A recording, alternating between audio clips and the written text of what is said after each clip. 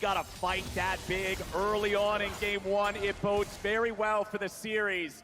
T1 up about 700 gold now, just shy of 10 minutes into the game. They've got a 1-kill lead. They've got that stolen Drake, but we're probably not going to see any more big fights for another 2 minutes until the next Drake spawns. Total gold on the left side of your screen. It's Zeka and Gumayushi pulling out in front. And Keria, man, in the last fight as well, sniping him again with another handshake to push them together to set up that kill.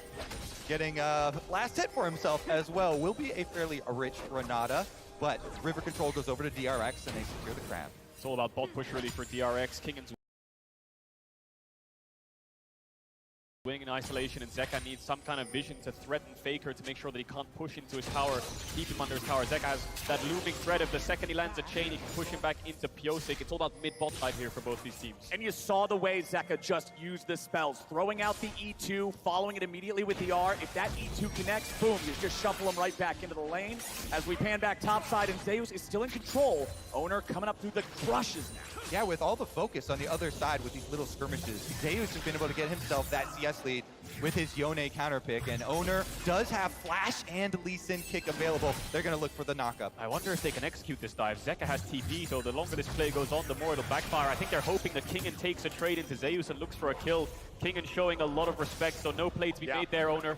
T1 could have broken the entire game open by getting that kill, heralding the top tower. Zeus will be unlocked on the map, but Zeka is going to TP back mid, start contesting his wave. And you can see the timing for Owner. He does not want to waste any further seconds on top side because Dragon is respawning. So they set themselves up for that possible counterplay up on top side or a dive if there's a play ready, but they don't want to overinvest and waste time with an objective coming right up. So get back down to bottom. 30 seconds on that Dragon respawn, but it's Pyosik who's gone up towards his Krugs, and Keria has retaken the bot side vision, allowing Faker to push in this mid wave and then move towards the bot side to feel safe.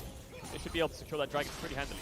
Alrighty, we've still got the stolen Azir ultimate on Zeka as well. There's a ton of playmaking potential here on either side. Back to what you guys were talking about in the draft. The lack of frontline is going to be very heavily felt once we get into more of these big team fights. And it's T1 with control over the river as the Drake spawn. Another big thing with T1 getting control of that river like you're talking about is the Renata ults that can come from Keria.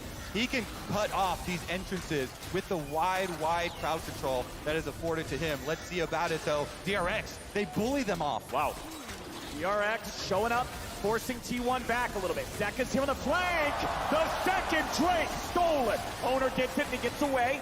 Zeka and the rest of DRX, they won't have a whole lot more to do, but that is 2 Drakes to nothing now for T1. Ocean Soul for T1 as well if they look forward to the next couple of Dragons. DRX very late to this play. They managed to find an avenue in. It did turn into a little bit of a 50-50, but T1 had really good positioning and setup in terms of vision before they had arrived. Still a little bit of pressure on this bot side as Zeka is the one catching bot wave, and Deft has moved towards mid. Yeah, Pyosik coming down the river too. I love both these junglers, the confidence. Even after the 95 health left on Rift Herald, Owner says, don't worry, I got this one.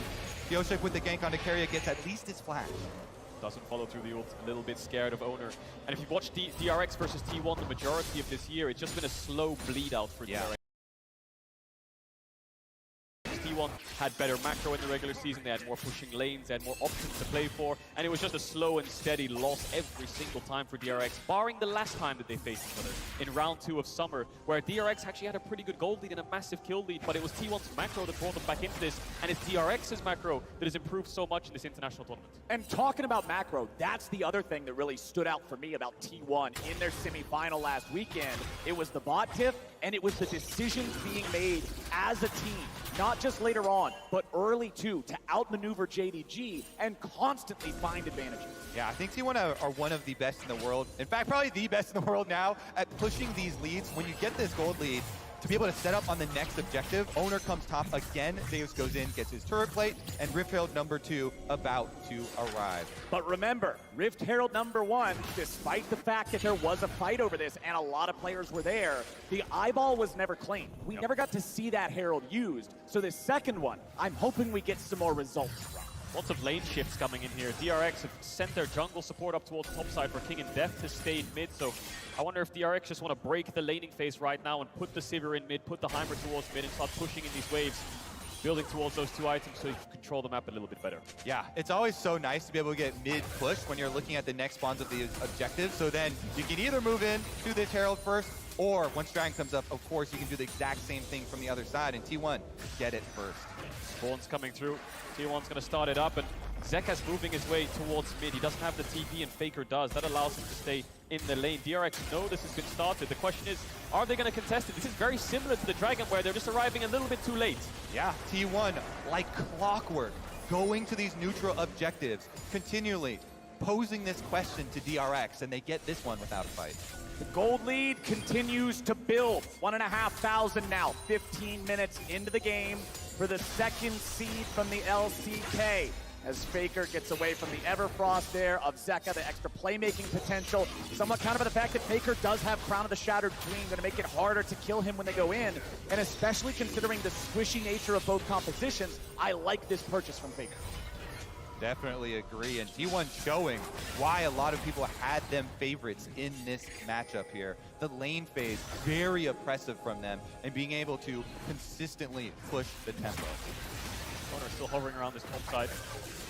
Doesn't look like they're giving much resources to Faker. He has TP, and they want to look for a play through top. Kingen seems to be the target for them.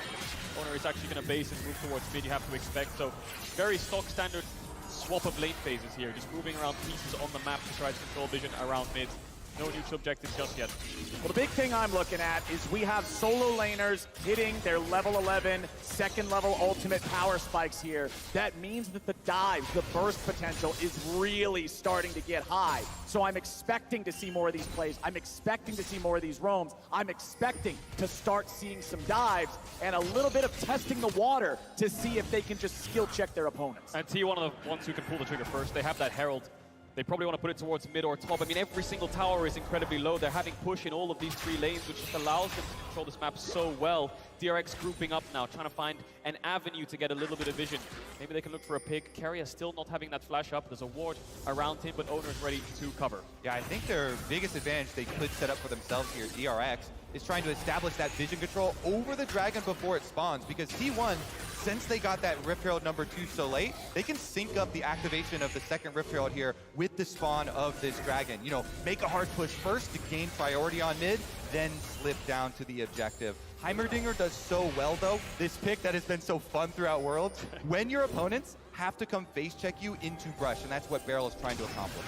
Yeah, you see the turrets being placed, wards being put down. My eyes are on Zeka for this next fight. It would be a third Dragon for T1. Of course, Ocean Soul points, DRX first ones in the river. Zeka has a great position to look for. Zeus walking down. Remember, Zeka has no stolen ultimate right now, so that's a big deal. What's he going to steal? When is he going to steal it? Making the right choice goes a long way. First Herald of the game summoned up here in mid lane. This will be the first turret killed by either side, and it's mid lane tier 1 dropping. T1 claiming it. They pick up the tower and they get the wave in, but it doesn't give them an avenue into this Dragon because King and TP bot and Zeus needs to respond. It's going to be a dance around vision here as Faker is the first one to step up. Oner's going towards mid-wave. Kingen will find the bot lane of T1. Oh, it's not where they want to be going. DRX, they're ready to go. Can they survive? No. Keria will fall, but he's traded back for Zeka. A 1-for-1 that should favor T1. That was a fantastic setup for DRX, so a little bit of a backfire to go 1-for-1. A couple ultimates used from T1. DRX the same. Dragon is still up, but DRX still looking for a pick. They're hoping that Gumayusi walks back through this tribe, which I think T1 thought they had to go through bot lane there. And look at this. Faker goes mid to put up the Azir turret, try and get his mid priority that way, and then he can come right over. Remember, Gumayusi as well stole the other Dragon. Can he fish around here? They've got vision inside the Dragon pit and teleport coming right out. All right, teleport from Zeus. Bottom lane, Kingen and Beryl gonna keep him back. Zeus ready to try to outplay here with a Soul Unbound. Immediately resets his position. His job was to distract, and distract he did. Drake secured as Faker goes in. Deft is on the run, 40% AP. Zeus ready for the re-engage. Fate sealed, and Deft is down. Faker gets the kill, and T1 are ready to go. T1 so precise, just dominating this game. Zeus, magnificent sleight of hand on the bottom side, but they're not done yet. Kingen looking for the snipe onto Faker. He just walks out of the Inferno Chains and goes for it. Oh, but Faker goes back in. Faker gets barrel, and T1's ready for more. Pioshik's on the run, but the Ruined King will barely survive. Owner walks away, and now T1 might just pay for it. Kingan's ready to chase down Guma even further. Zeus coming around from the side. Kingan backing away. T1 getting another. Faker getting another. Zeka running home. Oh, it's turning into a slaughter in game one, boys. 20 minutes here, and T1 have 3 Drakes as well as the gold lead. Huge swing of gold now for T1. Massive fight around the Dragon. They played it with so much patience. There was never a moment where they felt rushed or pressured to just take a fight. All of a sudden, they're just playing through waves, making sure they have numbers advantage. They sneak it away under DRX's nose. Then DRX kind of think they have to get into this fight, and T1 are the ones who stand tall. Playing with supreme confidence. Zeus here, in his first year, on the international stage. The sleight of hand to distract DRX down to the bottom side. Then Faker says, we collapse on them, pull off the pincer. And this is the Sivir, right? Not very good range in terms of hitting back. The Azir is just damaging your health bar. Deft falls, and then T1 look for another player. We've got a fight on live. We've already got that play right now. Pioshik on the run, but he'll run nowhere. Faker goes on a rampage, and Barrel goes down with him. T1 find 2. They find the jungler, and they find their way to the Baron. There's a reason why T1 is undefeated versus DRX. They're outclassing them in every single role right now, and T1 will pick up that Baron just shy of 21 minutes in the game. Absolute domination here. The objective bounties are already up. The game signaling just how far ahead T1 are. And they've picked right up where they left off. This team, their ascent has been so fun to watch. Consistently outplaying people in draft, in mechanics, on the stage, pressing these objectives at every turn. Zeus and Kingan getting into a bit of a 1v1 here, but Zeka's also nearby. Faker ready to respond too. Kingan is low, and Zeus takes the kill. Now with the full retreat coming out, Zeka's gonna whiff the shuffle, and T1 just has to wait it out. They'll take out these minions.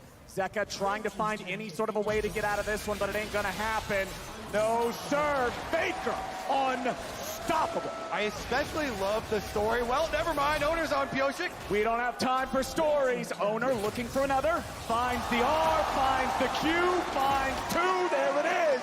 Owner picks up the kill. The only story here is that DRX's history after game 1. T1 are just dominating them. And you can't fault DRX because they have to find picks. T1 have a Baron buff. They're going to start the siege with Azir and Varus. They can go for 1-4 with Zeus on the Yone. They tried to make the picks happen, but T1 are very aware of their plans. T1 ready to break the base in half. The first inhibitor turret is gone. Inhibitor, a little bit more. There we go, that'll get him across the line. But DRX comes in with a TP. T1 has the Azir turret. The Sun Disc can protect them. Zeka's looking for the angle. He steals the Fate Sealed away from Zeus. Barrel gonna throw down these turrets, but DRX can't find the opportunity they're looking for, and T1 will escape. They can't punish the siege. They tried their best with the TP, but that Azir tower is just too much of a threat to go for a 5v5 underneath their tower with this gold deficit. This is DRX looking for the pick onto Zeus to stop the 1-4 on a side lane, but Faker's there to respond. He knows that their only plan and their only play is killing the top laner of T1. Faker making sure that doesn't happen. Yeah, Zeus with a slight step back here, dodging away from the stolen Azir ultimate himself too. This player and T1 story with them, having confidence in their own. Never mind. Carrier, that's not where you want to be, buddy. Death goes on a killing spree. There's a second, a shutdown. DRX get 2 for nothing. 20 seconds on the Dragon spawn as well. That will be the soul of T1, but look at Faker. He's just barreling down mid lane, looking for another inhibitor. Looks like 2 will fall because all of DRX are staying. Bases are coming in, but Zeka doesn't have the TP. It's Owner and Gumayushi who will play patiently, and Faker with the TP coming back up soon means that T1 might be able to match the numbers around this Dragon fight. Faker in mid lane, taking out the inhib. DRX immediately jumping onto the Drake. They want to stop this soul by any means possible. Owner's coming in. Sonic wave over the wall. Owner's still waiting for it. Not going to happen. Objective bounty over the DRX, but now they got to be ready to run. They've got to exfiltrate, and T1 will not pursue. Even though it really hurts to give up your mid inhibitor to Faker there, you have to stop this soul here for DRX. You also get the objective bounty shutdown. trying to make some of this gold deficit up. They need a couple more item spikes. You can see Kingen just picked up the Death's Dance, but it's Infinity Edge on Death, the 3-item Sivir that DRX need to look towards. Level 14 right now, actually ahead of Gumayushi in terms of levels, so the Sivir will keep the wave clear going on that top and mid inhibitor. T1 needs to start pressuring the map a little bit harder, put their foot on the gas and look for this bot tier 2. Yep, from T1's perspective, there is one lane to go to with supers going in both mid and top lane. Just group up on bottom side, pressure it in, continue to take objectives. Don't let DRX farm comfortably. DRX gonna hold this, but Owner actually fails the kick flash there. Zeka just dashes backwards the second the jungler of T1 hops over the wall. And that's very important. DRX cannot afford to just lose a man for nothing here. A TP onto the Heimer turret. Renata ulti finds him, but he runs backwards to berserkedly attack his own team. He still gets away, but that's the final tier 2 turret falling on the side of DRX. T1 maintains a 7,500 gold lead with less than 2 minutes until Baron respawns. And I think sieging that bot tier 3 for the final inhibitor is going to be a bit tough for T1 at the moment. 1 minute 30 seconds, like you said, Flowers, on that Baron. That's going to be the next threat for T1. A little bit of topside vision, keep that mid push, have Zeus on a side lane perhaps depending on his TP timer, and then look to force that Baron, force DRX to walk into you. And if we're looking at the hope for the comeback for DRX, the underdog story of the entire tournament, you see it right there. Deft has completed the Infinity Edge. This is their hope, the Sivir. Late game farming, trying to annihilate these minion waves. See if they can pull out a team fight. Meanwhile, big objective is to keep vision control over your red quadrant of your jungle so that you don't get into very dangerous Baron scenarios. It comes up in only 57 seconds. I'm trying to deny that red buff there, but DRX smartly pull it back. You're absolutely right there, Kobe. It's the Sivir of Death that needs to find the damage in the fight. He's a little bit outranged by Faker Azir, who has 3 items complete, building towards that Rabadon. Zeus also picked up his 3-item spike. DRX need to find some kind of vision around this Baron and juggle the waves while they do so. T1 in control of this game from the very start. 30 seconds until the Baron spawns. Kingen gonna clear out some of the vision here. DRX must be very careful. A single misstep will give away this Baron and any hope left in this game. Mount T1 right there. Can DRX scale that mountain? It's going to be a difficult next 5 minutes for them. Baron coming up in only 10 seconds, and you see how ferociously they're fighting over the vision just to have a safe place to check from. They have 1 blue orb left on Deft. That'll be an emergency usage in case they lose all vision. And right now they can't see it. T1 are starting it up with their AD carry on top. Owner can jump over the wall very quickly. Where's the blue orb from Deft? He still has it, I think, up. He is going to pop it over the wall. There's no time. There's no time. T1 already gets the Baron. Now the siege will come in on that bot tier 3. You can see the pings on that bot side of the map already for T1. They know the easy way to win this one is just to push in these lanes, go towards bot, try to take that final inhibitor. DRX will be forced to fight them underneath their tower. And T1, now with the Baron buff, you have the luxury of going 1-3-1, pushing all lanes in, getting these inhibitors as they're respawning. Zeus already has been allocated up to that top lane. Push it in. This Yone, so oppressive. DRX gonna have to fight on all sides right now. DRX is caught in such a difficult position here in this game. They have to weather a storm that is barreling towards this bottom side, barreling towards their last remaining inhibitor turret. Sometimes the best hope when you're in a position like this, assaulted on all sides, just Sivir ult and go attack one of them as quickly as you can, because the more time you give T1, the more damage they do. Well, it's T1 on the offensive. 3 men bottom, 1 man in each other lane. Zeus leading the charge towards that exposed inhibitor in top. Faker maintaining pressure in mid. Kuma's got all the push power in the world here in bottom. Last standing inhibitor turret, that one's going to fall. Kuma can just go ahead, clear that out, no problem. Zeus taking out the other inhibitor there in top lane. 2 more autos will do it. He'll just let the minions take it out. Triple in-hit game for T1. That's got to be the nail in the coffin for DRX. They have a small 30-second to 1 minute window before these super minions will pile in, and the soul is spawning for T1. Yeah. So are they going to run down towards this dragon pit and fight it, or are they just going to give everything up? Gumayushi even tried to use the ult onto Deft. Spell shield came through, and even with that ultimate down, DRX didn't feel confident enough to find an engage. DRX are in such a tough spot, but they have been in so many other tough spots, and they have come back in a lot of them. They had not beaten Gen G either, and ended up coming back in that series. T1 will finish up their soul, and then they will march down mid lane to finish this game 1 up. Well, there is also less than 1 minute remaining until Baron spawns again. If T1 want to play this as safely and as surely as possible, they will make their way over to that pit, they will secure that objective, and then they will push for the win. That's the remaining timer on the Baron. I'm trolling you guys. That's just my bad. I was checking to see if you're paying attention. But they have it for another 45 seconds. They can take out this inhib that has just respawned and then leave DRX still in the same impossible position. And the Emperor TP's back with a Rabadon's death cap. This Azir is going to do so much damage. Zeus might even find an engage already. Zeus looking for it. Fate sealed. Only going to find one. Kingen getting away for now. Owner still looking for the angle. Flash kick is available. DRX fully in defensive position now as Barrel's only got 40% HP. T1 looking for any angle. All they got to do is find one. An 8,000 gold lead is definitely enough to end this game. Minion wave making its way up. Owner threatens the engage. Chains of corruption going out. Zeka looking for the play, but Owner goes golden. He's going to stay alive for now, backing up yet again. Next is turrets. First one's about to die. A little bit of HP, still keeping it around. Zeka's only at 1/4 health. He has to heal. Pioshik eats the sonic wave. No resonating strike just yet. DRX are out of turrets and out of time. T1 still looking for the end. Still looking to keep going. The Nexus is all that remains. I love how Owner keeps checking them, seeing if they will flinch, jumping in on the Lee Sin, but not going for the flash play. And here comes the end. Zeus looks for Q3. Zeka goes in with a stolen Azir ulti, but it ain't gonna do a whole lot. They still got a little bit of damage, but it is not enough. Barrel's gonna die, Depth is gonna die. T1 will find the fight and find the win in game one. Clean, calm, and collected. The well-oiled machine of T1 strikes again. Very similar.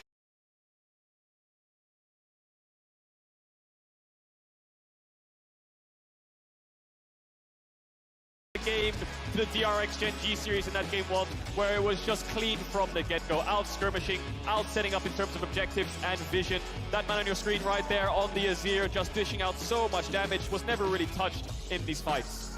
You can say that again. Every T1 member clapping in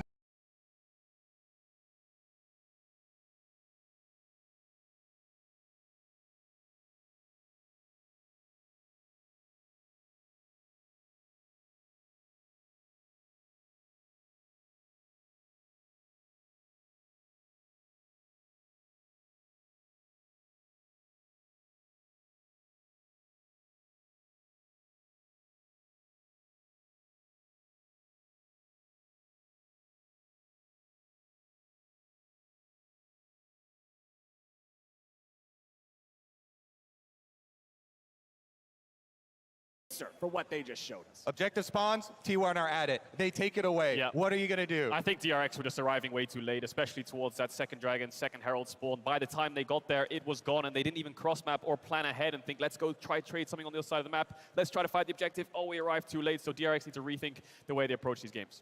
And as DRX continue their battle against the T1 Empire, check out their pick, What We Left Behind, as the song that represents their playstyle on the official LOL playlist on Spotify. Take a listen and join us over at the State Farm Analyst Desk.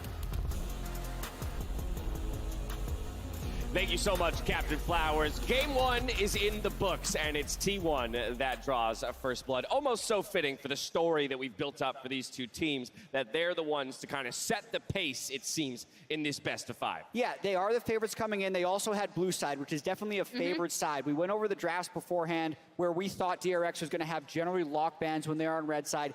They did. Strangely enough, not a ton of huge surprises here, especially when you consider DRX also got slammed in game one of their semifinal against Gen G. I'm just happy that in game one, the blood gods were satisfied, right? We started off the game with both teams going for each other's throats. Like, it was beautiful, especially with Pioshik investing into the early gank mid, into the repeat gank mid, and then we saw a bit of a blunder from Def from the bot side, but both teams were going toe-to-toe all in the early game. And not just in the play, though. I feel like in Champ Select as well, Emily, bringing out the Yone for Zeus. That is a statement right there by T1. All right, so we touched upon this a bit in draft, but here are Zeus's career Yone stats. You'll notice that he is undefeated on this champion. This includes the game that we just saw. And the most important thing is not only that Zeus can absolutely pop off on this specific champion, but that you will see they can leave the Aatrox up, which Jet touched upon briefly, and have this counter in their back pocket. So this is where things kind of go pretty wrong for them. Faker comes in. The Yone, Zeus just bullies them out. And obviously, DRX really wanted this. They committed to Herald. This is kind of where he starts snowballing. And to have this kind of answer for Aatrox, which is such a strong champion, has been taking over so many drafts, is absolutely a massive win for T1.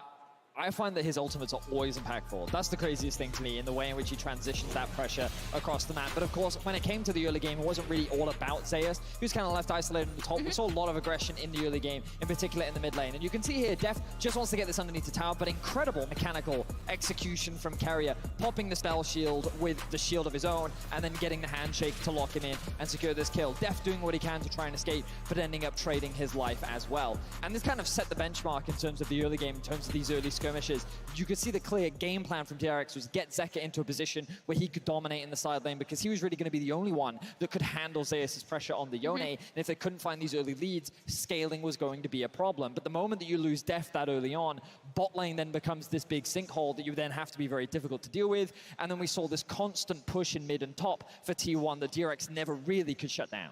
Yeah, and I think the other thing that kind of is going to fly under the radar a bit is even when DRX did have that bot pushing pressure, they were not able to get that first Drake as well because of the Varus Q that ended up stealing it away. So another little... Which did more damage than Smite, by the way, the empowered Varus Q. Which is more damage than Smite. Yeah, that's absolutely wild. And it set, again, it kind of... it sped the clock up, right? Yeah. It made that soul point come that much sooner for T1 and would definitely apply the pressure to DRX. But you mentioned right off the top, Vedius, that it was DRX putting pressure on Faker in the mid lane early, and his ability to both sustain that pressure, recover from it, and then do more is why he gets our 1+ OP player of the game for this very first game in our championship final. And I love the confidence that we saw from Faker. I'm glad that we're getting this play up as well, because later on, he's just going to get an incredible kill onto Beryl and then walk away with his life. But his positioning in the team fights was fantastic. Even after the early pressure that was thrown down onto him, he was able to bounce back. And this is the play that I was talking about. This setup, this confidence in what was effectively a 1 versus 3 to walk away with this kill. Beautiful from the GOAT. And I really do think part of it is because he has been here before. If he wins 2 more games, he will be a 4-time world champion. No other player has won more than 1. Right? Beryl is also in many world championships, but in terms of his ability to perform and run on the stage, it is so far over any other player ever that he will have these type of performances in the early games when other players are still working out the nerves. And the coolest thing, I think, is to see the aggression coming out of Faker, right? And the decisiveness, which is something he's always had. But when we talk about this T1 team, I feel like people still, if they haven't watched them in LCK, always think, oh, they're going to be slow, they're going to be boring. And this team in particular... Oh my God, that's so brilliant. We've like joked how it's like Faker and the Zoomers, but they are aggressive. They want to outplay you with their mechanics, and to see Faker included in that is amazing. Now, Jad, I want to pull up the draft from this very game, but as we talk about, not only this draft, but looking forward to game number 2. Yeah, DRX is going to flip sides because the Yuumi bans and the fact that they're pretty locked on this side is crazy. The thing that worked in this draft, I think, was the Varus first pick, as well as the Yone counter to Aatrox, because that immediately gave them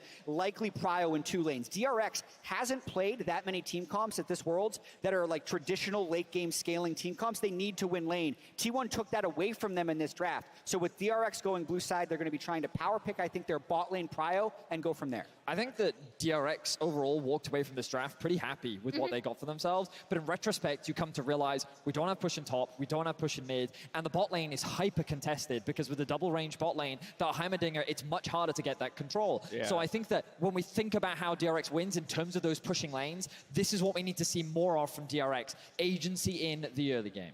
Yeah. All right, well, there you have it. Thoughts on game number 1, as it is T1 that strikes first blood. Faker, of course, becoming the first ever player to win 10 finals games, that on his way to possibly a 4th trophy. Now, esports fans, they're gathering to watch the greatest series in League of Legends, and not just here in San Francisco, in theaters all around the globe. If you're at one of these events, make sure you check out the URL on your screen, send us a picture or a video, and capture the atmosphere. We'll be sure to feature some of them later on in the show, so you might just see your video on the broadcast. Send those in. We'll see you back here for game number 2 right after this. That was the first game Faker's won without Bengi in finals. Also true. 다음 시즌 있어. 긴장한 사람 없지? 나 진짜 안 했어 근데. 야, 가면 돼. Baker still pretty far forward. Flash! Spectral ball! And first blood over to Zeka.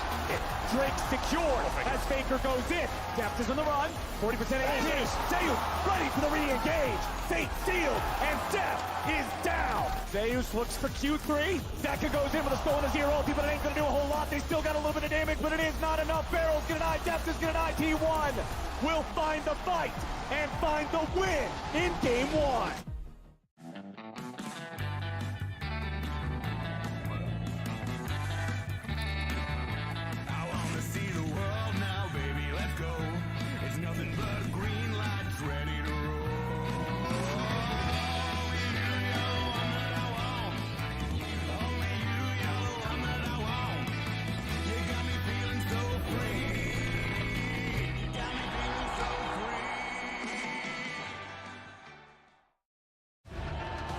Behind 21 epic days of epicness.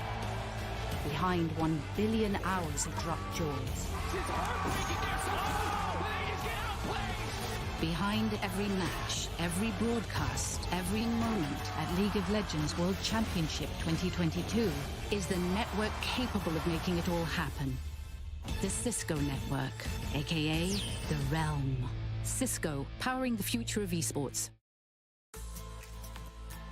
We're barreling into this Assist of the Week presented by State Farm. A standoff at Dragon is blown wide open when Beryl takes matters into his own hands. Beryl looking for the knockup, and he's going to it. It is the soul, and it will be a slaughter in the pit.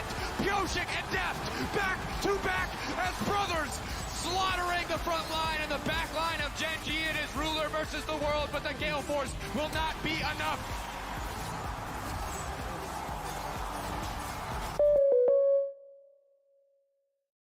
Don't ever say it's over if I'm breathing. Racing to the moonlight and I'm speeding. I'm headed to the stars, ready to go far. I'm start walking. Don't ever say it's over if I'm breathing. Racing to the moonlight and I'm speeding. I'm headed to the stars, ready to go far. I'm start walking.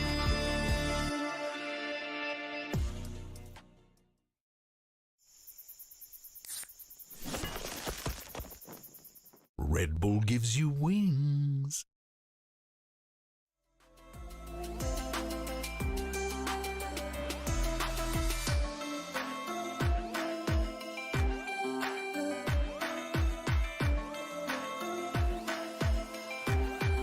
Liebe Mitbürgerinnen und liebe Mitbürger. Der Winter kommt. Energie ist knapp und teuer. Es hilft zu sparen, wo es geht. Wir können alle unseren Beitrag leisten. Lasst uns alle zusammenhalten, damit wir gut durch den Winter kommen. Jeder Beitrag zählt.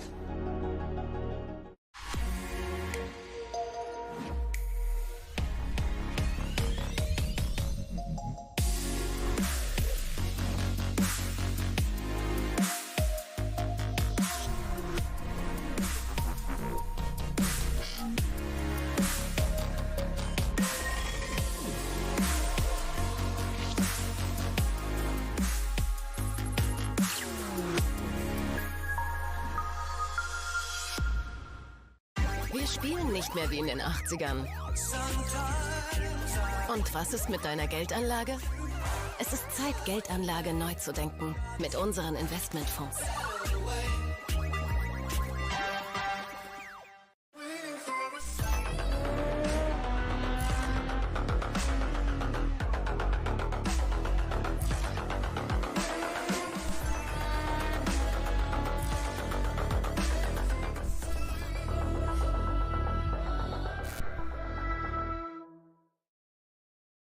Gute Neuigkeiten. Die Zeit ist gekommen.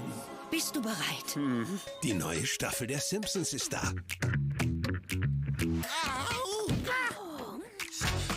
Ay, caramba! Ziemlich verhaubert.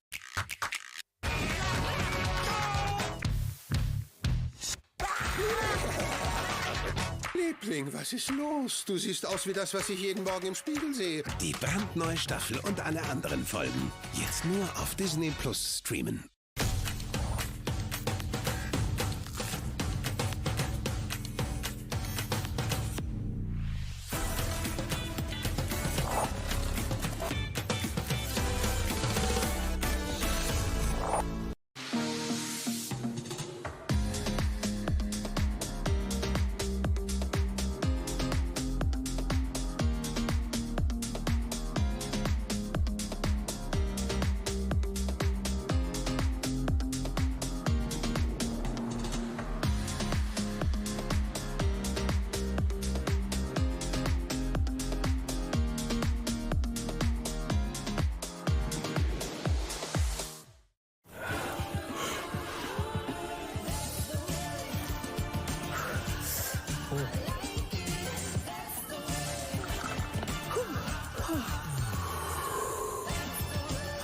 dir den Spice, wie du ihn likest. Die Spicy Chicken McNuggets sind zurück.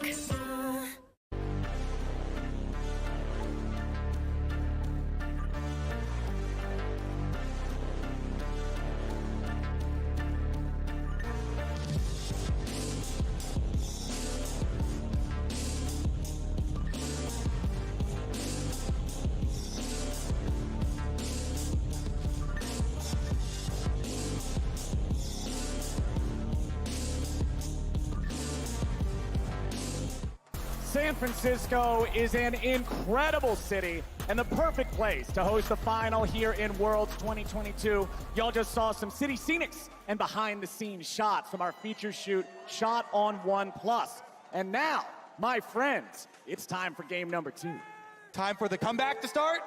DRX are always doubted. You know, they always fall down. They fell down against Gen G. They fell down against EDG, and they always find ways to bounce back. I think in this series, blue side is so important. DRX are probably going to hop over to that side, and we'll get a much different draft. But what I will say is, DRX got their hands on a lot of picks that they excel on, and T1 managed to beat them on them. Yeah, that was one of the things. Even though you have leeway to be more creative on blue side, I thought from red side, the answers that DRX had were very good, and were very good champions for their players too. That game number 1 was so much down to outplays from T1 all across the map in their laning phase. Really, really nicely done. Outplays during laning phase and grouping up the objectives, being there first. They never really gave DRX an opportunity to hit back in time. So let's jump into champ select here. It's Lucian and Ryze banned out by DRX. T1 will take Caitlyn and Yuumi off the table. Pretty standard stuff here for the red side. They have to pay the taxes. They have to get rid of those OPs. Renata Glass going to be the 3rd and final ban of the first half of draft here for DRX. Interesting. So the 3 bot lane champions, of course, are gone. And DRX think that Renata was a pretty big problem in the last game. I wonder if they first pick Varus here, if they think that this is the most powerful pick in the current series. Aatrox is up, Sylas is up, Graves. There's a lot of powerful champions that they could lean towards. But the first pick Varus from T1 was so strong because of the Renata, I feel like with a different support, it could be a little bit weaker. So we'll see what DRX approaches. Yeah, it's interesting because DRX, like you were talking about earlier, Deft has not been playing the Aphelios, so it puts them kind of at a -1 in these AD carry pools, necessitating Lucian bans over and over and over. And so they're pushed into this scenario where taking it away from Guma. And Guma usually does play the Aphelios, of course, like I said, so they can lock in an Aphelios lane here. They can lock in something like a Kalista lane if they're confident. Sivir could work very well into Varus, something that DRX was running. Viego is up if Owner wants to lean into that. I think T1 have so many options. The question is, do they do what DRX did and take away this Aatrox? And therefore, does Kingen have a response to that Aatrox? Oh no, my friends. We're getting a different flavor. Remember, this champion was banned on blue side by T1 in game 1. Now it is locked in next to that Aatrox by T1 on red side in game 2. T1 just have so much leverage. They've already defeated the Aatrox at your hands, and now Zeus with it gets to pose the same question. Are they thinking about Heimerdinger, I wonder, here on 3, just running the Ashe Heimerdinger into DRX? They've played it before, carry as Heimerdinger, but they're going to pick up the Aatrox. So does Kingen have a response? I think Kingen's response to Aatrox is probably something like Fiora, one of those carry top laners that you can match it with. We see this Camille as well to great success, but it wins after 1 item. Pyosik, does he go for the Kindred? Yeah, you hover the Graves, I hover the Kindred. This is Pyosik's answer. The Kindred streamer wanting to get a world skin for his favorite champion, but won't have to lock it in unless you pull the trigger on the Graves.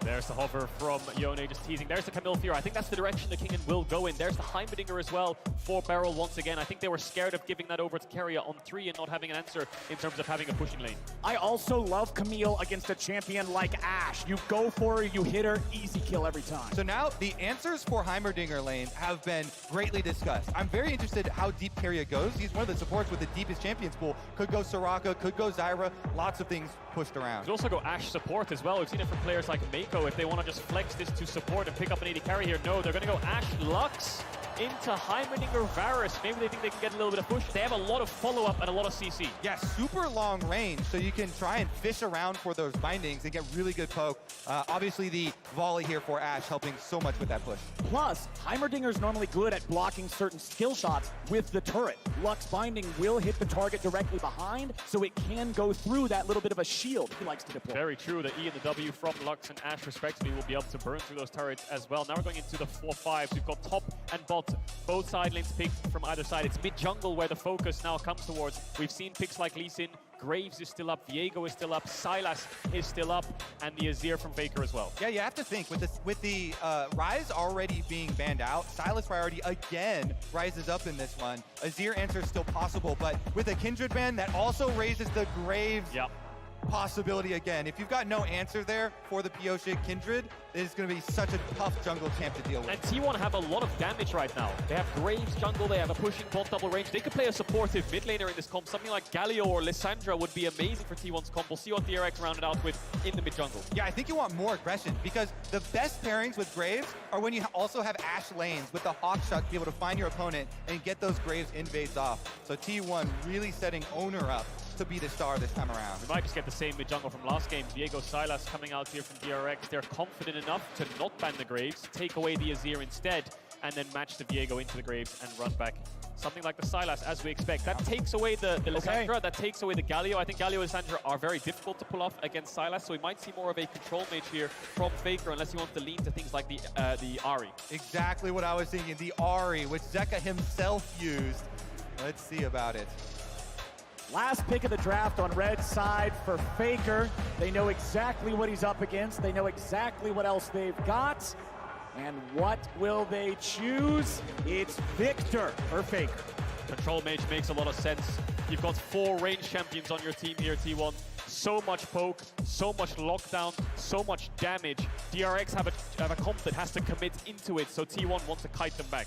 Yeah, there are so many options when you have Graves right now, premier invade jungler, farming jungler, with an Ashe Hawkshot to support you in information, and a Victor into Sylas range versus melee matchup in mid lane also to support you in your efforts. T1, they've trusted so much in their youth programs, with Zeus, Owner, Guma all coming from them, and Faker now going to do one more and back him up. And they've got a tough task ahead of them now because we know what DRX are capable of. We know that they're able to bounce back in these series. If T1 can go up to match point here, that'll be pivotal, of course, because then 1 game away from that title, 1 game away from Faker's 4th title, and DRX are on blue side. This is the game that they need to win. Exactly, but it's not over even if they don't. Remember their series against EDG. Remember the power of a reverse sweep, but DRX don't want to be in that spot. They want to tie it up. They want to be ready to go. We've got Zeka back on the Sylas. He has styled on countless opponents with this champion so far at this tournament, but now with Faker in front of him, the stakes could not be higher. Yep, DRX are one of the only 2 reverse sweeps in World's history. They definitely can make these comebacks happen, and I'm very excited to watch the process. If there's one thing about this team you can be 100% sure on, it is that their mentality, their trust in their teammates are at supreme values after the journey that they have gone through this summer. Such an arduous path they have taken to this World Finals, always being underestimated. But when you go through that many upsets as DRX, your trust in your teammates just continues to build and solidify and strengthen your team play. First strike on Sylas, not something you see all the time, but Zeka ready to go in and be aggressive.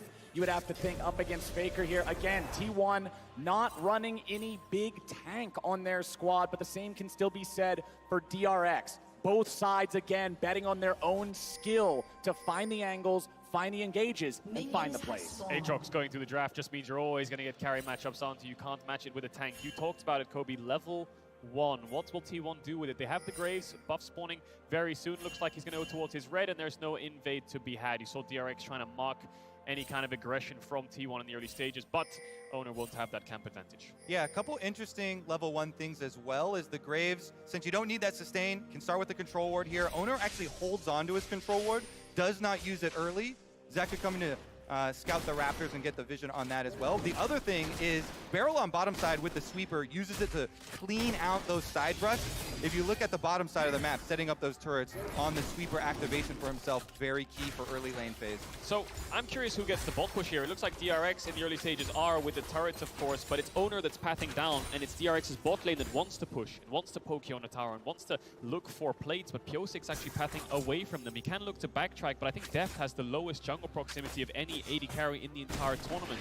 Pyosik very rarely goes towards that bot side, whereas Owner loves to be around Gumayusi. And we literally looked at the stat cards during our countdown phase. Pyosik has very, very low jungle proximity in general. So we want to see Deft and Beryl maintain autonomy and maintain control here in this bottom lane. Up here on the top side, it's Zeus being pushed in nice and early as Gumayusi and Keria are fighting back in this 2v2. Zeka forced underneath the turret early on as the melee into ranged matchup, and there's the Hawk shots. This is such a problem to deal with as a jungler against an Ashe pick.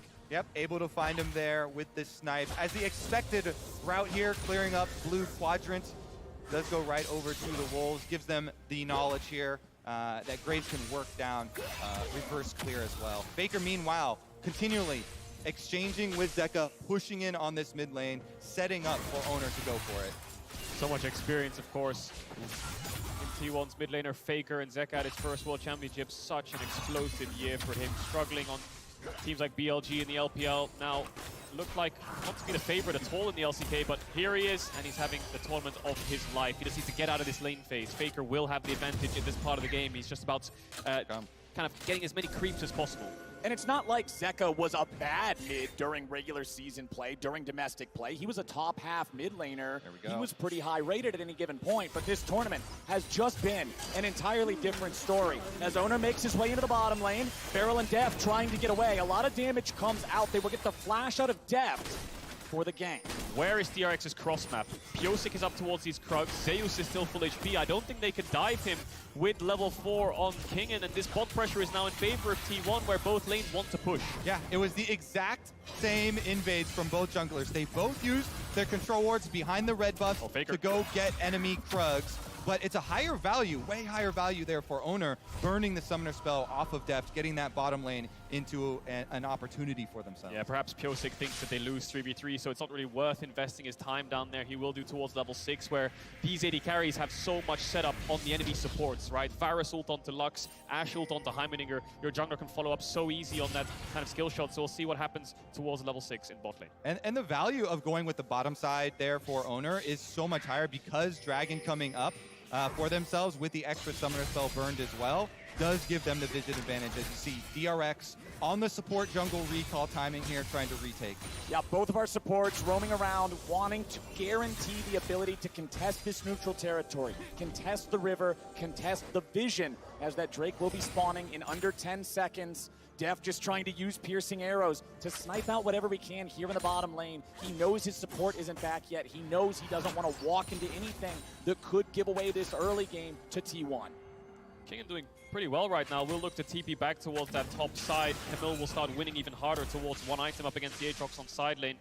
We'll see how fights play out though. Dragon's still up, but bot lane contest, bot lane pushes everything. Beryl losing half HP, gets ignited, but is not afraid. Fires off some rockets back into Keria. It's a one trade for T1, but they're just waiting for Pyosik on the side of DRX. He'll find himself on top of a control ward. Graves is also nearby. Owner lurking in his own jungle. DRX knows that if T1 is trying to stand and fight, this is not probably a play they want to take, so they back Pyosik away. Yeah, important defense of that control ward there because T1 have Owner coming down and threatening in the fog of war. Pyosik has to give up. They can't take away that key vision. Level 4 on both sides. Crab spawning, but bot push for T1. TP back from Faker will allow mid push and first response from the mid laner of T1 to allow Owner to get that Crab, so small jungle advantage across to T1. And a little bit of optimization there from Owner. He waited for the dash up until Pyosik was right next to the wall, trying to get the Q1, Q2 damage instantly on the Diego to chunk him out. Still didn't end up working out for him, but now he's back into his own jungle, clearing out again. Bit of a slow early game, but the stun onto Gumayusi connects. Cleanse is down. That opens up a window for Deft towards that level 6, and they need to find that window. They need to break their way through bot lane. How many times have DRX made comebacks in situations where you counted them out? Can T1 stand strong? They've only lost 2 games this entire tournament. Will they fall, or will they lose a game here to DRX in the finals? We will soon find out, but Gumayusi trading impressively on damage here onto both AD carries. Guma's at about 200 HP, but Beryl has no mana left to work with. Yeah, Beryl keeps landing these grenades onto Guma, though. Got the cleanse out on the first one. Good chunk here as well. If he had a little bit more mana, maybe they push it harder. Ooh, close, but no cigar. The arrow does not find Gumayusi. Deft is looking to stay around, push a little bit more. Wants to get one more wave taken care of before he gets his recall, I would assume. Beryl goes back. He purchases his control wards. He's going to go back out onto the map, look to set down some vision, look to do a little bit of roaming as Deft finishes off the last little bit of this wave. Keria should be around to be able to freeze it and make sure that nothing goes too wrong. Yeah, he's going to hold the wave there and force Deft to base a little bit further back, try to stop his recall. He's going to pull it into the next wave so it stops crashing, and then it allows Gumayusi to catch up and get a couple of his creeps that he might have missed. You can see that how the bot lane dynamic is playing out. Poke, Varus, Lethality build, Comet, Vamp Scepter for Gumayusi to try to sustain. Faker. Barrel's ready to go. The grenade finds the mark, but there's not enough damage. Faker deploying the gravity well on top of himself to stop it from going any further. Zeka finds a lot of damage into Faker. He's only got 200 HP left, and Zeka has ulti, but Faker is safe. Mid pushes everything. That's why Beryl's here, because Herald's about to spawn. You can see Pyosik moving over towards it. Kingan's just taking a base to make sure he's ahead of Zeus in itemization. Deft has ran towards bot, so he might see a 4v4 around this top side, but DRX actually not going to start it up just yet.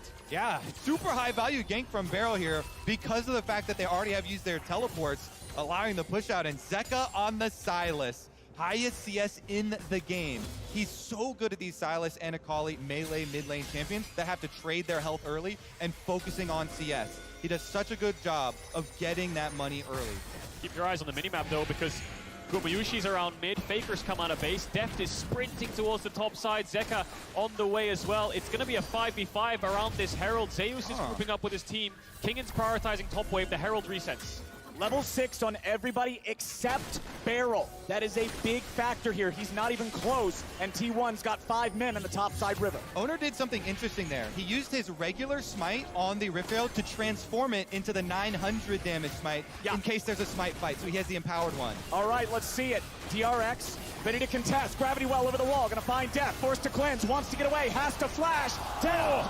Barely getting away from the snipe. But T1 controls the fight, controls the river, and controls the Herald. Same story from game 1. T1 are first the objective. DRX are forced to face check. Deft oversteps. He's out of the fight. 5v4. DRX have to give it up. Oh, and there's so much long range threat with the Graves ultimate, with Victor ultimate, Ashe arrow here from Guma. Now Deft, no summoner spells. Mid lane T1 pushing in the aftermath as well.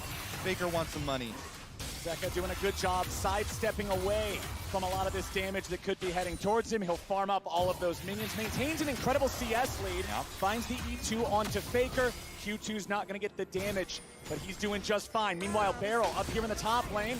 Grenades and rockets, not going to get a whole lot done just yet. Beryl still not level 6. Kingan goes in. Owner's the target, but now Zeus is locked down. Keria is here over the wall. It's first blood over to Owner. And T1 are absolutely outplaying. Pyosik will not find the damage yet. He won't find the damage at all. Keria gets it, and T1 goes 3 for nothing. Keria, the sniper over the wall with the Lux, ensures that Zeus stays upright in this. What a beautiful skirmish from T1. They bait them right in there, calling over Keria, lands the combo. You hit it right there, Kobe. Keria saves the day. 3 kills to T1 in a play which DRX were looking for, sending Beryl up towards that top side, having Pyosik hover around, look for Zeus, try to find that pick. T1 read them like a book. Again, Keria's there to respond. Zeka very low. Beryl gonna push Faker back so to allow his mid laner to take a base.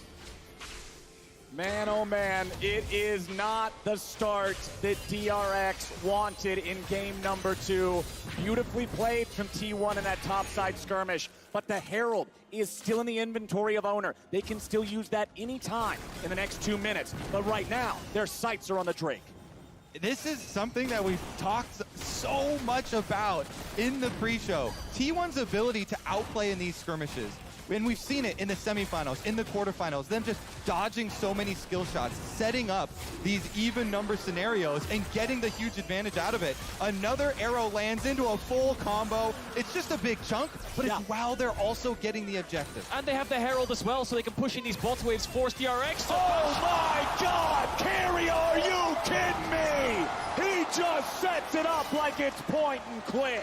Keria says hello to his old lane partner. I'm sorry, Deft. I'm not going to be able to give you the Summoner's Cup. I want to win. Alrighty, let's see if Faker can get away from Pioshik and Zeka. Faker doesn't make it over the wall. He's in trouble, but he gets to safety. He flashes forward. It'll be a 1-for-1, but Pioshik's in trouble. He uses the Heartbreaker to get away. Zeka getting back now as well. They'll trade Barrel for Faker. DRX will take that. T1 domination right now in these skirmishes. DRX try their best to fight back. Faker has to expend the flash, but he expends it aggressively rather than trying to flash away to make it a 1-for-1. They don't get the Herald down, but his bot side's in their favor. Kingen fighting against Zeus. Zeus with the World Ender active, trying to chase Kingen back. However, the ulti is about to expire, so Zeus is going to back off there. If we can refocus on some hope for DRX, it comes back to one player. Never mind this one-on-one. It's so close. It's going away. Kingen with the flash to get out of the way of the Q3. Barrel shows up, but he doesn't land it until the very end. Barrel, the rocket sniper, gets the kill. But now Owner's ready to go. Buckshot in his back. There's no way home for the Donger. Say good night. Owner picks up another. Time and time again, T1 respond to everything DRX are throwing at them. They're going to trade 1-for-1, and they're going to place the Herald down, funnel all this gold into Owner. Straight from draft, we talked about Owner being set up to be the one for success this game. And in-game, he is going to be rich, getting all the kills, getting the Rift Herald activation on top lane turret plates as well. And we talk about depth in carrier. You know, 2020 DRX, one of the best bot lanes in the world. Everyone was celebrating them as the lane kingdom. And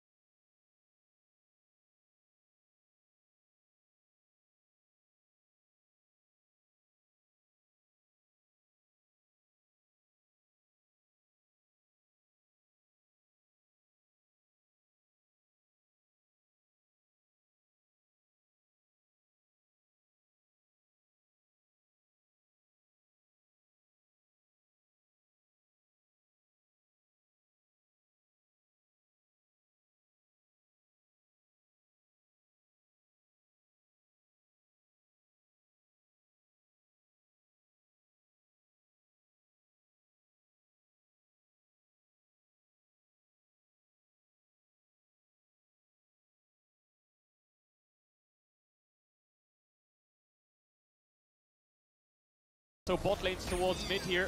Herald spawning in 30 seconds. Pick onto Faker.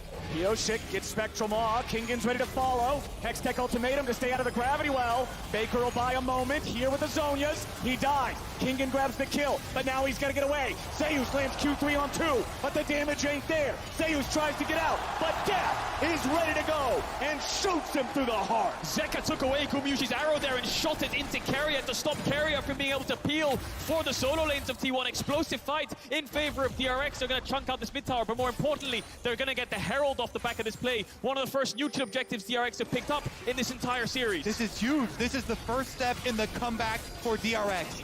Zeka, the most fed member on the team, 162 CS with the kill, steals that ult you're talking about. That's 2 for DRX and the Herald. No more Rift, or no more turret plates left on the map for them to cash in quickly, but it'll help with taking down one of those outer towers. It's not just what you get, it's what they don't get. You must slow the bleeding. You must be able to stop T1 from running away with it, and DRX are finding their signs of life. 40 seconds on the next dragon. Neutral objective spawning up. T1 currently have a little bit of control around it. Carrier has placed the vision down, gone for a base, refreshed those wards to make sure he's ready in case DRX tries to contest.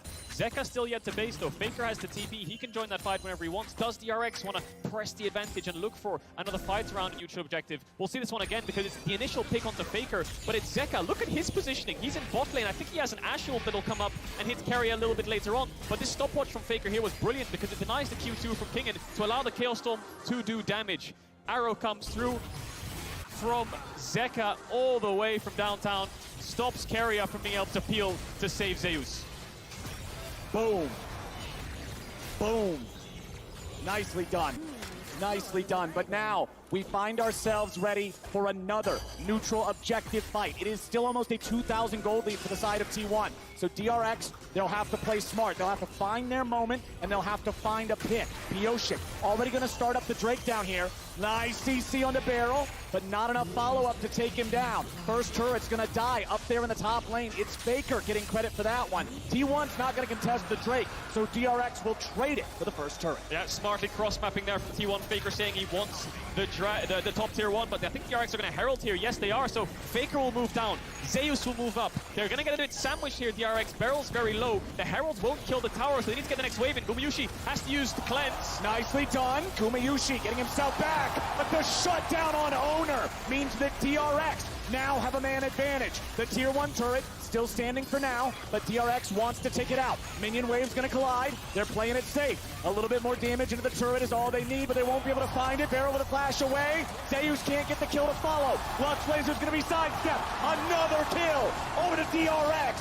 This team is ready. They're doing it. They are making the comeback a reality. They're starting to believe. A tower down in mid lane. This opens up the map for them to get that vision back in their favor so they can actually set up their own plays for once. T1, of course, are still in the lead, 1,000 gold, but DRX back-to-back successful plays. Beryl is such a legend. I'm just going to say it right now. 3 finals appearances. This grenade across the top to land onto Owner to get to the first kill. I think a Mikhails came out from Keria there on top of a cleanse. They were focusing so much on Gumayushi.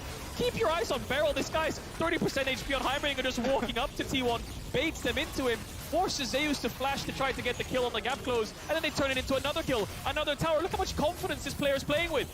Flashes out away from Zeus. Zeus tries to follow, can't catch him. He just a laser. Lux Laser walks away, and T1 can't get any money back. That was a beautiful CC chain from DRX. It was the grenade into the stun from Viego, into the extra stun as well. Burst him all the way down. Kingen jumps over.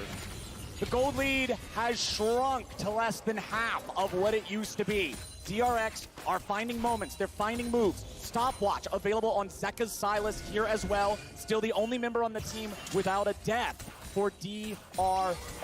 Tier is also stacked halfway up for Deft here on that Varus. Has the Eclipse as the mythic item, so you know he's going to be spamming out some of those high damage arrows the further we go. DRX playing mid to top here. Zeus ready on the face check. He knows he doesn't want to go towards top side because the wave isn't in a great state. Arrow misses there from Gumayushi, tried to force the cleanse out of Deft to make him so he has a bit more pressure around this lane. Does Deft want to ult him back? He's going to throw the Q. Doesn't have cleanse there, Gumayushi, but Keria, first item Mikhails to keep his AD carry safe. And you're going to have a side lane problem here for T1 because Camille's got a double stacked wave up at that outer tower.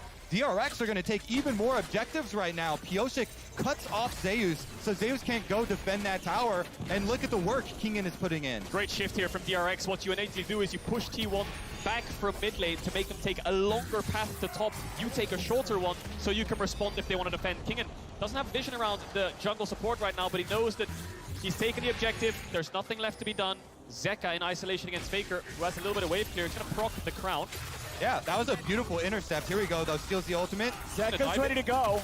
Everfrost to lock Faker down. He walks away from the stolen Chaos Storm. Faker's at 40% health and no mana, so he has to fall back from this structure. Zeka has control over the bottom lane, and may just be able to take another turret as Kingen backs up from the top side, respecting the fact that T1 recently had a lot of men up here. TP coming in from Faker. He just picked up Zhonya's. He has it for the dive. Can they pull it off? They're going to miss the stun, but they find the second. There comes Zacis. Cross map arrow. Faker has no ulti. Remember it. Faker's got no way out. And Zeka gets the kill. Welcome to the bottom lane. Teleport complete. And DRX welcome Faker with open arms. That means the other side of the map. T1 know they've got the numbers advantage. They take away the jungle. They try and push in, but no kill. Yeah, they can't pressure this tier 2 either. Kingen can just kind of sit in their face and clear away the wave. A lot of pressure in mid here from DRX means that they can collapse quite quickly. The bases are coming through to run towards top. There's Beryl on your screen, ready to help out the top laner of DRX. Bot tier 1 falls, and DRX have a gold lead against T1. It's been an entire year of best of threes where they have not had a game state this strong. It's actually so crazy how many comebacks. If you come back from that inhibitor respawning game, you can come back from anything. Whoa! I love Beryl. Doesn't even know What he's a there. Chad. The He just took the Heimerdinger. blast cone, man. He didn't even care that bush was in the fog of war. The only ever time DRX had a game state like this was round 2 in summer 2022, where they had Zeka on things like Akali, similar to this in game 2. But it was the GP from Zeus that stopped so much of the cross maps. DRX's macro was just too weak to go up against T1, but we've seen them take a top tier 1 from a shift to mid, take a bot tier 1 from a shift to mid, set up around these objectives, make sure they're first. The bounce back from game 1 is incredible. And I love exactly those little plays that they make to try and help out the macro when they're pushing top lane for Pyosik to go into the jungle and cut off T1 if they're trying to rotate and answer the play, ensure they get the objective. Now they're up in Dragons as well, stacking this one with no counterplay from T1 because they've pushed out both side lanes. T1 need to approach these fights by kiting back. Kingan's going to jump in. Zeka and Pyosik are going to jump in, looking for a reset on the Viego. Deft and Beryl are going to play at range. So that means Zeus kind of needs to play frontline for T1 and try to help them burn through the divers of DRX's solo lanes. Ooh, Beryl eats a little damage there from the laser, but one of the big reasons I think DRX has swung the tempo of this game is after Keria found that ambush for the 3 kills in the top lane, DRX have been doing a much better job avoiding those bindings, just like that. They're keeping enough distance that they can stay away from Keria's trap. And now we have to see Zeka, after all we've talked him up, after an amazing year at Worlds, an amazing tournament, can he actually carry the team fights versus Faker, the greatest of all time? He's the most fed member on DRX. He has the extra kills here on his signature Silas. Oop. All right, I thought for sure that might have got there. I thought we might have got the 0.25 last seconds of the recall to interrupt it, but not quite, not quite. Every time the camera goes up to Beryl, he's being really cheeky, isn't he? He's just playing. He's a very stubborn player. You know, I was speaking to Ashley Kang in terms of how he approaches communication with his team. Sometimes in draft, in Damwon, he'll just say to players like Nuguri, "You're a good Fjord, just lock it in, don't be scared. Just pull it off and we'll have a good game." So he just plays with so much confidence. Yeah, Zeka has said the same thing in his mid lane matchup when Beryl gave him the confidence saying, "We are up, you know, your opponents are going to be scared. Play more aggressively." Exactly citing this player. These arrows haven't landed, have they? T1 trying to get Deft's cleanse, but Beryl in trouble now. Owner jumps in. Beryl's going to lose half HP, but without Gumayushi's arrow, DRX knows they don't really have any way to catch up to him. 3 minutes on the Dragon. There's nothing to really fight for here for T1. They just wanted to get the crab. Pyosik will face check Faker, will get chunked out a bit, but T1 need to force this cleanse out of Deft so they can get some kind of mid push. While he has cleanse up, he has that defensive summoner to push them back. Pyosik's doing the same thing. He's trying to cut off people going to answer the split push for themselves. They've got Zeka topside. Silas pushes the wave all the way to the tower. Faker has to go respond, and they get a little bit deeper vision here for DRX, taking over behind the red buff. Thus is the nature of a tankless draft. Beryl with a flash away. He'll avoid any more follow-up. Gumayushi still no arrow to try to lock them down further. Beryl drops the giant turret there as he makes his exit. DRX lose the flash on their support there from the attempted pick of T1. Still 2 minutes to go on the Drake. Those are the timers T1 can play around. When Zeus can push out bot wave and move towards mid, DRX need to respect it. They didn't do it in this case, but Zeus will have to go back bot, catch the wave. Kingan has pressure on that side lane. Zeka has pressure on the side on the opposite side. 3 pushing lanes for DRX. Allowing them to take away jungle resources. These lines of wards, they fought pretty heavily for Pyosik to get this one behind red. Blue buff one stolen away as well. They're getting themselves step by step in the position to force T1 to those longer rotations that you're talking about. So they're always going to be a few seconds behind. It's all about time management and tempo in this game, making sure you're always first. Minus Didn't one get the cannon, though. Didn't get it there. And the next spike for DRX is this Rabadon on Zeka. When that Silas has 3 items and gets towards the level 16, that's when you'll see DRX really start to press their advantage, try to force around Baron. Their Baron damage isn't great, but their turn is with champions like Camille and Silas. 1 minute on the next Dragon, they can play towards that Ocean Soul point as well. And I want to go back to a little bit ago now, Kadril, when you pointed out DRX finally taking the gold lead in the game.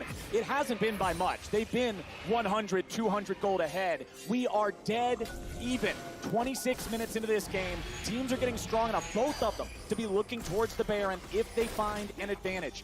This is the point where everything rests on a knife's edge. It could go either way, depending on a hero play from anybody, and Kingan is here off to the side for DRX, as T1 is grouped up in the mid lane. Keria goes fishing again, but just not a whole lot to find.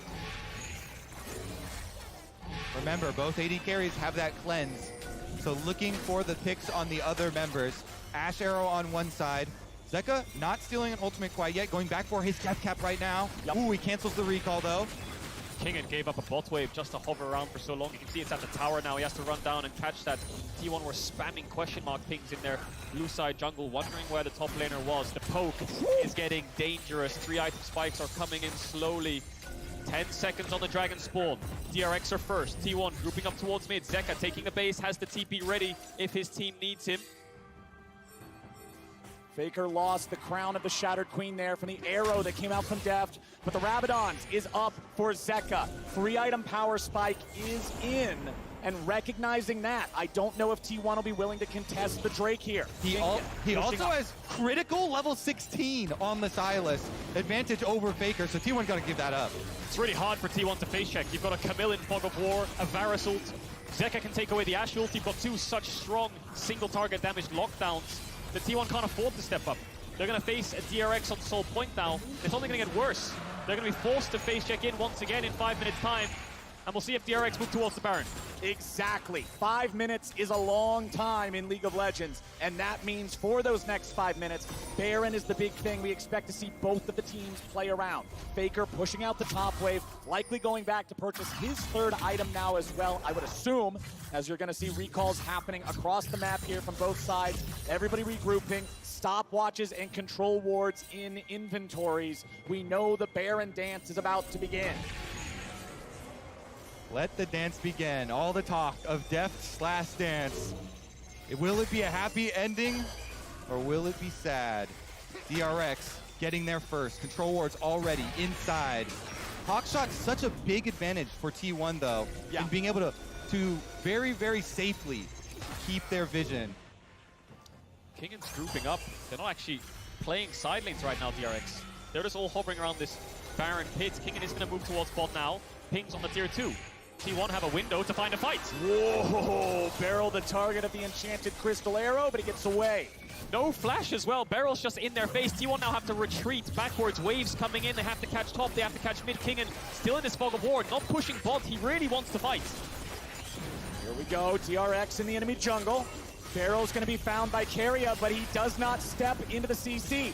Zeka now being chased, has to flash out. Faker flashes in. Zeka goes for the Kingslayer. He's trying to find any sort of a chance he could get, but he's 1v4, and he hits the floor. Shut down over to Zeus. Really good timing here for T1 to commit to the pick onto Zeka. It's still going to cost you an extra turret as DRX are able to shift over to mid lane, but getting that kill, getting the flash as well out of Zeka, out of the Sylas, can set themselves up for a big, big advantage looking at Baron. Faker will also have to play a lot safer on the Victor though. Him without flash will have to keep distance.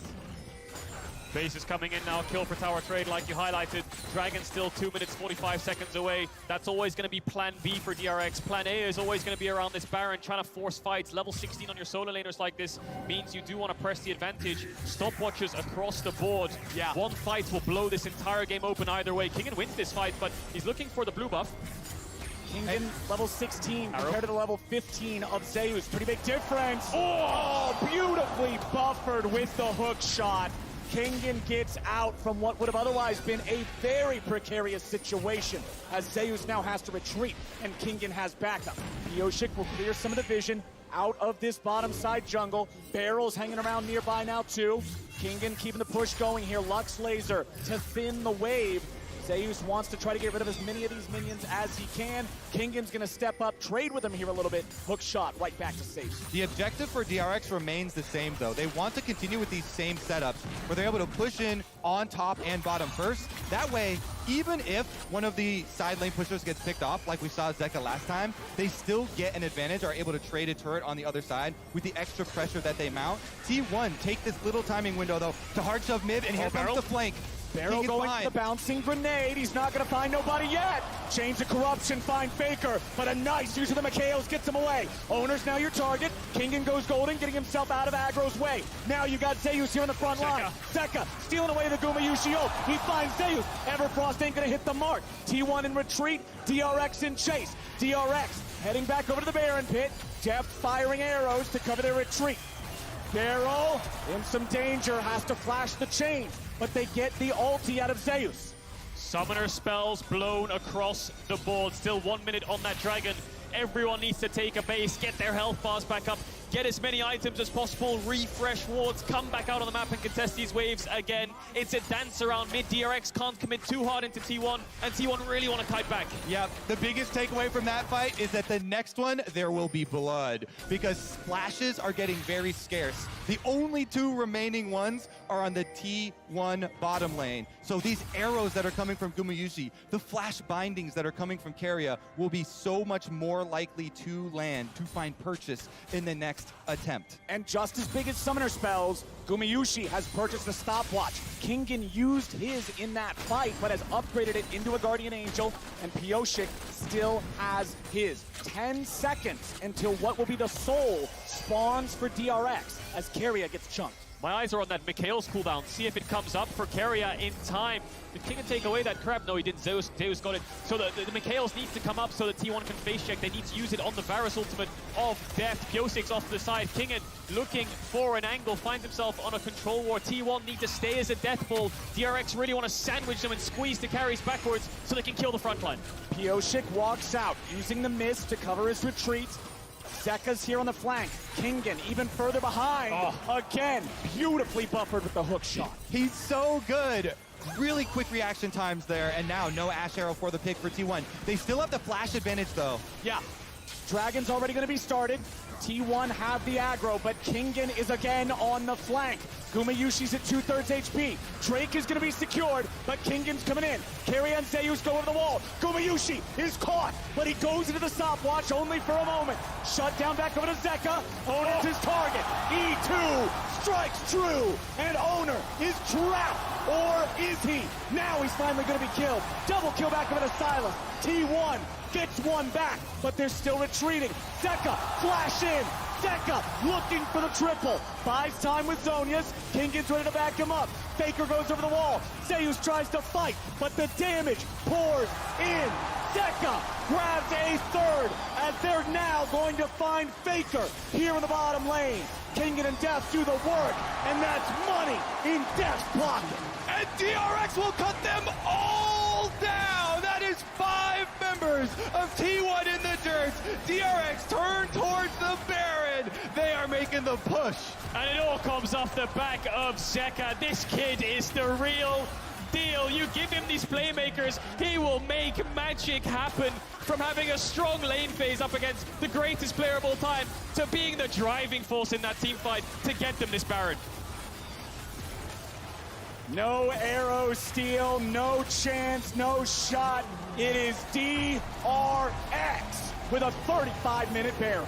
Zeka has faced every challenge in front of him standing up. The only last question was going to be Faker, and he stands tall again. Take a look at it. They gave up the dragon. They were looking for the collapse the entire time. All eyes on Gumayusi to get that AD carry out of the fight first. And then they know they can go for the chase. With Silas and Camille, some of the longest range chase for solo laners you can have in the game. Zeka as well as Kingen finding the collapse. And that's it. It's Zeka and Kingen, the driving force. Beryl right behind them. Pyosik's just fishing for resets. Deft missed his ult, missed a couple Qs, didn't get as much impact as he would want. Zeka didn't go for the Q there on Keria. Maybe could have picked up the triple. But T1 just don't have the damage for this Silas. He's just running straight through all of them, picking up all the kills, and eventually Faker falls to Deft and Kingen.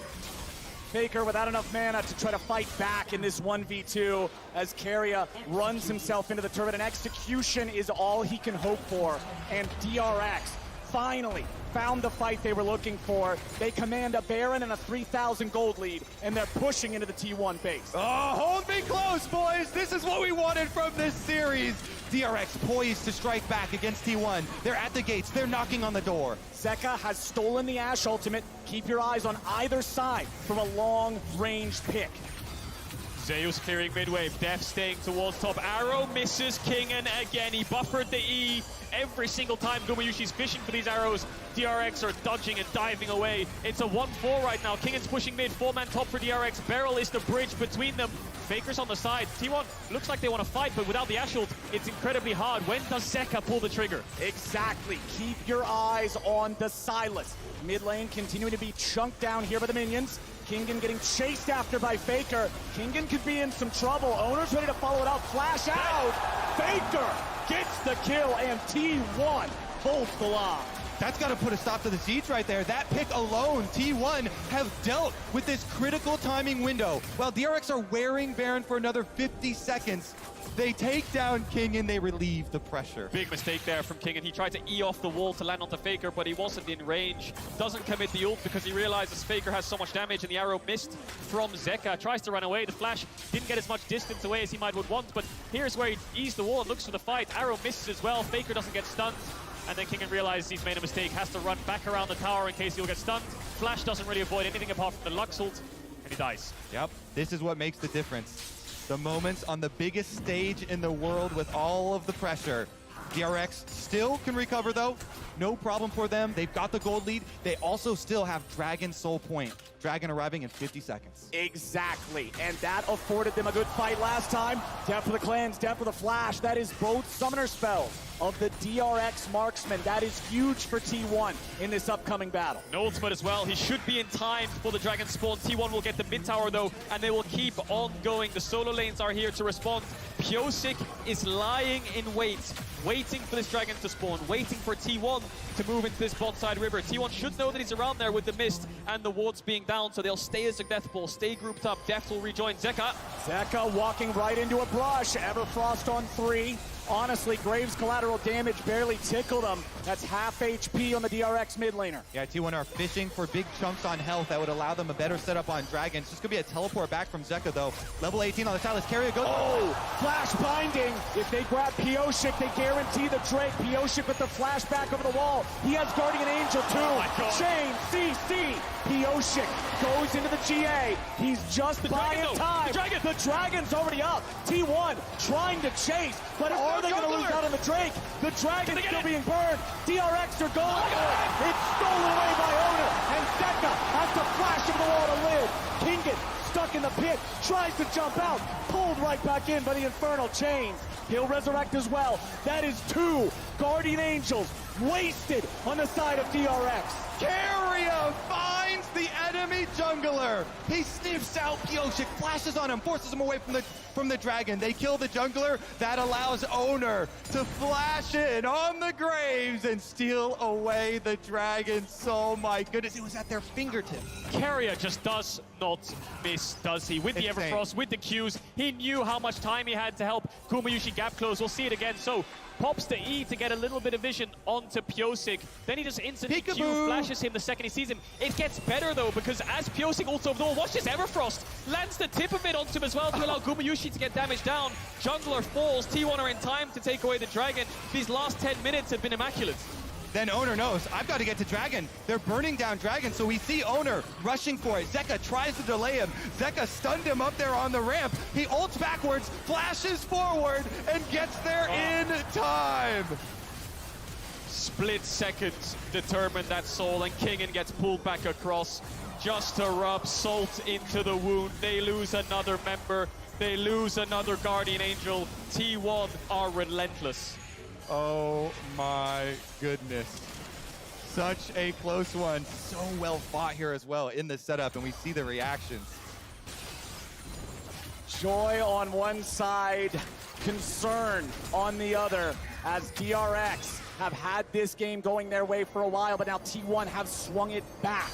I think that's an incredibly accurate way to put it, because T1, they've got so much pressure on their shoulders to deliver.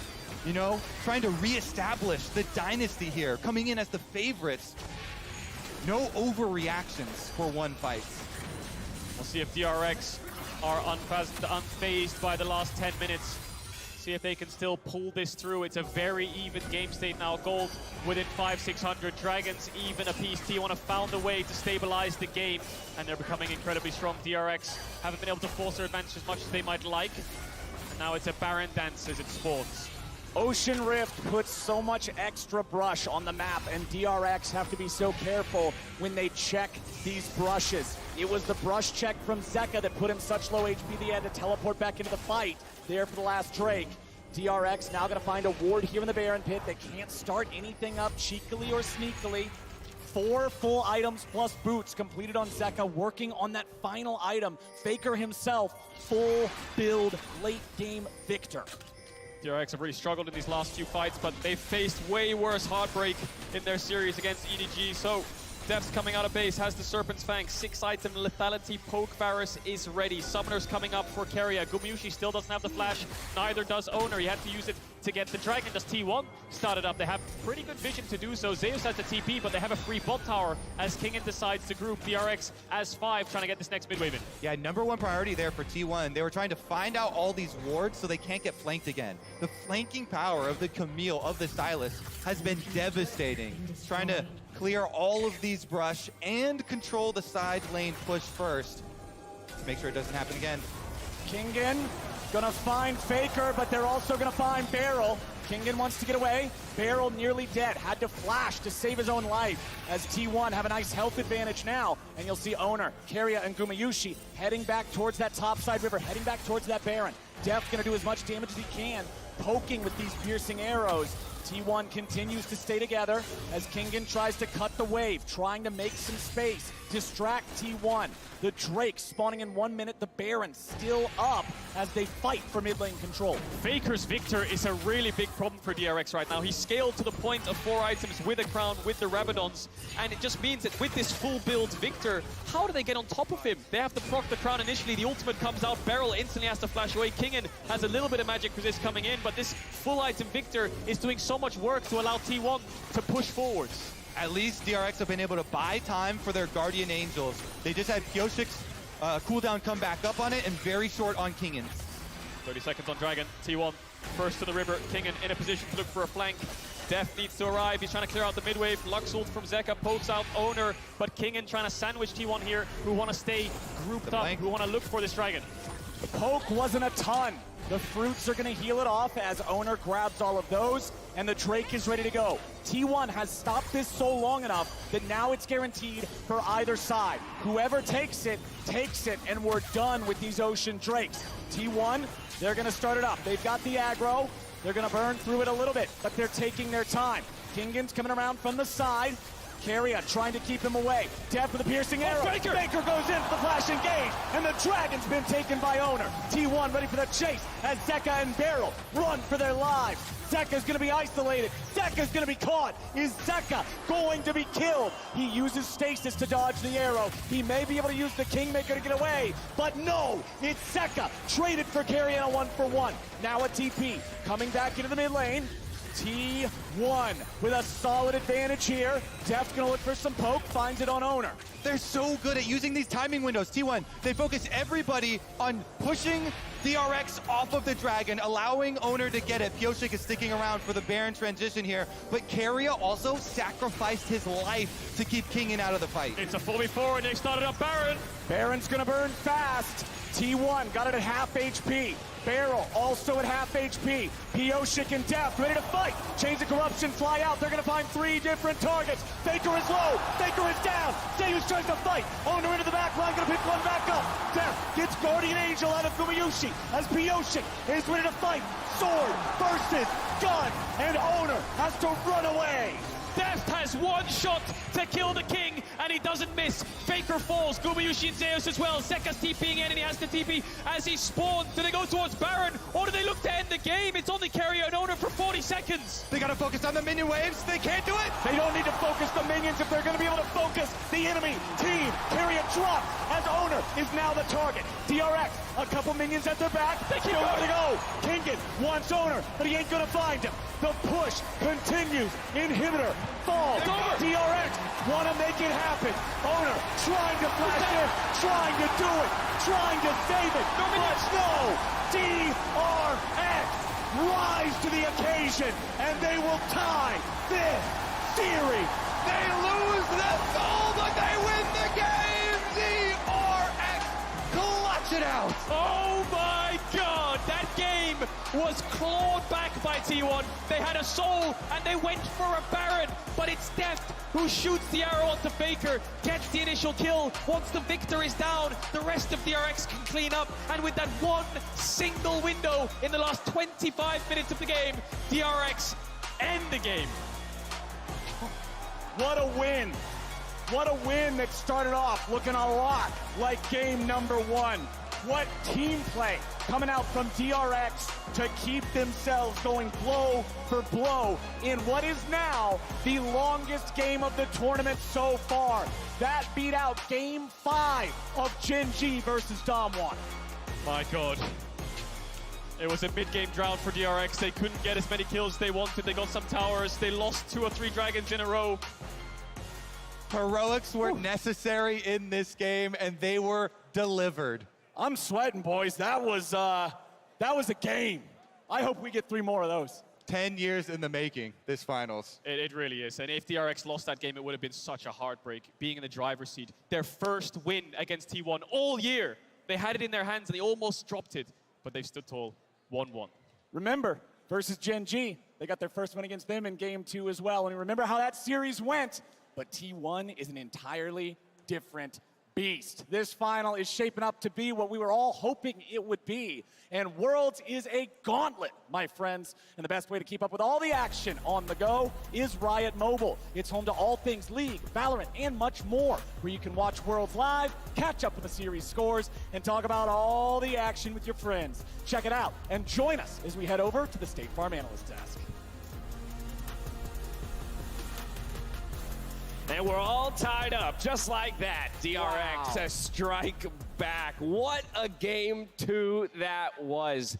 It started off with so much action. We had kind of an interesting change of pace in the mid game as both teams were really trying to feel each other out. And then an explosive few fights there, back and forth to end it all, and it falls in DRX's favor off of a wild Baron play. Back and forth and back and forth and back again is how this game felt, because right here, after another smite secure by Owner, I thought T1 was going to do it. I'm thinking, this is just like the RNG series. Are we going to see a sweep? Is DRX going to be able to get the reverse sweep? But the thing with DRX is they absolutely never give up. They buy a bunch of time, they kill carry on the backside, and then they're just figuring out how to stop this T1 Baron. They certainly are, and the most important person you have to keep your eyes on is Deft. So you can see on your minimap right now, he's going to start making his way up towards the backside of the blue jungle, and he's going to follow up and he's going to land a really crucial ult as T1 kind of funnels into the pit. Keep your eyes on Deft right here. He's going to land such an important ultimate right there onto Faker in the middle of the mall.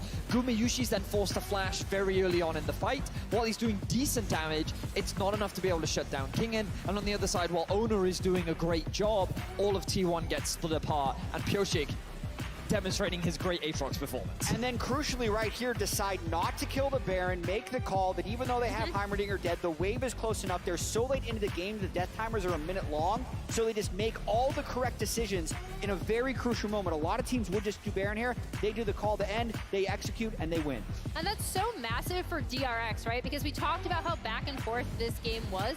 Initially, when DRX got the lead, and then there was a pickoff, and then there was another pickoff, it's like, oh no, this is like domestic DRX. Like, we're back there. To see them come off of this play, not only be able to pull it off, but be so decisive in knowing that they can end is so important. And I think that we kind of have to go back to the beginning of this game where it did feel like it was just going to be a T1 domination from the start. The fact that they were beating them this closely, you can see how close it really was to DRX being able to gain a huge advantage this early on into the game, but T1 just did not let them as Carrier just dominates on the Lux. It was just beautiful early game plays and constant impressive performances from Carrier throughout this game. Yeah, we definitely see why. Like, we talked about the Ashe, we talked about the Heimer. Carrier locking in the Lux alongside the Ashe and making these plays. I can't stress enough how, regardless of whatever champion he has, when he's able to get some CC down, when he's able to initiate a fight, the rest of the team follows up so well, and his mechanics are just godly. So that was T1 setting the pace early with a couple of quick kills, but DRX, not to be outdone, found their opportunities in the early game as well. Meanwhile, Beryl here, I think I also want to point out both of these supports, right? Because I feel like people aren't necessarily going to think of Beryl when they think of creating space, but he, like, not only survived there, but got so many crucial stuns in a lot of these fights to set up for his team on the Heimerdinger. You know, as they say, if you can't helium or curium, you bury him. And I think that Beryl demonstrated that Terrible. perfectly for us with his Heimerdinger performance. So here's the I thought thing. you were going to say you barrel him. Like, Yeah. it's Yeah, No, bury because that's him. the Heimerdinger joke. It's Right. the burying. He's will using say- the Heimer joke, but I will say, and I said it before when he played Heimerdinger, his Heimerdinger mechanics. He must have played hundreds of games. He's of this damn game. good at He knows Heimer. every angle, he knows every reset for the turrets, and he always knows the right ultimate to use.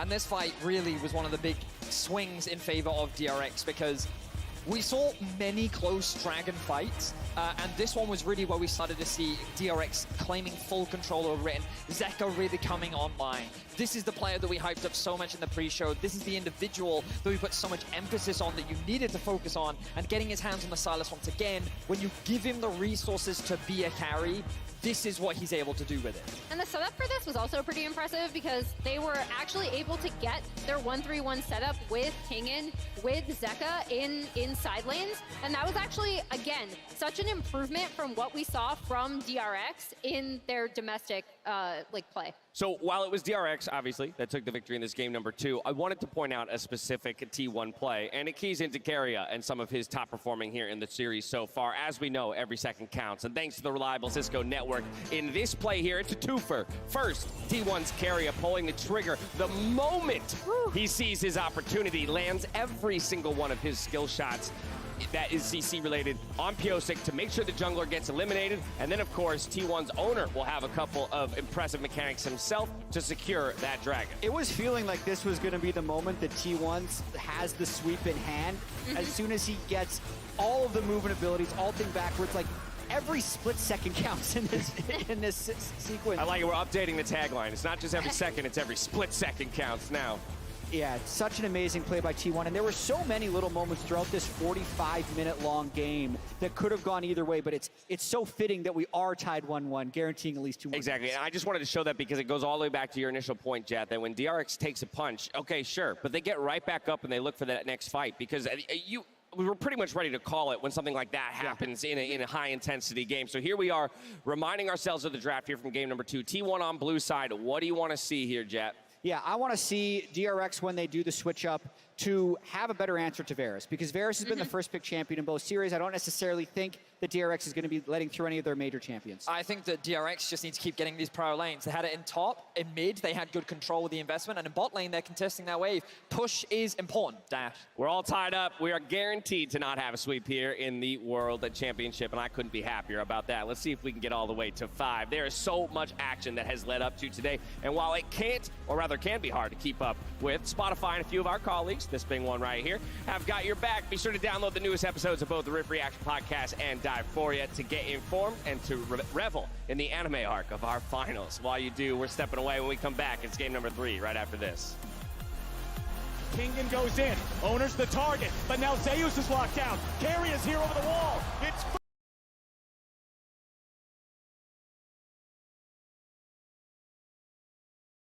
first blood over to Owner, and T1 are absolutely outplaying. Pyosik will not find the damage yet. He won't find the damage at all. Keria gets it. Faker goes over the wall. Zeus tries to fight, but the damage pours in. Zeka grabs a third as they're now going to find Faker here in the bottom lane. Kingen and Def do the work, and that's money in Def's pocket. The push continues. Inhibitor falls. DRX want to make it happen. Owner trying to flash in, trying to do it, trying to save it. But no, DRX rise to the occasion.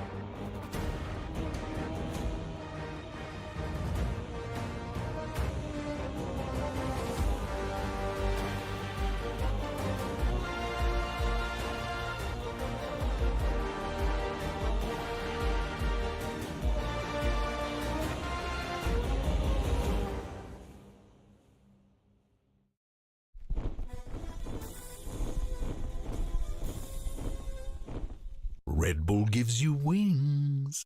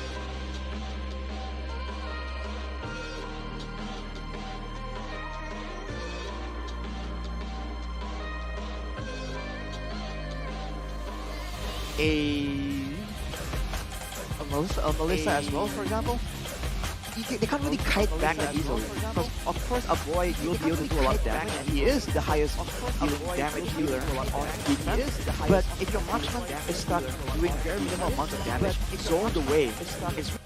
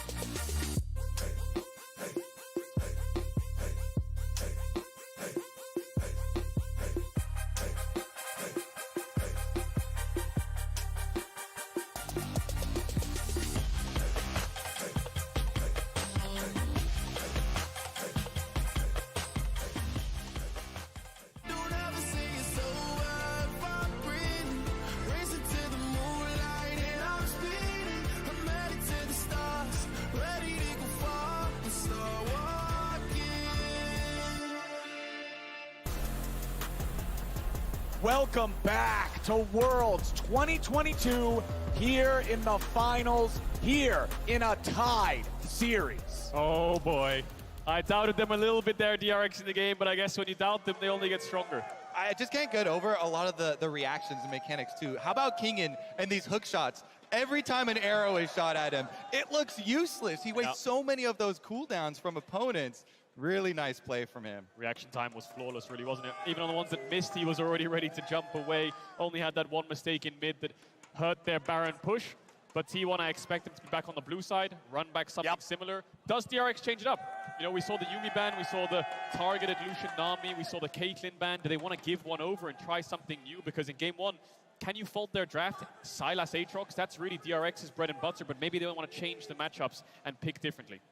And to me, that's one of the most fun things about a series, especially one of this quality, of this caliber, is seeing the way the teams will adapt between the games, seeing the changes they choose to make, the problems that they assess as what was really critical in that last loss. And I'm really excited to see what DRX brings out here in the third one. Yeah, and T1 as well, right? Do they think that Sylas was a big problem in that last game? Is Varus now all of a sudden the flavor of the series? Is that something that DRX want to deny? Do they have an answer to it? Because Varus has been first picked both games, T1 showing it with 3 bot lane bans, DRX responding to it with 3 bot lane bans, and both teams need to figure out the Varus dilemma. And there should be a drop in priority on the Aatrox. Both teams have shown strong counters with the Camille, with the Yone for themselves, being able to outplay it. So So we'll see about a lot of adjustments here.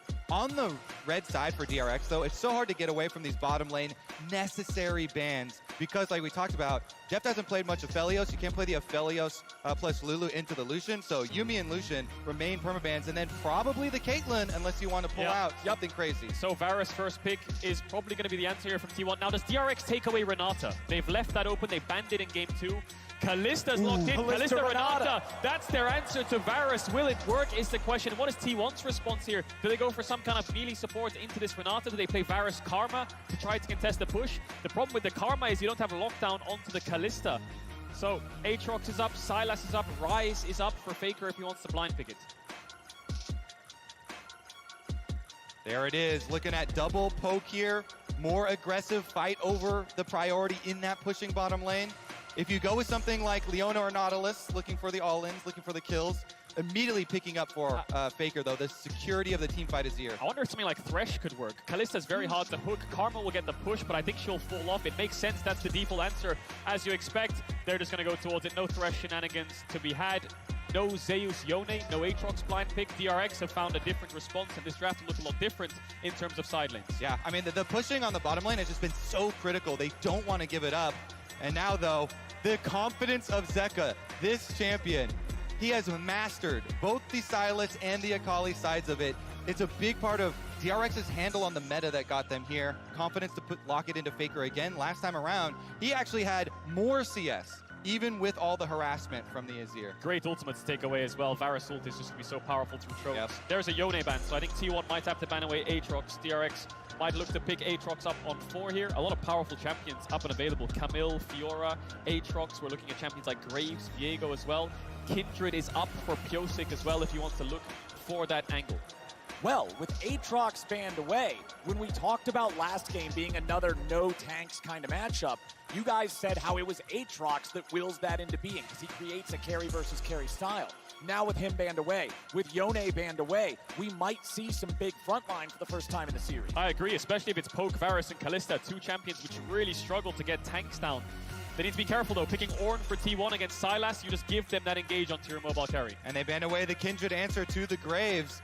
So it's up to DRX. Looks like they have Graves is wide open. That would need to have Zeus on something with CC though, because if they pick the Graves, then they've got no lockdown. Is Poppy a good champion here for T1, I wonder? I mean, into Kalista, you can really lock down the Kalista. Vi is another one that has good lockdown. Nocturne is something we've seen, but he doesn't have the follow-up. Yeah. I'm thinking something like Poppy here. The Graves is great, but you're playing 4 range champions again.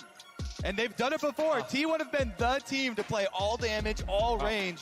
It could fall on Zeus to be the melee, to be the front line, though, with some CC setup. Well, we do have the Sejuani banned away early on. That's one big tank.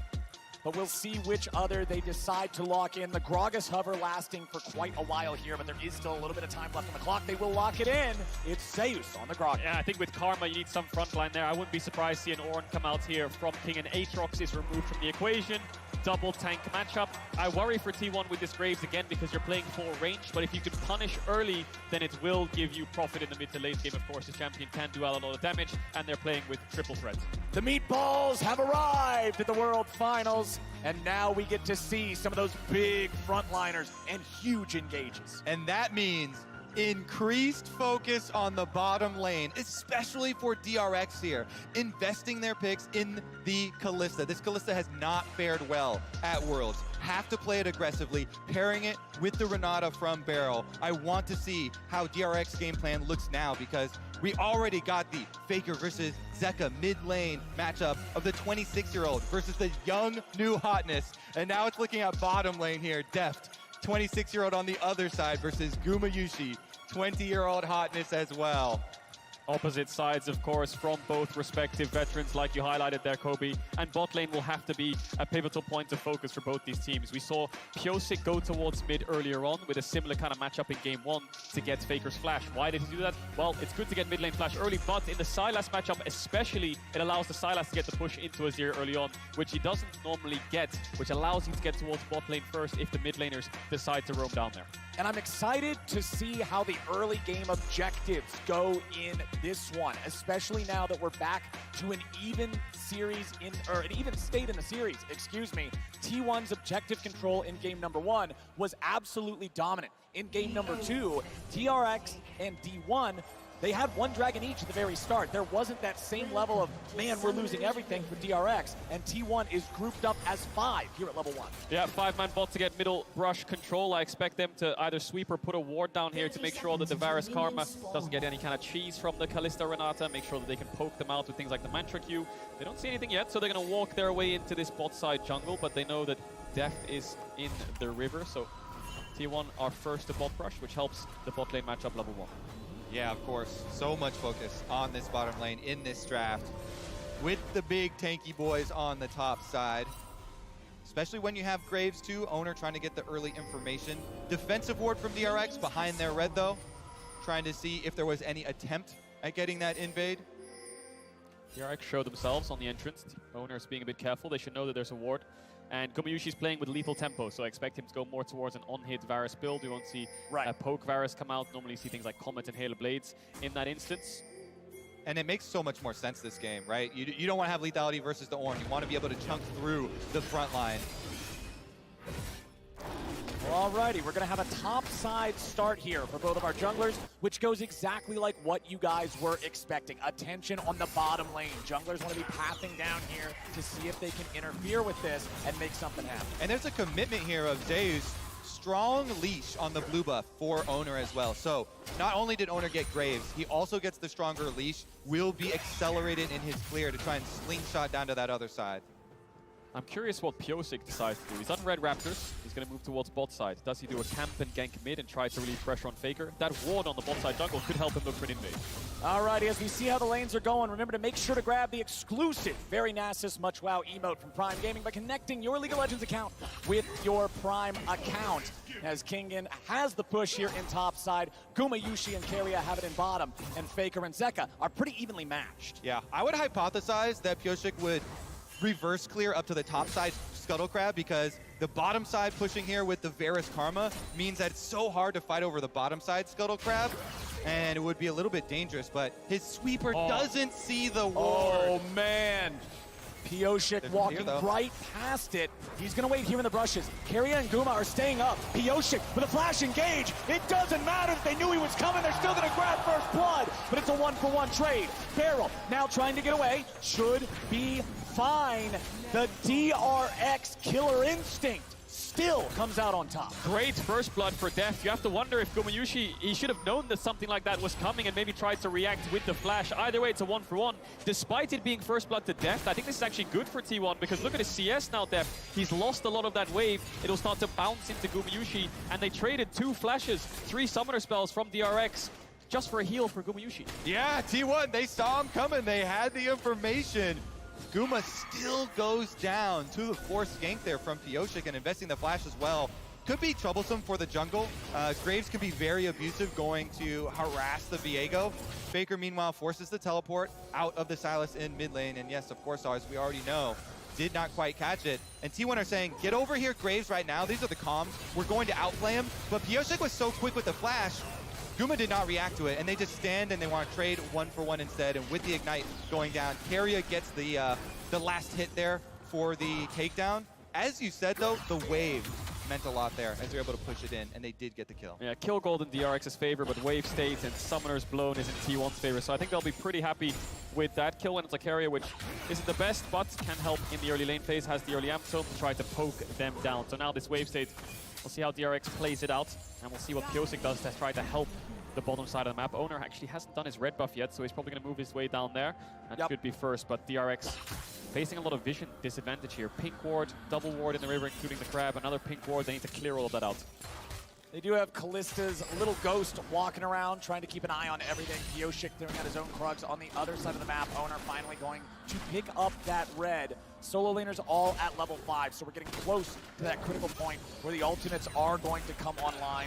Remember, there's no arrows or anything this time around to be stealing away there for Zeka, but he does have some incredibly powerful tools, like a Gragas ulti, like a Varus ulti, that with a full AP ratio can wreck a team fight. And on the bottom lane, you see the power of the Varus Karma, nullifying this Kalista pick. That poke from Keria with the Comet coming through, and Guma landing as well, continually forcing forcing Deft and Barrel back towards their own side. Slow pushing wave here. When you slowly stack like this, T1 are actually creating their own mini objective, building up a big minion wave to then either bring Owner for a dive or force more losses from DRX. And this is just going to be series breaking, really, isn't it? This is DRX's response to the Varus. If this doesn't work, then it's going to really suck when they go back towards red side. If this does go to a game 5, they need to break the Varus first pick and show that they have an answer right now, struggling. DRX normally like to start up these early Drakes. Owner knows it and he's hovering around. Pyosik has the level advantage. Owner not too far away from leveling up, but he's making sure his bot lane is safe. Both junglers also on the same purchase and the same charges on the knife. So nobody has the enchanted smite yet. Nobody's really close.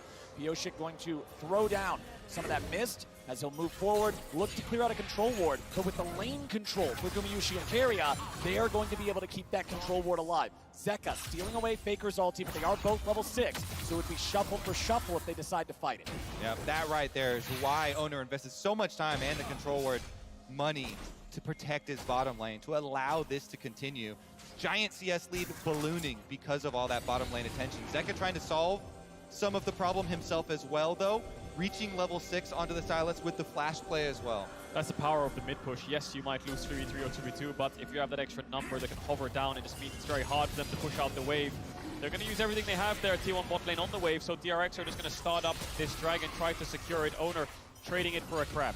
Plus, you gotta love having Kalista for these neutral objectives. The extra power of the Rend plus Smite combo to work together and be able to take those down. Def knows that this is uncontested. He doesn't even have to stay there, so they can give that one over to Pyosik to Smite secure, and Def can make his way back down to the bottom lane to farm up as many minions as he can. And you can see DRX's commitment to the game plan, commitment to their win condition of stacking the dragons. They give up more CS off of Deft in order to secure that. Owner, meanwhile, as you said, he gets the crab as well as taking away the red buff. So 1 minion wave, 1 red buff, 1 crab, kind of the payment there.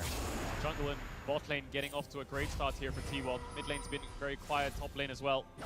It's the next Herald that'll really decide how this early game pans out. 30 seconds on the spawn. Zeka, the ult was timing out, just going to push the wave with it. Can't catch Faker.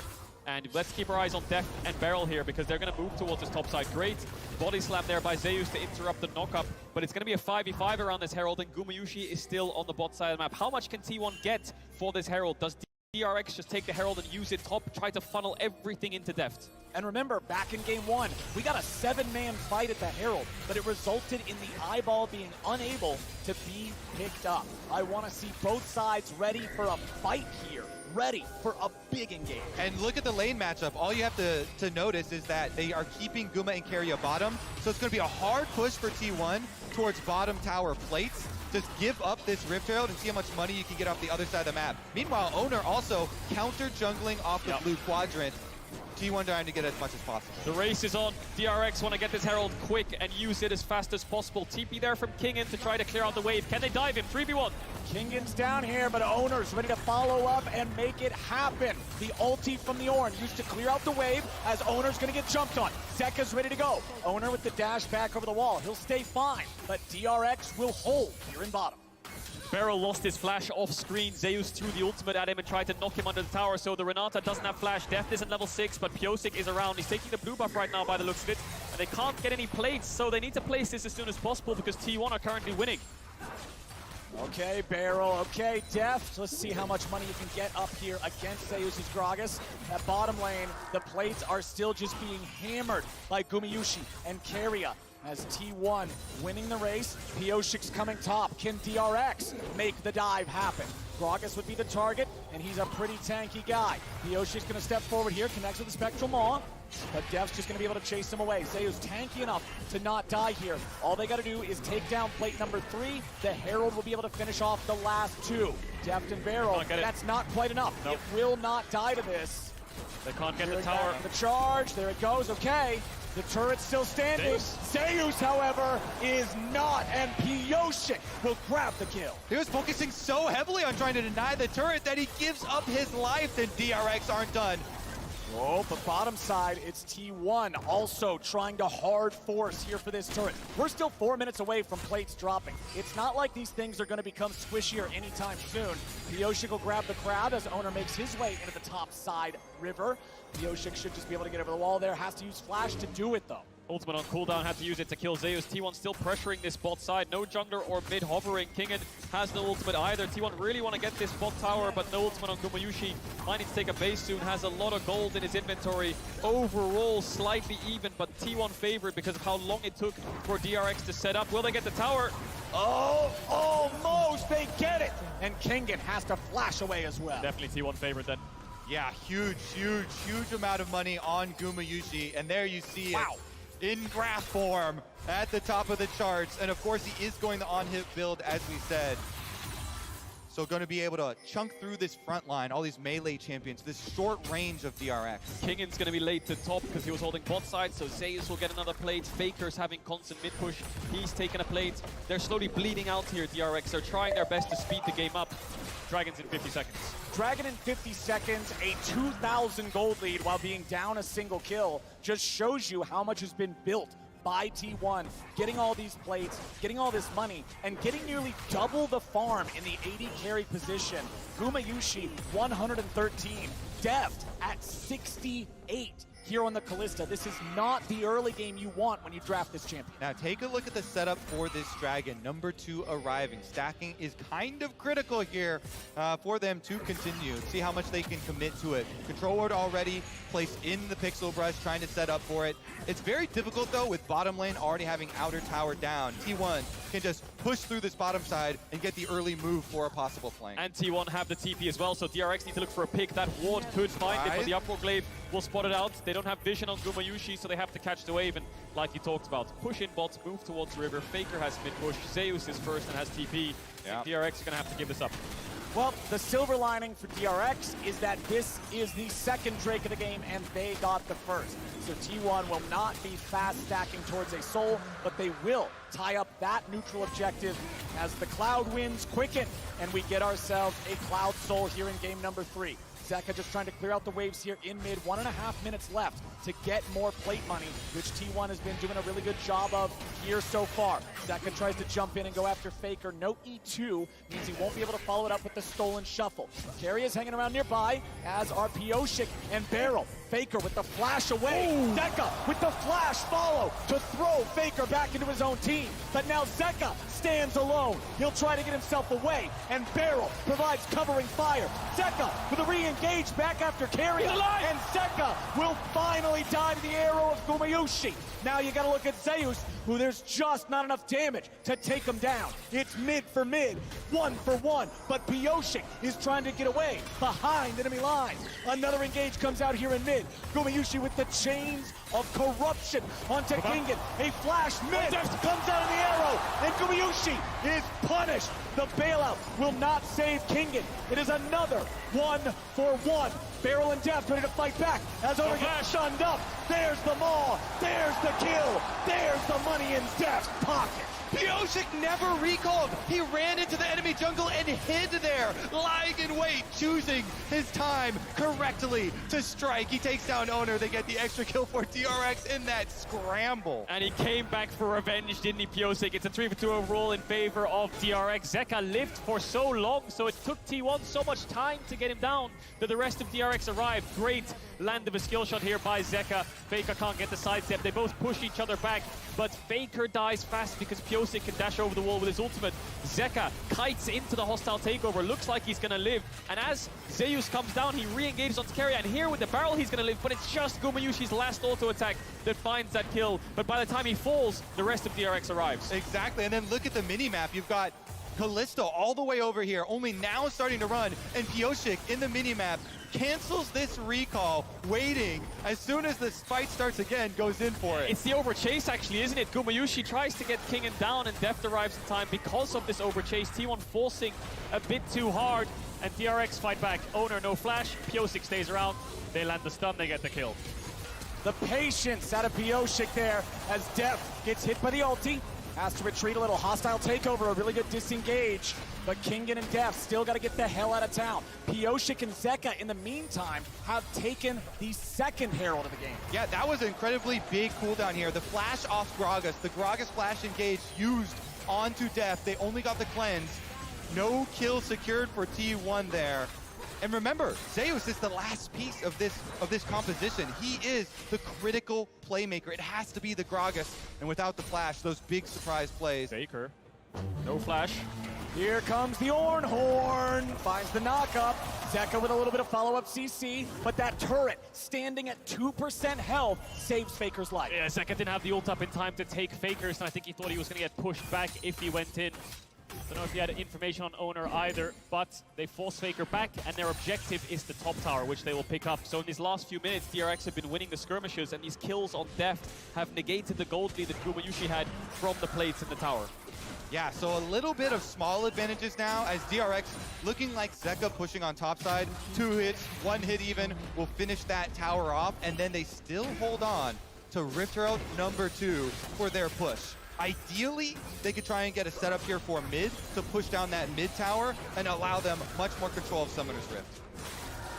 The Umbral Glaive on the Graves, obvious first item. They go for it every time. Owner working on that Gore Drinker there for the second to give him that ability to jump into this largely melee team and just be a threat. Meanwhile, on the other side, 2-0-2 for Pioshix Viego in his 3rd game of 3 playing it in this series. Yeah, specifically that Glaive turning off the vision and finding wards combined with a zombie ward talent there from Owner leads to this balloon and vision score so that he's got even more than the supports. Yeah. Dragon spawning in 30 seconds. Gold is almost dead even in their last 4 games in summer against each other. DRX and T1. Normally T1 at 14 towards 20 minutes. They have a 1 to 2,000 gold lead. In this series, DRX have held their own, and by the mid-game, they are pretty even or normally ahead. So DRX contesting mid-waves. Dragon in 15, Pioshix chunks Owner out, but I think with Zeus being in the pit, they're just going to start it up as it spawns. And one big difference here with the AD carries, it's fully completed Rage Blade to just the Rage Knife on Deft. Yeah. So a lot of advantage here for Guma. And that's the power of the farm lead. That's the power of the control they had in that bottom lane matchup. Gumayushi trying to fire out some arrows. Remember, with a DPS build, the arrows aren't going to hit nearly as hard as we saw last game. T1 didn't start the Dragon, so DRX could just push this mid-wave in and look to try to Herald to force an engage. Ornhorn's ready to go. However, they aren't going to find what they're looking for. Kingen tries to get away now. The bailout won't save them. T1 are just ready to respawn and outplay. Beryl continues retreating. He's under a lot of threat. The Berserk down on the unkillable Demon King, and he dies here today. Zeka looking to keep the charge going, and DRX 4v5 have already found 2. Zeus looks like a pin cushion as Deft may have overreached. He barely stayed alive, and Beryl has single-digit HP. Against all the odds, every time DRX somehow find a way through, and they somehow seem to pull it off. Faker going a little bit too deep there, despite getting the kill onto King, and Deft and Beryl living on a slither of HP. Oh, the slimmest of margins there for the DRX bottom lane, but it is Faker who steps too far forward and gets punished immediately from DRX. Zeka takes away the Varus ult. Drake's still up. Faker's just TP back towards the bot lane. Everyone's running in for round 2. They don't want to give this objective up. DRX's Herald is timing out soon, so Pioshix will place it in mid. Gumayushi needs to clear out the wave. No ultimate up just yet. For T1, only Zeus's. Yeah, exactly. Keep your eyes on Zeus. His flash is back for the Gragas, so he's going to be looking for the engage on Deft. No summoner spells for Callista. And Deft needs to join the fight soon. He's clearing out bot wave, but Zeus might just force it. Pioshix has to flash. Pioshix flashed over the wall, he's all right. But no ulti, no flash on the jungler. T1 with control over the mid lane. Zeka steals the chains, finds a little damage. Owner chunked to half, but it's still control over this neutral territory in the map here for T1. You can see pings coming out onto the Drake. They're going to move over to the objective, and you can see DRX has no interest in contesting. They're not in any shape to do it. It's only second Drake of the game for T1. Or is it? DRX walking up now, seeing if there's anything to find. Ornn ulti's ready to go again. They knock Zeus up into the air, but you can't just commit onto the tank. They're too late. Pioshix has his ulti ready to go again. That ult from Zeus isn't going to go over the wall. Oh my Beryl, the hero, but Faker, the god, survived. Beryl almost kills the unkillable Demon King. That could have been a huge swing in favor of DRX with Baron spawning in 10, but he just gets out. Faker, true to his name this time around, survives the engage. Here's a look at how it all started, though. On to Guma, and then it was the pick on the front line. Owner? Oh, Owner trying to do something here, but he ain't gonna find it. Baron? 30 seconds until the T1 jungler respawns. Mid lane tier 1 gonna die now too. I don't think they can go towards Baron. Sylas is so low, Beryl is as well. They have no wards left. They're just gonna take a base with that pick. But DRX's pace of the game is so quick. T1 are struggling to keep up. They're playing Varus and Azir, and they want to scale with these somewhat immobile carries, whereas DRX just want to keep the skirmishes going with Kalista and Sylas. Yep, this short-range team from DRX wanting to try and dogpile onto T1, finding some scrappy plays for themselves. And we've talked so much about how DRX has this edge versus Graves, where you have Pyosik willing to lock Kindred against it. But Pyosik's confidence with the Viego into the Graves, into this matchup, 2, 0, and 5. Kill participation in all but one of those kills. Honestly, having a great time here on this pick, making it look good as T1 group as 4 to push down mid lane. Tier 1 Turbine on the other side is still standing. Ornn ulti's not going to find anything but the wave. Faker and Gumayushi having to back up a little bit. Zeus on the flank, but there's no wave, there's no play. The last couple of games we've been seeing carry tops, which means you have also side laners. This game is tanked, so it's a lot of grouping, a lot of fights. Zeka will root up Owner, who will dash away, and it just turns into this 5v5. Neither team has any real side lane pressure. And as the game gets deeper and deeper, you start to see more of an advantage to the team with the extra range here, with Faker and Guma especially. But it's all about the timing of the engage for DRX. Beryl did not time that right. They wanted to use hostile takeover on an overcommitment, but T1 read the play, and T1 are 5v4. Yeah, you can see the angle Beryl is looking for, right? The surprise ultimate over the top because they need a split-second engage, but Owner jumps on him, knows he has no flash from the last time around. DRX keep trying to throw spells at T1 to try to force a fight, but T1 aren't getting sucked into it. An Ornn comes out, they back away. A hostile takeover, they try to punish the mistake. DRX are, I think they're panicking a bit around these mid-waves, saying that they need to force the engages, and T1 are just playing at such a range that they can't get the angle. Exactly. Faker and Guma standing from afar, playing defensively here, and when you have that Karma move speed too from Keria supporting those long-range carries, they're able to keep safe until they don't. When you see a team like this DRX comp explode and win, it is all at once when they get that big engage and completely collapse the opponent team. All right, let's take another look at how it happened with Beryl's attempted surprise. So there was a blue orb that went over the wall a second ago as Beryl killed it. So Owner knew he was there and was looking for that play. Despite there was a pink on the ward, Owner gets the kill onto Beryl. We've seen it already around the second dragon, sorry. They keep forcing these engages. Kingen will be fine. Beryl's around. Pyosik's taking a base. We'll see if Zeka tries to cross-map the tower.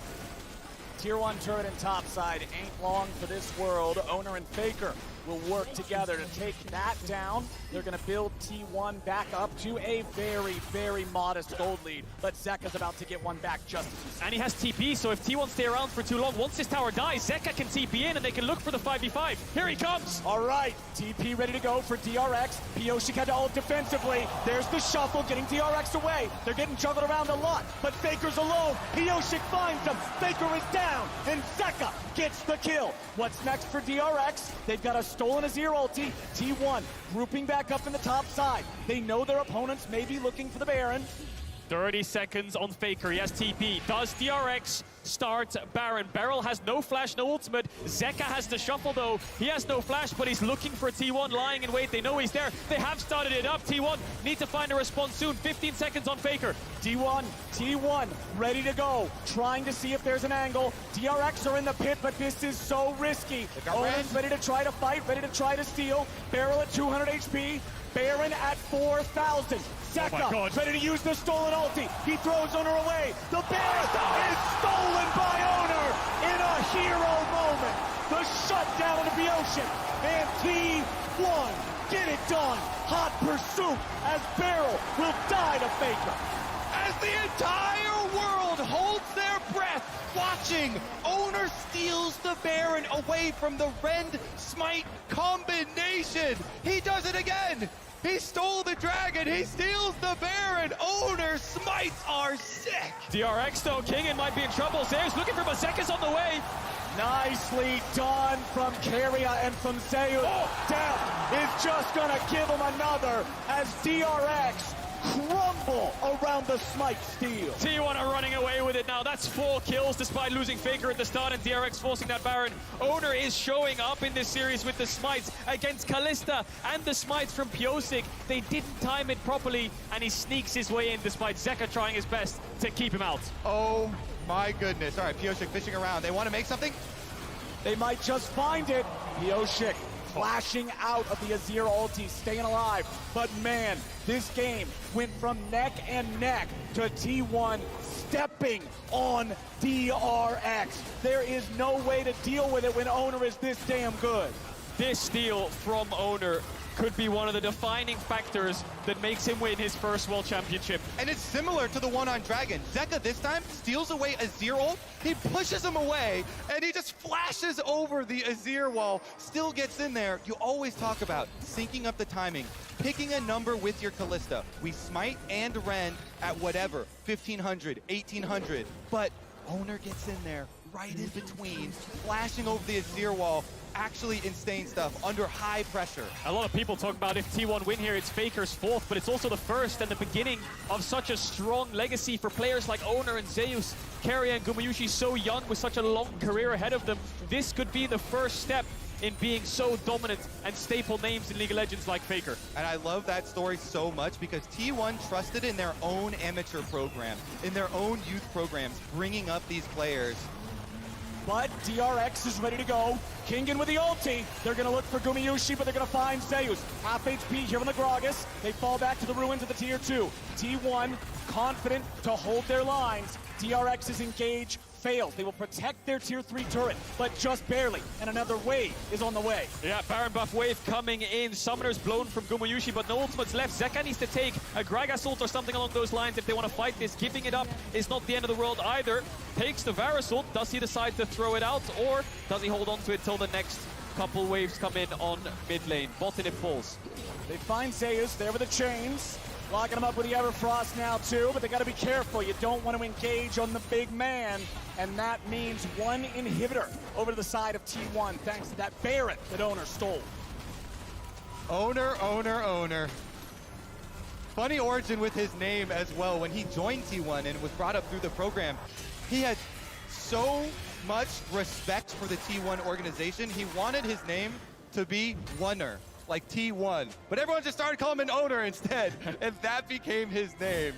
Full respect, full commitment to this organization and really paying them back. Definitely owning this game as well, despite a couple of hiccups in the early to mid game and Pyosik getting the better hand. That one smite just turned the entire tide of the way the jungle role has been playing out. Now the siege will come in through top. The next objective for T1 is this tier 2. Pyosik getting caught on the recall. Oh, Pyosik, I don't think this is where you should be, buddy. Zeus on the chase. Pyosik still trying to get away. Juggled back by the Gragas ulti. And it should be nothing but the cleanup here. Faker gets a kill. 5v4 for 40 seconds for T1. T1 will break open this top inhibitor. You have to imagine DRX could use the Ornal to try to clear out the wave because there's no more Baron buff. And this tier 2 will fall. How much will they press the advantage though with that numbers down for DRX? 25 seconds left on the Viego. Tier 3 turret getting pushed, but there's no Baron buff. It means DRX can actually clear these waves out. They can hold the line. Owner already has another one prepped and ready to go here in mid, but again, DRX can clear these. The turrets will take a little bit of damage. They'll suffer the poke, but they'll hold on. Yeah, with this composition, DRX have to choose their moment so wisely to go all in. They have to wait for Pyosik to revive, and then you find a flank with Zeka. He's got teleport right now, or an ultimate, and fully commit to the play. That's why they felt so pressured. You can see it from their eyes, from their angle on that Baron play. After they got the pick onto Faker, they're thinking, we are going to get outscaled. We're so short range. We have to commit to a Baron play, and they think they've got the advantage with the Rend, but not the case, and they have to pull out an amazing one now. They do, and it comes down to this Dragon. Soul for T1, 25 seconds on the spawn. DRX didn't lose the top inhib, so they can find their way in. Double TP's up, but there's no wards in the bot side jungle. Rabadon's finished for Zeka. And Deft has evened up the items against Gumayushi. Only a stopwatch is the difference. DRX trying to find an angle into this river. Bot side looks like their best bet. No mid push for them. Need to be careful though. Zeus here stepping up, dashes away.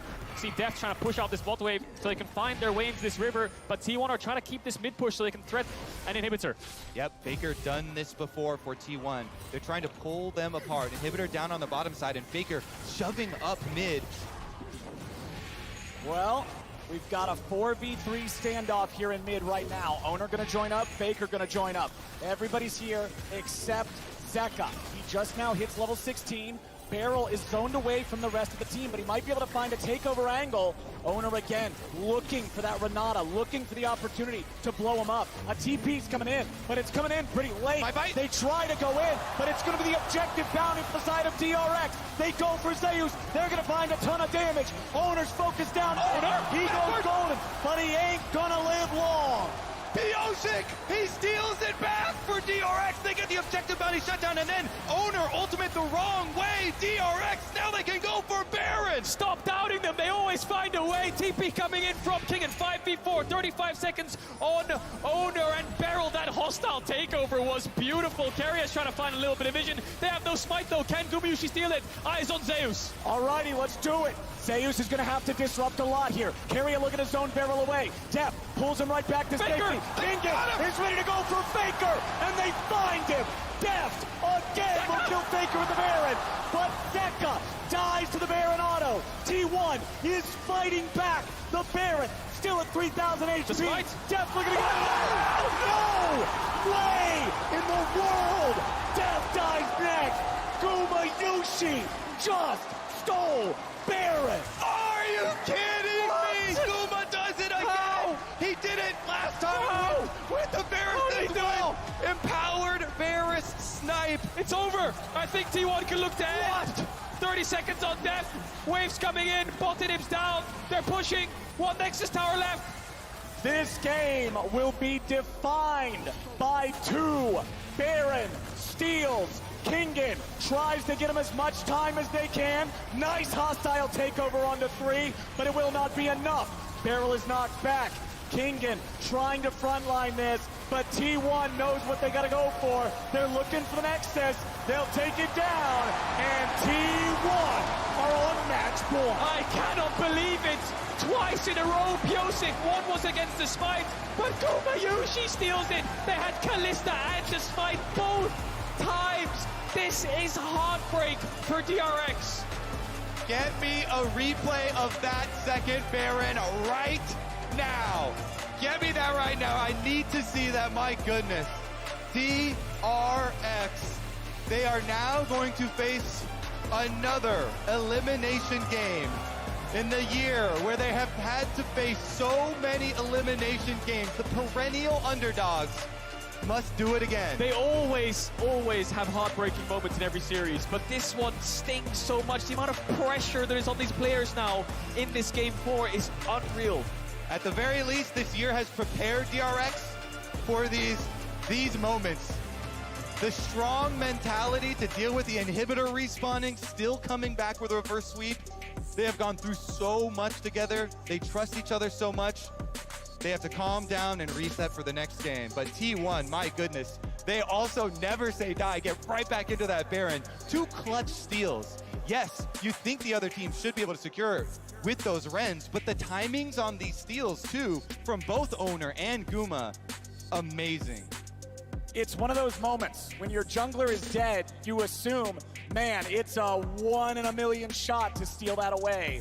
But sometimes that's all you need, and Gumayusi lands it. And Zeka was tanking the Baron when they turned. If he didn't fall there, they would have had an extra member to try to take that fight. But losing the Baron with Smite and Kalista against the Varus on the hit is unacceptable. DRX are going to be kicking themselves. Those empowered Varus arrows, my goodness, those will catch you.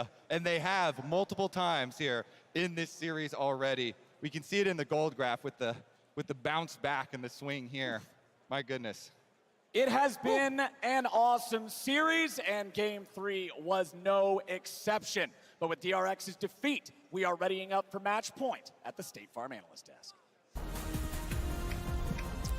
Thank you so much, Captain Flowers. I agree wholeheartedly how amazing this series has been, how epic that game was as well. But I that's gotta, some League of Legends right there, I Josh. gotta, yes, it was definitely League of Legends But, being like, played out there on the replay. dramatically so. Yeah, exactly.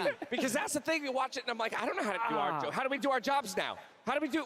That's cool. I got a How do you droid make- thing. I'll do it. You got. all right. You help make it make sense. Give me the Thaddeus. droid thing. All right. So when we look at this initial Baron play, right, the important thing to recognize is the current map state. Because when we look at the top side of the map, we can see a large number of people heading up towards here. The ultimate has already come across to the side. And initially, this is looking like a pretty promising fight for T1 that ends up going in the favor of DRX. So let's start rolling out the clip now, and let's see how things pan out. So because Faker gets isolated on the side, he's going to end up dropping. And with the numbers advantage, DRX are seeing a window of opportunity to force the first Baron. And this is really one of the big break points with which DRX can run away with the game. But as long as T1 members are alive, that is one of the scary things that DRX have to be cautious of. Now, you'll notice as well on the backside, Zeka's going to try and flank, create pressure on the side, but Beryl's already being forced away. They're being funneled into the back of the pit, and then this gives Ona access into the Baron itself, which means that with the smoke screen being thrown down and Zeka doing his absolute best to keep him out of it, flash in,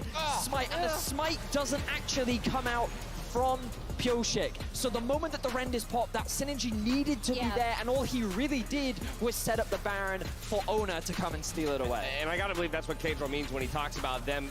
They're gonna kick themselves for that because you're the ones with the Callista. Exactly. You pick a number, you say to smite rend, and either they rended too early or they didn't smite on the number. This next one, though, it's a little bit of a redemption at first because you think, holy crap, maybe they get away from this Baron going down by being able to get this. And critically, Owner also presses the ult in the wrong direction because his flash was buffered already for that. So he goes down, and now this is all the timing game for DRX. So the biggest thing is that they can stay alive long enough. So basically, T1 knows they don't have smite, so they're just trying to put as much damage down on DRX as possible. When Zeka dies here, it gives Guma a chance to just try and pressure them off the Baron. Look at how low it gets, but DRX thinks they're gonna die. The Ren comes out early, crucially on the second one. That was 1,300 health after the Rend, and then there was a smite, but he was dying anyway. So this one, I think, was actually more about the pressure of them getting forced. Weirdly enough, because there was no smite to steal. It's the first one I feel that is actually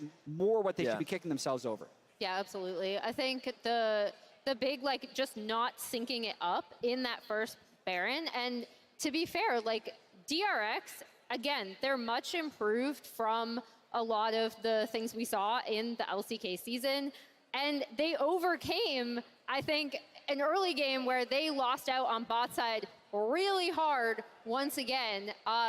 We're going to pull up some Kuma Yushi stats here in a minute, but the bot side pressure that T1 was able to create in this game, and then the way they were setting up their side lanes so that they were kind of opting in, like you saw DRX, even when they got Rift Herald, were trying to push on top side, the way that T1 responded so intelligently around the map to make sure that gold was still being funneled into all of their carries, particularly Faker, was also very intelligent. So the way they play around this bot side pressure, what Varus has brought them and the fact that DRX does not seem to have an answer to it is going to be massive if T1 ends up on blue side again. And I think that perfectly contextualizes why that Baron steal or those two Baron steals were so dire for DRX, because you can only get yourselves into those winning positions so many times, and then all it takes is one mistake and T1 will find their way back into the game. And so mentally, I'm wondering how DRX is handling that. Red side wins are at such a premium.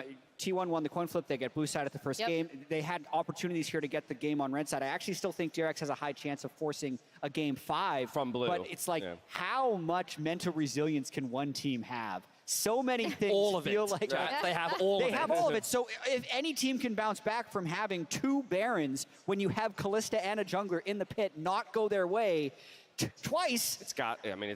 Then wins against, it's got to be them, but they're also against Faker, so I don't know. But let's have a look back at like one of the big turning points for DRX in the mid game, because I felt like that this game was a lot of what was happening in the mid game. While there was a lot of pressure, the fact that DRX are able to find these fights, I feel like this trio is becoming really more apparent in this series. We've been seeing a lot of roams from Barrel, which is not uncharacteristic for him, but trying to shut down Faker is so important. And we can see here some of the individual playmaking that Zeka was able to make. The fact that he was able to buy so much time for the rest of the team, that initial pick onto Faker, while he did end up dropping here, this fight then continues to extend into the mid lane, and we end up with T1 almost overextending. But it's a game where T1 as a team are very comfortable skirmishing you. When they see a window to pick a fight, they will take it. And we've already talked about how they're a team that wants to try and skill check you. DRX is answering them, and I think that's one of the craziest things that no one really expected of DRX throughout this tournament, because here in the finals, they showed it in the semis, they showed it in the quarters, they are happy to go toe-to-toe with you in these situations, and the second an ounce of aggression is shown, they will answer back. And that's why it's really interesting to see in the Gen G series, right? DRX push Gen G out of their comfort zone as well when they kind of wanted to sit back, scale, get gold on their carries. And that's actually why I thought T1's split map response also, like, pre-mid game was really intelligent, right? Because they still did have gold, in particular on Faker, where they were able to rely on playmaking later on in the game. Yeah, well, Faker has fallen down a number of times due to an absurd amount of pressure going his way. Jat, now I have to start calling into question whether or not that's even the proper approach here for DRX, because while they're putting that pressure towards Faker in the mid lane, we saw those CSD numbers for Guma in the bot lane, and so backs against the wall, you got to put two together in response. How do they do it? Yeah, Faker has absorbed pressure exceptionally well. I think this series and these drafts will continue to focus around the bot lane. There has been an absolute arms race for being able to have bot lane push. The answer here that was tried by DRX to the Varus was the Kalista Ashe. This is 3 games where Varus has been first picked, 3 games where first pick Varus has won. And it's not like Varus is the king. Caitlyn and Lucian, those are the ones that are there, but it's just they're going down the tier list of what can get that bot lane power, and that's really what's deciding it. So absolutely, if you can find a way to path down and help that lane more, you absolutely should. The real question of this series is, how do you deal with Varus? And it's mainly due to the lane, but once you get out of lane, the pressure that he offers is ridiculous. And we even saw Gumayushi bringing out the Ashe to try and match it. And even that, even with the amount of picks they're able to find, like, it, as you approach the mid to late game, it's like, it's not enough. And this Varus is proving to be the most pivotal pick in this series. Well, there you have it. T1 are only 1 game away from carving their names into the halls of history once again, with a legacy on the line. We'll see if they can close it out here in game number 4, or if DRX can extend the series. We'll catch you back in just a bit. Barrel continues retreating. He's under a lot of threat. The Berserk down into the unkillable Demon King, and he dies here today. Zeka looking to keep the charge going. Baron at 4,000. Zeka ready to use the stolen ulti. He throws Owner away. The Baron is stolen by Owner in a hero moment. He won. He is fighting back. The Baron still at 3,000 HP.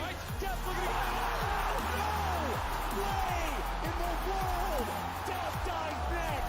Gumayushi just stole Baron.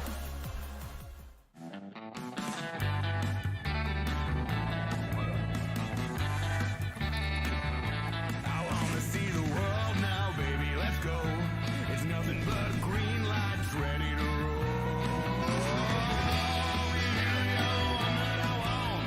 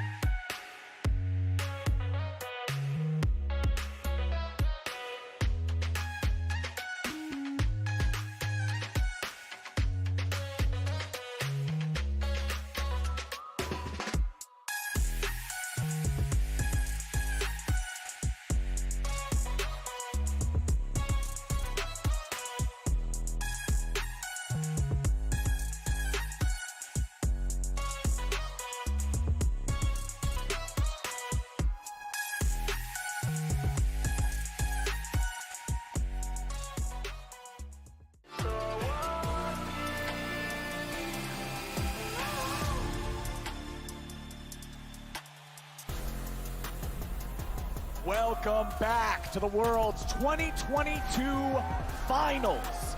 The series has delivered over the course of 3 games. I'm not going to do any mid-series spoilers. I'm just going to say if you've missed it up until this point, it's time to make sure you're watching those back sometime later. Coming into game number 4, T1 leads us 2-1. They do 1 win away from lifting the trophy, 1 win away from winning the World Championship. It'll be first time for 4 players, and it'll be the 4th one for 1 player. Faker is 1 game away. It's been so long since he's been in the finals. He doesn't want to drop the ball now, but DRX have been showing up this series. They've been putting up a hell of a fight, and they're back on blue side. And if you hadn't watched the first couple of games like you're talking about, then you wouldn't know how crazy it was that we got here with all these objective steals. And Guma stealing with multiple objectives, by the way, with the Varus. This Varus has been a super high priority for both lanes, not just because of those lanes, but also so much coming down to these objective fights. And we're getting similar bans here. Like we said, DRX always have to ban the Lucian. They're even following it up with the Ashe this time around too. So it is going to be the pinch point again. Yeah, expecting similar bans here out of T1. Varus first pick as the answer with Lucian, Caitlyn, Yuumi being down. Unless T1 changes it up and tries to flip the script a bit here on red side. We saw DRX try the Kalista Renata into it. Didn't work in lane phase, but they managed to funnel gold into it because of these Herald fights, getting Deft out of the lane, getting him some kills and skirmishes. T1, not a very Kalista Prio heavy team. It didn't work them very well in the regular season, so I doubt they'll lean towards it. Final ban for DRX on blue side. What's it going to be? Rise, keeping that one away from Faker. Makes sense. Now, what's the response from T1 here on the red? Do they ban the Varus that has been so dominant in this series? Are they going to leave up the Sylas Akali trade? Because DRX, with that Rise ban, they're trying to raise the threat of the Zeka Sylas, but Faker has loved playing the Akali into it for the kills early. Yeah, we'll see if he blinds it. I think if I was DRX's coach, I would say to Pyosik, and I would look at the games and think that he's a little bit nervous right now. Kindred would be a great pick here. Comfort is really key, especially with Pyosik struggling to get these smites down. Everything other than the smite was great. Viego looks good, but ultimate comfort here in a match point, I think Kindred could work. Also, then he could Kindred ult these objectives that keep getting stolen away and have an extra hand in trying to secure them. Wow. So T1's actually going to go for the Kalista. We've only seen Gumayusi's Kalista once this tournament, and they struggled in Summer Split to play really heavy towards it and dominate the lane as much as maybe they would like. They lean more towards hyper carries of the swords, and they're going to get the Sejuani that is open for the first time in this series. Flex for Zeus and Ona. And I love it when T1 pick Kalista, because Carrier's got a deep, deep support champion pool. This could even be a support Sejuani. He has pulled out the support Nico with the Kalista as well for a different look at that lane. Renata is up as well. I think Kindred Renata here would be great comfort for DRX. We saw how powerful Barrel's Renata was, but they could just flip the script. Azir for Zeka. Is that going to be a lock-in? No way. With Sylas no way. and Akali With Sylas Akali up, yeah, no, Renata is a no-brainer. They don't want to give that over. We'll see if what carrier matches into this Renata. Renata locked in next to the Varus. They're up against Sejuani, so they know that T1 will have a powerful front line. Sejuani is tied for most played champion by owners so far at this tournament. T1 love running this in the jungle, and DRX, they'll lock the Azir. The challenge has been thrown down to Faker. The gauntlet thrown down here. Are you going to play the Akali again? I think Akali or Sylas here would be great, but they might have to match support depending on what they're thinking in terms of pool. You know, Nautilus could be a good pick. Thresh, something along those lines that can pressure this lane. Blitzcrank as well into those champions. Looks really good if I think about it, but yeah, matching mid could be a no-brainer. Soraka. Carrier. Okay. Versatility here. Soraka's poke in lane is probably the biggest underestimated part of the kit. When people look at this champion, you focus on the healing, but Carrier plays it so aggressively along with that Kalista, it can be abusive. And do not underestimate the silence in team fights as well. This can completely throw off otherwise good plays. It's such a rare mechanic in League of Legends. It's hard to remember exactly how that's going to affect things. So now you're probably expecting DRX to ban away the Akali. You know, if Faker's not going to pick it up, that is a strong kill counter champion into Azir, and Faker has played so many of those games. They ban out the Victor first for the scaling option. Maybe they're thinking looking at T1's draft, that T1 wants some more scaling than that, you know, some control mage look from the mid lane. Yeah, the Sejuani will need some melee champions with her, whether she's top or jungle. I don't think Faker will struggle to find a champion here on 4. The Sejuani flex is what I'm really concerned about for DRX. Ooh. Your jungle pool's been pinched, and you have to blind top against Zeus. Aatrox is a good lean towards, but he'll pick something like Fiora or Yone again with Sejuani. It could be disastrous. So T1 holding all the cards right now in terms of counter picks as the last ban comes through for DRX. What's it going to be? Something like Akali or Sylas can work really well. Functions very strong with Sejuani jungle. Yeah, surprised they didn't double ban. Yone. They're covering the Aatrox. They're saying that we want to blind Aatrox here on 4. Now, do they take it away, T1? Or they lock in Faker's Akali? Okay, so I think you do blind the Aatrox here, and then T1 will answer with a Fiora for Zeus. Yep, 100%. Unless they put the Sejuani top, but I think the matchup is that great in isolation as the game gets later on. You have to have a really valuable jungle counter pick, and Pyosik might have to dig deep here because he's facing a Kindred ban. Graves is up, but I feel like they need a little bit, maybe a melee champ here would be better. Something like Vi that can lock the Kalista down. So much pressure on them, and they know they're facing the Soraka team as well. Gonna have to deal with the sustain in these team fights. Maokai can lock the Kalista down as well. And it is gonna be the Maokai jungle for Pyosik. There's the Fiora last pick as we expected. Triple melee top side. We haven't seen Maokai for a long time. We saw it playing, so we saw it a little bit in groups, and then it just fell off. Sprouts his head up here again in the finals in a must-win game for DRX. And he's good at locking down these mobile carries like a Kalista, like an Akali. He's also good at locking down a squishy target like the Soraka, but it's up to Pyosik to find those plays. And they've actually layered it with a lot of other big AoE CCs here. The Renata ultimate, you've got Varus, Deft here, really good at setting up plays with the Varus ult. If you cover an area of the map with the Maokai ultimate and the Renata ultimate, makes it way easier to hit the other ones. I think Deft needs to go more towards an on-hit build here. I think poke against Soraka. Yes, if you hit her, it's great, but if she stays back, she'll heal through your poke. Also, Vamp Scepter early on in lane is great, but of course the Eclipse build can help out. But regardless, hoping Deft goes for on-hits. But we talk about the lockdown of Maokai. Not only is it getting onto the Kalista, but the Akali, when she dives in, point and click CC will be so important in keeping Zeka alive. Very, very true. And for the T1 side, you are looking at the top triangle of the map. Those two melee solo laners with the Sejuani stuns. They can proc those stuns so quickly. Sejuani ganks into the top lane. Get that Fiora ahead. Get that Fiora advantage over the Aatrox that we've seen be so big in pushing.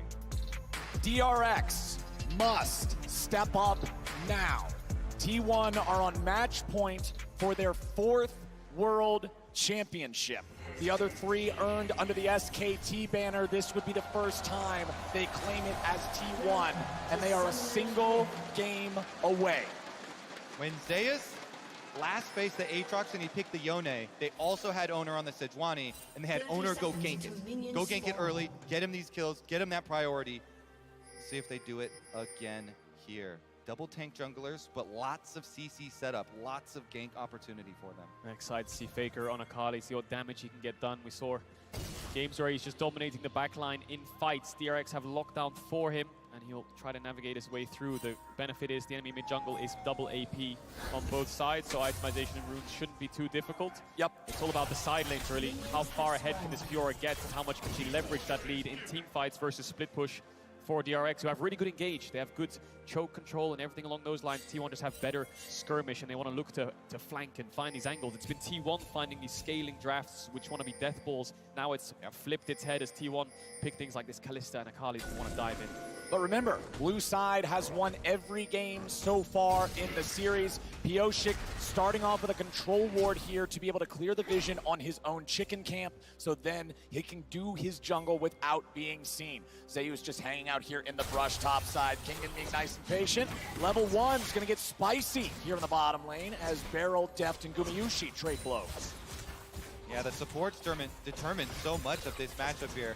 Keria walking forward, trying to push them off, but it will be the early push for DRX. Deft and Beryl going to take advantage of the minion wave and get to number 2 first. Bot lane expected to be in isolation, looking at both junglers. Owner will move towards the Wolves. Pyosik will finish the red and move towards top side. 2v2, likely in favor of the Fiora Sejuani early game. The cooldowns for the Aatrox are incredibly long. level up coming in here from Beryl. He could look to flash Q carry if he steps up a little bit too far, but he's not going to do it. Training on top, that's where both junglers want to focus. Very, very snowbally in terms of if the Fiora gets ahead. Good job of Kingen right there. You can see his movement. He hugs the wall, hiding that vital, that procs for the Fiora in it so that Zeus can't get the better trade. Faker at 200 HP here early on, playing the melee into the range. That's the early laning phase. You trade your health as a resource to guarantee that you're able to get this farm. Dorian's shield plus potions going to allow him to weather that storm with the most grace possible. Exactly, and you wait till you get low to get that missing health heal. Really high value out of it. He's also got the extra sustain with the fleet footwork there. Everything he can do with his runes. Owner, level 3. Does get spotted by the ward. Zeka knows where he is. We'll have to back up as he runs into this top side river. Pyosik still clearing out his camps. Top Crab should be in favor of T1 here, and Pyosik going to backtrack down towards his bot side. The problem is Kingen is very diveable right now. He's pinging assistance. Pyosik now running back towards top as quickly as he can, because if Owner peeks his head up there, Beryl. Ooh, Beryl goes in aggressively, but the flash isn't going to get him a lot. Now he and Deft have to back away. Gumayushi goes for the Pierce. Carry able to flash forward now too. Beryl's at 200 HP. Beryl tries to get away. Deft is at 100. Carry is low. Deft is going to block the bailout. Will he get the damage? No, it's first blood over the Carrier. Guma and Carrier do it again! This T1 bottom lane on point, but now junglers meet mid. Junglers both here. Faker at 200 HP. T1 can't take it any further, but the T1 bottom lane, the return to glory after falling short at MSI, trying to reclaim that title of top bot lane in the world, and they're showing off 2v2. And they're showing off in the most important game of their year, maybe even their career, winning out on that bot 2v2. Guma and Carry have struggled so much throughout summer with Guma taking bad trades or dashing too far forwards in lane, which just hurts their 2v2. But it's this time where they get the advantage up against DRX. I'd love to see the replay here, because I think Gumayushi dashes out of vision to stop Deft from getting the kill, and I want to see Carrier silence towards the end. I think he silenced Deft on his Q to get the kill. So, Gumayushi and Carrier. Beryl doesn't get the connect. They then flash forward to look for Deft, who then responds to this flash. Beryl puts the bailout on Deft and tells him to just run straight into them. He loses vision on Guma here, and I think Carrier silence just about pulls it off to stop the Q from landing. Just barely, and Guma runs all the way around into the alcove, out of Fog of War. Can't see him anymore, can't finish it, can't get the bailout. All summoners also blown on the bottom side of the map. So you know there's blood in the water. As much as you really want to focus on the top triangle of the map, now bottom lane fighting this aggressively, so volatile with 0 summoners left, the junglers are attracted. Josic has flash, could just flash root someone here. Needs the wave to go a little bit further forward so he can get in that second brush. Yep, the wave will push away from DRX. They've got significantly more minions, so those are about to collide into the turret. T1 knows that Owner is still on the top side of the map, now making his way down through their own bottom side jungle, so that means they just have to wait. Play it safe, play it cool, clear out the wave. That's exactly what they're doing. Yeah, Pyosik hasn't based yet. He's going to recall now and pick up those boots. A little bit behind Owner on the clear speed in terms of responding to these plays. Top lane in favor of T1. Mid lane in favor of DRX. Owner now around. Has the blast code, will get spotted by the ward, which will be swept away. DRX, no flashes in bot side, needs to be very careful. Yeah, both junglers taking a little bit of their time out to try and visit, since they know it's so volatile. But Owner not losing out on any camps as he does it.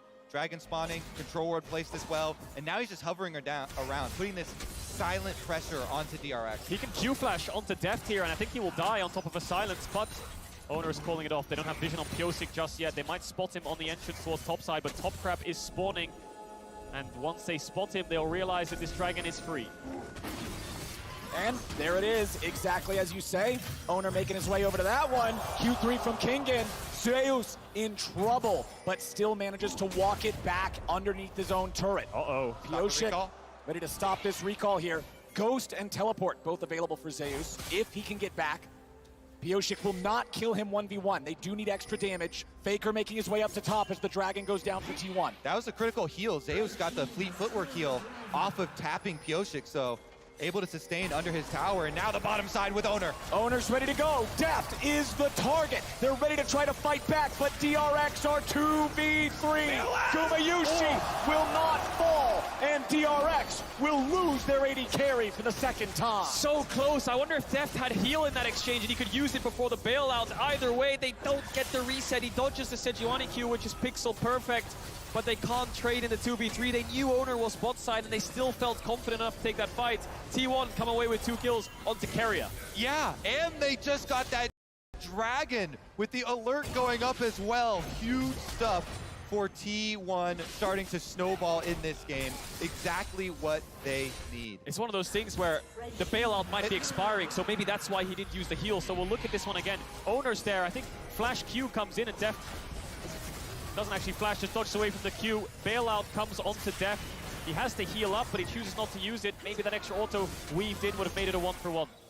Yeah, Owner are a little scared there of the handshake to come out, I believe, too, to knock him in. So he flashed out, and then the re-engage. It was so close. Not able to get it. And now it's T1 again, first to the objective. They already took first Drake for themselves, and now they'll look to take first Herald. Kingan's nearby, there's a control ward in the pit, but no other DRX bodies are even close, so they can't really do a whole lot to keep fighting for this. Kingan wants to keep these guys nearby. The Maokai ulti's not gonna find anybody just yet. Zeus continues running. The little sapling, yes, he's enchanted by the brush, but he can't catch up in time. So T1, they get what they came for and they get back out. Now Zeus, ready to issue a fight onto Kingan here with a grand challenge. Pioshik showing up to try to help them. They're gonna try to turn it around right back onto Owner. He's low, but Carrion's here to make the difference. However, DRX will outplay. Kingan still looking to keep the fight going a little bit further, but he's got to be careful. He'll look for Keria. Q2 lands. Where's Q3? Flash coming out from Keria to stay alive. Kingan is playing this fight pixel perfect in the 2v3. Calls Pioshik to take it, even though they have a Soraka. Keria uses both summoners in that fight. Owner dies. That Q3 flash from Kingan was insane to turn that fight. Incredible stuff for him to be able to pull it out, and DRX needed that to get leverage back in this game as well on those support roam timers. Faker. Nice. Faker's all right. He's chilling. He's chilling. Good dodge, good dodge. He's still got it. Still has the reaction speed. Meanwhile, bottom side left alone because of that top side commitment on the support roam timers. Yeah, Deft struggling in this 1v1. Faker was hovering down towards that bot side and trade really aggressively onto Zeka. Knows he doesn't have the shuffle, so he can afford to play so far up. The first play the DRX actually found success in was in this 2v3. They've been taking a lot of fights at numbers disadvantages. They've been arriving late to these objectives, but that one kill will help them out a little bit. Kingan lost his flash, so has to be very careful. Sejuani Fiora, a really good setup. Zeka getting a small lead in this lane. We were very surprised to see Zeka on not so much of a playmaker, but more of a scaler. But DRX probably think that these games are going very long, so having that control mage is necessary. Yeah, and then the last game we just saw T1 utilizing the Azir plus the Varus range advantage for later very effectively. DRX trying to choose that one this time around, but T1 have very, very good flankers here. We'll see if they can get to the backside. A lot of attention up here on the top side now from the junglers. After the summoner spells came back up bottoms, it's back to what you guys were talking about as the game plan with that top side triangle. Now, the Rift Herald still has half the timer left. Remember, it's Zeus who picked it up, so it's not like Owner can walk this thing around anywhere on the map. As Beryl goes into the hostile takeover, it hits both, as Gumayushi could now be in some trouble. Deft trying to fire in a little bit more damage as the 2v1 dive goes out top. Zeus barely staying alive, but there's the kill. Pioshik gets away with a flash, and DRX are ready to go. The mechanics on both side lane plays from DRX were beautiful. Beryl preemptively hostile takeovers in Gumayushi's direction, knowing he'll use the Fate's Call, and then Kingan dodges that Fiora W to the side so perfectly. Both side lanes, a lot of fighting, and despite being behind, DRX are putting up a fight. And it means top side gets really far ahead here for Kingan. Turret plates taken off for this Aatrox. Even without getting the killing blows onto Zeus, he is really starting to pull ahead. This is his time to shine. And we've said it many times before, DRX, it really was a struggle to get here in the first place. 10 games played over 2 series in the regional qualifier, knocked out in playoffs in the first round. It's just been insurmountable pressure that's been exponentially growing through group stage, even playing to group stage, to quarters, to semis. It's always gotten heavier, the pressure, but now the weight of the world is on them. They're against T1, who are on match point, but they're still finding plays. Pioshik on this Maokai sitting at 2-0. Dragon is up, and T1 are grouping up to fight. The first Dragon, the first Herald in this game, both going over to T1. DRX grouping up mid, ready to fight back. Immortal Shield Bow and Crown of the Shattered Queen are both done. That is a big item spike advantage for the side of DRX, as their opponents do not have any completed items yet. Herald used there by Zeus, who picked it up. Looks like it'll crash, and Kingen is going to stop it. He'll turn around here. I think Kingen might be able to take this down before it crashes. That's a lot of gold that can be denied. T1 starting the Dragon All. Meanwhile, it's a 4v4. Really nicely done from Kingen, but now what about the team fight here in the bottom lane? They're going in. They found a lot of damage, but they won't find the kill just yet. Now Gumayushi's going to be popped, and Beryl is not traded back. Zeka taking some damage. Faker trying to go in and find his way through the smoke. Now he's going to run. He's trying to get out, but Twisted Advance will find him, and DRX will win across the rift. They're doing it! The perennial underdogs, DRX! They kill the Raptor Herald on top side. Kingen takes it down. Then they get the sweep from Zeka into the ultimate from Deft, sniping the kill. 2 kills over to Deft as well. They don't have anything else to follow up with. They've got bot side vision. They got an extra 2 kills. They got the Dragon. T1 are the ones who pull the trigger. But look at the communication from DRX. Instantly, Zeka jumps across to the bot lane. Deft is off to the side. Great Barisal. T1 have to retreat. Faker tries to salvage it, but it backfires. As he goes in, he has no tools to escape. The dashes aren't far enough, and Pyosik finds it. Beautiful stuff. Deft with the arrow right through the heart of Guma. Faker getting pulled in and killed on top of it. And DRX are not done with Worlds 2022. And the beautiful stop in the top lane as well by Kingen to absolutely halt any sort of a cross map with the Herald. Everyone on this team, once again, backs to the wall, and they stand tall. And you highlighted it, Flowers. Before the fight, the shield bow versus no mythic on the side of Gumayushi. The shield bow saved Deft when Faker went in. If he didn't have that, maybe they could have turned the fight. Owner now up towards this top side. Herald spawning in 10 seconds. Pressure in bots from T1. Pressure in top as well. Kingen showing respect in case any play is to be made. It's on Pyosik to find the objective. He's moving towards this top side river. Zeka is in hot pursuit, and the bot lane of DRX is on the way up. Yeah, look at this. The overcommitment. It's going to be multiple players trying to hover up on top side. They were expecting a hard play here from DRX, waiting for the counter in the brush there for Owner. Doesn't pop out. And so they're just going to get a refocus. Ward's already over here. You see towards bottom side too. They're trying to make the trade again, but it's a bottom side recommitment. They're going to get back. DRX, they're going to make the cross map defense and not give up anything for this Rift Herald. So does T1 take the 3v3 then because they have information? Soraka ult is up soon as well. Faker not there just yet, but it's level 11. Owner's in the pit. T1 bot lane now on the way up. DRX are on a timer to take this fight. T1's ready to challenge. Faker is here, objective at 2K. Faker's going in, smoke is ready. Zeka getting himself back. Owner's taken low, they're ready to keep the fight going. Kingen charges forward, but now Zeus is looking for Pyosik. The killing spree for the jungler of DRX. Where's the follow-up? T1 trying to stay together. Hostile takeover finds Faker. T1 are corralled in the back of the pit, and it's DRX executing. In a freaking 4v5, yo! They've got Deft on the bottom side taking care of the turret as well. The only king in that fight was Kingen. He did so much work to get T1 down. Zeus and Owner couldn't take the fight. Tower over to DRX. Herald over to DRX. Mid tower will fall. Top tower is gonna fall as well. They just broke the entire map open from one fight. Even just being here in finals, DRX are already the greatest underdog story, the greatest Cinderella story of Worlds of all time. A 4th seed through play-ins all the way to finals, and they are on the precipice of pushing T1 to a final game. DRX have been through the trenches this year, and they have not heard a bell yet, so they're gonna keep fighting in this game 4. It's looking good. Big gold lead, 4,000 over to them, even in Dragons. Next Dragon up in 1 minute 20 seconds. They're going to set up for it and try to build towards this soul. And the benefit of all of this is they have an Azir. Zeka's not even on a playmaker. He's on a scaling mage, so they have a very good, comfortable late game insurance. No losses in play-ins. First place in their group. The second reverse sweep of all time at Worlds in quarters and defeating the #1 seed of their region in semis, now doing this against T1 in the finals. And if we're looking at the mini-map, you see the commitment of the T1 bottom lane. That's why T1 commit to this, but they focus fire Owner here. Sejuani's so low, flashes over into the hug. Says hello! Of the sapling. Hello and goodbye.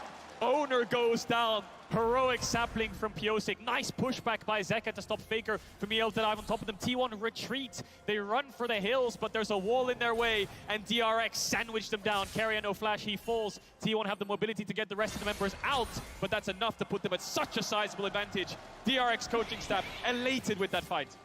And the reason we're reacting so heavily here, League of Legends is usually a game of give and take. You win one side, you give on the other side. But that was such a big jump in health here for DRX. They won both sides with having depth push down the bottom tower already. That's why we already, 17 minutes into the game, have objective bounties. DRX are crushing it. And I think DRX are ahead enough to not trade. They're going to get this dragon for free. Zeka has TP. Put numbers top. Don't put numbers around the objective you want to play for. Put numbers around the objective the enemy team wants to play for. Look at T1. They all base. They all realize that DRX control both sides of the map right now, and they won't be able to find that objective bounty. DRX with a 4,000 gold lead. DRX now grabbing their second Drake of the game. A Mountain Drake at that will be the soul if they can continue this. And I'll tell you what, something like that makes life much more of a pain for Faker Zakali to try to find his angles and try to maneuver around these fights. Checking in on the top lane, it's still a lead for Kingen, still 1-0-3 here on the Aatrox as Zeka retreats away from Faker here bottom side. Faker trying to chase after him here, uses R1, TP. Finds the E, but now a TP is coming in. Now the ulti's coming over from Maokai. Now DRX have found Faker. The smoke will not save him, and DRX 5v4 again.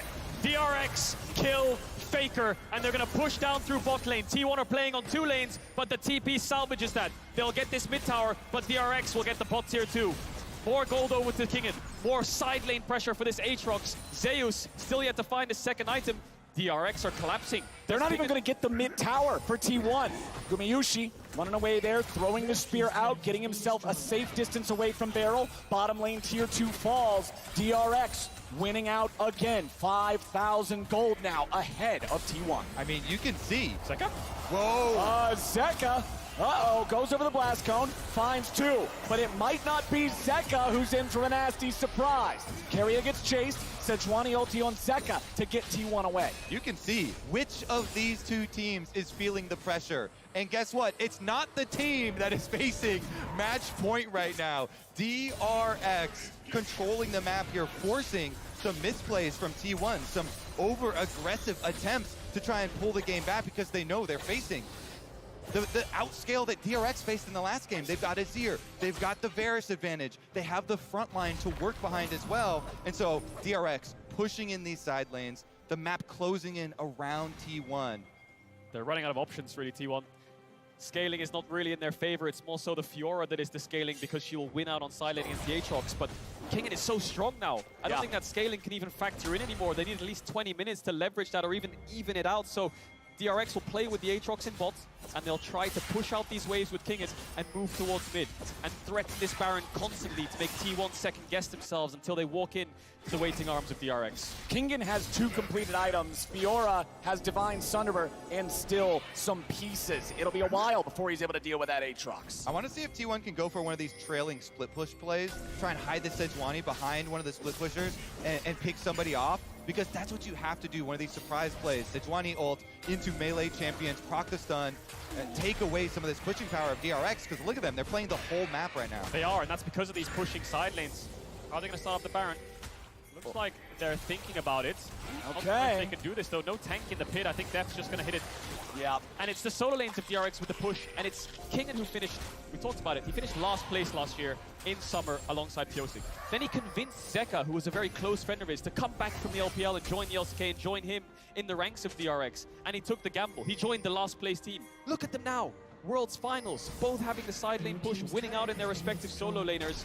and they really want to threaten this Baron. Owner is in the vicinity, started up. The sapling will spot out the jungler of T1. He has no vision to work with. Keria is trying his best to help out. No Kalista, it's a smite fight. It's time to overcome the demons of Game 3 for DRX. Maokai ulti flies out. Kingen in World Ender goes over the wall. Faker's lost half HP. Faker is nearly down. Hostile takeover over the wall. Wish from Soraka will heal the mid laner, but Maokai says no. DRX ready to fight back again as Zeus is going to be shuffled away. T1 tries to find the fight and they're finally going to kill Deft, but Kingen's still ready to fight over the side. Zeka getting chased. Barrow trying to protect. A beautiful handshake from Renata as Keria falls. T1, 2v3. Barrow may be the target, but Gumayushi is locked down. Gumayushi is executed by the sword of Kingen, and Owner is the only man standing wearing red. Guma does everything he can to keep T1 alive, but Kingen comes to collect. And he's looking for his crown, isn't he? He's putting the whole team on his back in these fights. Zeka and Deft fall, but the last threat on DRX is Kingen. Dragon spawning in 30 seconds. Even numbers distribution across the board in terms of deaths. No neutral objective started just yet. DRX don't have the damage to take down this Baron without those carries. But with the Dragon spawning soon, resets will come in and they'll start to establish control over the map in these mid-wave pushes. Faker really struggling to get involved in these fights. Yeah, that Infernal Chain barely yoinked him back in, hit the full combo. They blow the Akali up. It's got to find better positioning. Let's take another look. The Baron got half HP, and then DRX said no, turn to the fight. Hey, just keep your eyes on Kingen. Lands the Q2, Q3 pull back onto Faker, then gets the auto attack in, I believe, as he dashes out. Pyosik follows through across the wall to get the kill. So it's a 2v1 on the top side, but that means it's a numbers disadvantage around the river fight. So that's where T1 find their advantage. Kingen's trying his best to come around the wall and help out, and he starts cleaning up the fight for DRX. And look how much work Guma puts in for T1. They're trying to fight their way out, up the river here, towards Zeka, towards Beryl, chasing them through. But Kingen from behind catches everything. Pyosik with the flash over the wall into the tri-brush, locks him up. And it's that twisted advance. It's that lockdown on these mobile carries that we talked about in drafts that is why this Maokai is popping off. Holy hell! 5,400 damage from Kingen's Aatrox in that fight. This is a man who wants Game 5. This is a man not willing to let this series end on 4. And this is a man leading the way for DRX. Maul completed as his third big item. DRX, now with their soul point status, has total control over Summoner's Rift.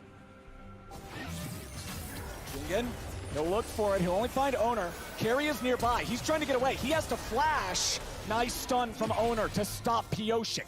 Very big cooldowns here burned before this Baron attempt. DRX now retreating back into the vision that they do control. I think they might have to force this soon because Zeus is pushing bot. Kingen doesn't want to TP down there. He wants to force Zeus to TP up. So I feel like DRX need to make a Baron call soon, and they're going to do it. They haven't pushed in mid-wave, but Zeus will have to TP in. It's time to go. Objective bounty claimed, and now Zeus is ready to join the fight. Baron at half HP. Owner's trying to find his way in there. He Arctic assaults over the wall. He has no flash. There is no blast cone, but just the threat of the steal gets DRX off the Baron. They got double TP. They need to get back towards mid, clear out this wave, and then reset the map state. No TPs on T1 means their side lanes are going to struggle. DRX have the advantage on the globals. Exactly. DRX got what they came for. They don't care if they don't finish the Baron here. They don't want another crazy steal coming through. They want 2 teleport cooldowns, and they got both of them. I think the second Zeus shows himself in bot, they'll start it up again, but as I say that, they're just going to start it right now.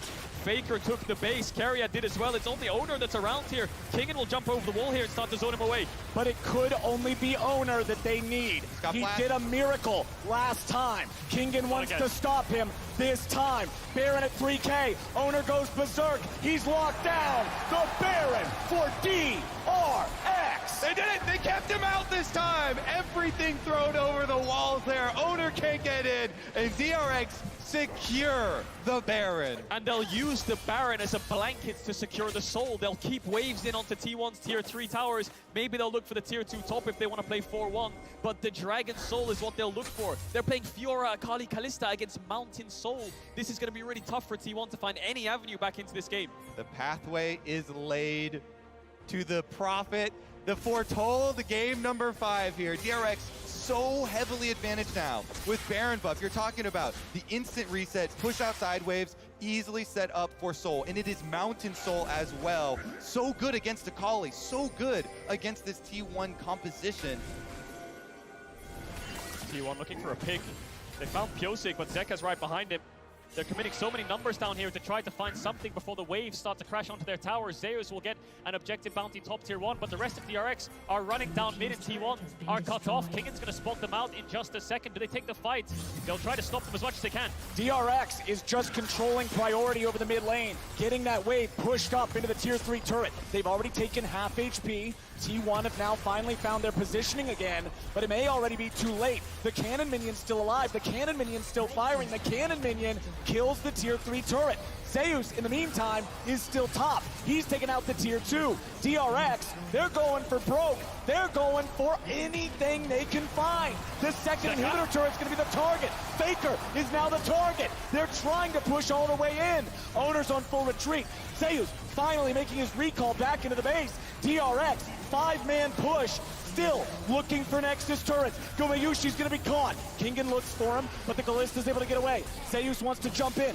Zeka's still safe. DRX now having to deal with Faker. He jumps in, he jumps out. There's no angle. DRX, they'll find the first Nexus turret. Owner charges away. DRX have health advantage. They have stats advantage. They have gold advantage. The turrets are dropping. Zeus is on the flank, but it won't do a thing. Kingan's wings spread wide, and DRX looks to keep going. The relentless pressure here. They've still got 2 cannon minions. Zeka chasing off Zeus, and Beryl comes to join. Zeus is low. He's trying to get himself away. The turret's still barely standing. Keria now going to be your target. Kingan chasing him away. Gumayushi goes in. It won't matter. They're done. That's it. DRX are taking us to game 5. One game to decide it all. Faker and Deft combined have played over 2,000 games. And it's going to come down to one. The King is looking vulnerable. T1 was on match point, but DRX never fail to beat the odds. The goat versus the alpaca. It all comes down to this. Deft really does have one bullet in the chamber to kill the King now. One game to do it. T1 will have blue side. They'll select the stronger side. That's 100% win rate this game. So not only do they have to win, but they have to win against T1. Undefeated on that side in the series. DRX have trained all year for this. Every series to get here in summer, they were underdogs, eliminated in the first round of LCK playoffs, clawing their way through regionals. Upset after upset, getting closer and closer as a group, trusting each other more and more. They talk about it in every interview. And now they've pushed the greatest of all time to a game 5. Look at Kingan's damage. He is not getting Aatrox in the next game. The only response T1 have is Zeus' Yone. The Fiora did not work. He is playing to perfection in these fights. The top laner for DRX is stepping up. Zeus heralded as the best top laner in the world, and Kingan doesn't care. He doesn't. He really does not. DRX don't care. They've not cared since play-ins. They didn't even expect to get here in the first place. They're making the most miraculous run I've ever seen in esports history. If you don't like this series, you don't like League of Legends. This is some of the best gameplay I have seen. If you're not entertained, what are you doing? Twitch chat, we need to hear you too. Let us know, who do you think is taking this series? Is it T1 or is it DRX? We'll see you back here for the finale of this incredible series. But right now, it's time for Silver Scrapes. Woo!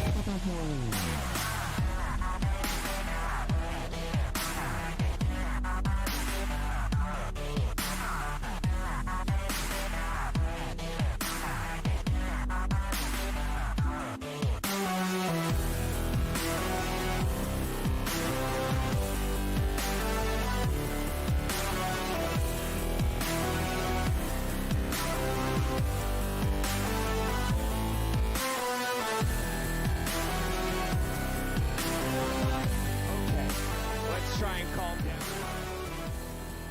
What's up, everybody? Welcome back to the Chase Center here in San Francisco, where we are going to Game 5.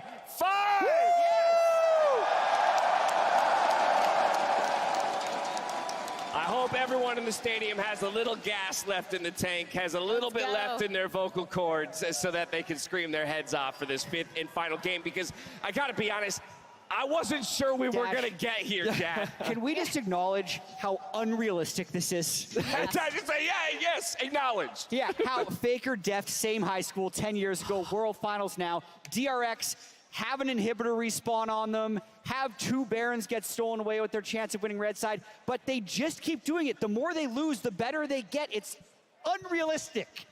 What I think is crazy is how everything has come together.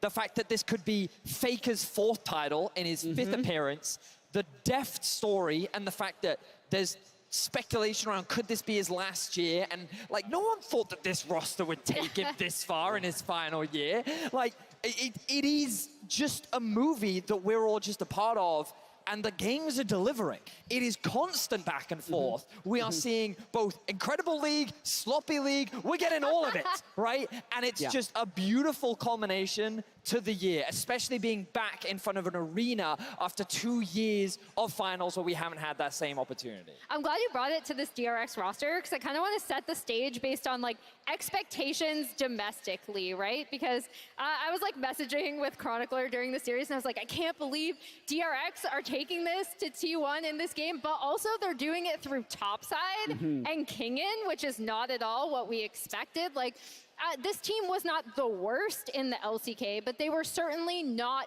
expected to be in a Worlds final. They were not expected to be able to play together this well, even going game from game. I'm sure Pioshik, there are a lot of comments about his game 3, and none of them are positive. And for him to come out on the Maokai pick in game 4, like you said, the evolution of this team, how quickly they're able to learn is so freaking impressive. Like, it's nuts. Yeah, Azil did something at the start of the day talking about how at every stage of the way, the majority of people predicted against DRX.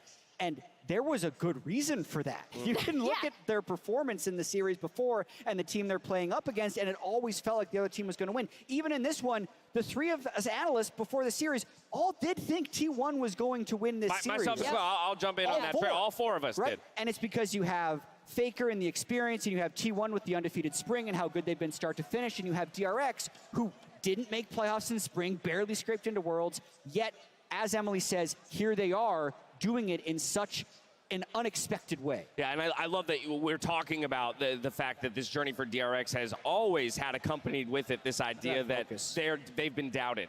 And so we asked the fans at home before we went to this commercial break who they thought was going to come away with game number 5. Much like we did at the beginning of the day for who would come away with the series, I'm curious to see if those numbers have changed. And they absolutely have. Top of day, this was a 66 to 33% vote from the fans at home. And now we've crunched it down to 52% in favor of T1. Still a slight edge for the winningest team in League of Legends history, but oh so slight. That's basically a coin flip. And again, that speaks to how much DRX has been able to push T1, right? In a way that, again, like, I can't stress, if you told me this DRX team, not only in the World's Finals, Game 5, but the way they're trying to take it to T1 is also by trying to outplay them mechanically is just absolutely, like, I would have been like, no, you're crazy. Like, you're wrong. And when we kind of take stock of the series, so far, Blue Side has won every single game. we've also seen Varus win every single game. But while we've put a lot of focus on that AD carry, the supports, I feel, have been so instrumental for both of these teams. Both Carrier and Beryl are having a phenomenal series in the impact that they are having for their teams.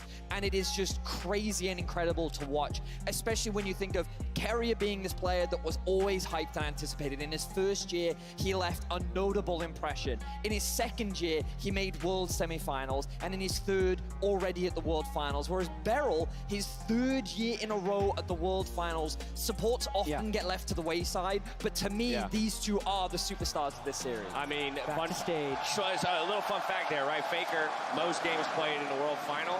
You know who has the second most? It's probably Beryl. It's Beryl. Yeah. How freaking wild is that, man? Let's go. And these two guys have come up so huge, as you mentioned, for these teams, and maybe a little bit under-discussed up to this point at the World Championship, if I'm being honest. Faker, only active player to have more than one World Championship. Beryl could be one to get 2 World Championships in his third appearance. A lot on the line here. Yeah, and again, comparing their domestic performances, Carrier did not perform compared to like the lofty expectations as people expected. He came out and talked about how he'd been struggling with long COVID and COVID symptoms. And then Beryl has had a lot of ups and downs, but he's absolutely showing up at this tournament. Can you imagine being in the shoes of any of those players stepping on this stage right now? Nope. 20,000 people in this arena, and there is only one game between you and hoisting that trophy that sits center stage. And it's such a weird sense of pressure for both teams, because for T1, it's about returning to the pinnacle of League of Legends.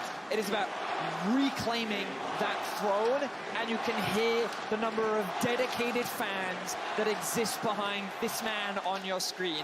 Whereas DRX, there were no expectations. These players go from game to game, aiming on having the best time of their life and showcasing the best league that they can. And now they stand in the face of the titans of League, with only one game separating them from crowning the World Championship. And I don't know if the people at home can hear this, but as the T1 chant started, so did the combating DRX chant started. And as you mentioned, with this team being constantly counted out and not being expected to go further, that is what has grown this fan base for them along the World Championship. People are fans of this underdog team making a run for it. Now, to get down to this Game 5 and what's about to take place, it is going to be no surprise to anyone that T1, with the final side selection, is going to blue. Vetty, as you mentioned, it has won all 4 games so far. So for T1, I have to imagine there's a bit of a plan, a blueprint that you can follow, given you're on that preferred side. For DRX, it's a little bit more in the unknown, and you're still left trying to find the answers. Well, what has impressed me about DRX throughout the tournament is that they found creative answers. And we only have to go back to Game 3 to remember that they were at the brink of winning that game as well. Things were looking very positive for them.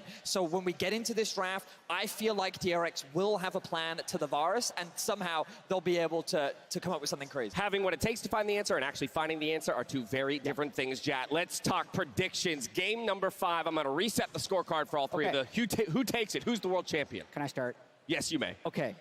I feel like there have been 3 careers for Faker. His 2013 career when he out-mechanicked everyone. His 2015-2016 where he could play everything. And now where I think he has experience and is the best leader he's ever been. I don't think he's lost those previous skills. He didn't show it in Game 4, but when I see the way he is focusing and locking in, I think he can lead T1 to their 4th world title. All right, T1 vote for Jat. Emily, you're up next. What are you thinking? So at the beginning of the day, I said 3-1 T1, and obviously that was wrong. So did I. One thing we weren't able to touch upon here is T1's own narrative arc and how they actually evolved quite a bit, especially in my opinion, the way that they approach side lanes and the map. I do think they're on blue side, also has a lot to do with it, but I'm going to go T1. Okay, another T1 vote. Vedius, you're the last holdout. What's it going to be? Our job as analysts is to find ways in which we believe teams will have the advantage to be able to come out ahead.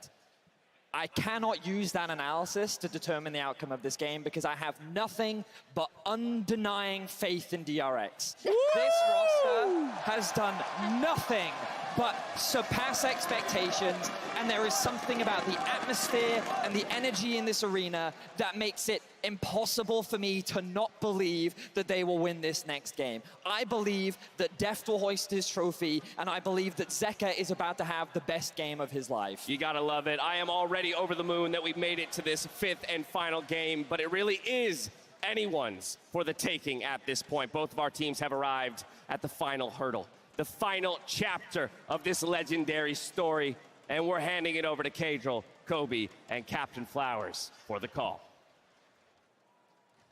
Welcome to the grand finale of Worlds 2022.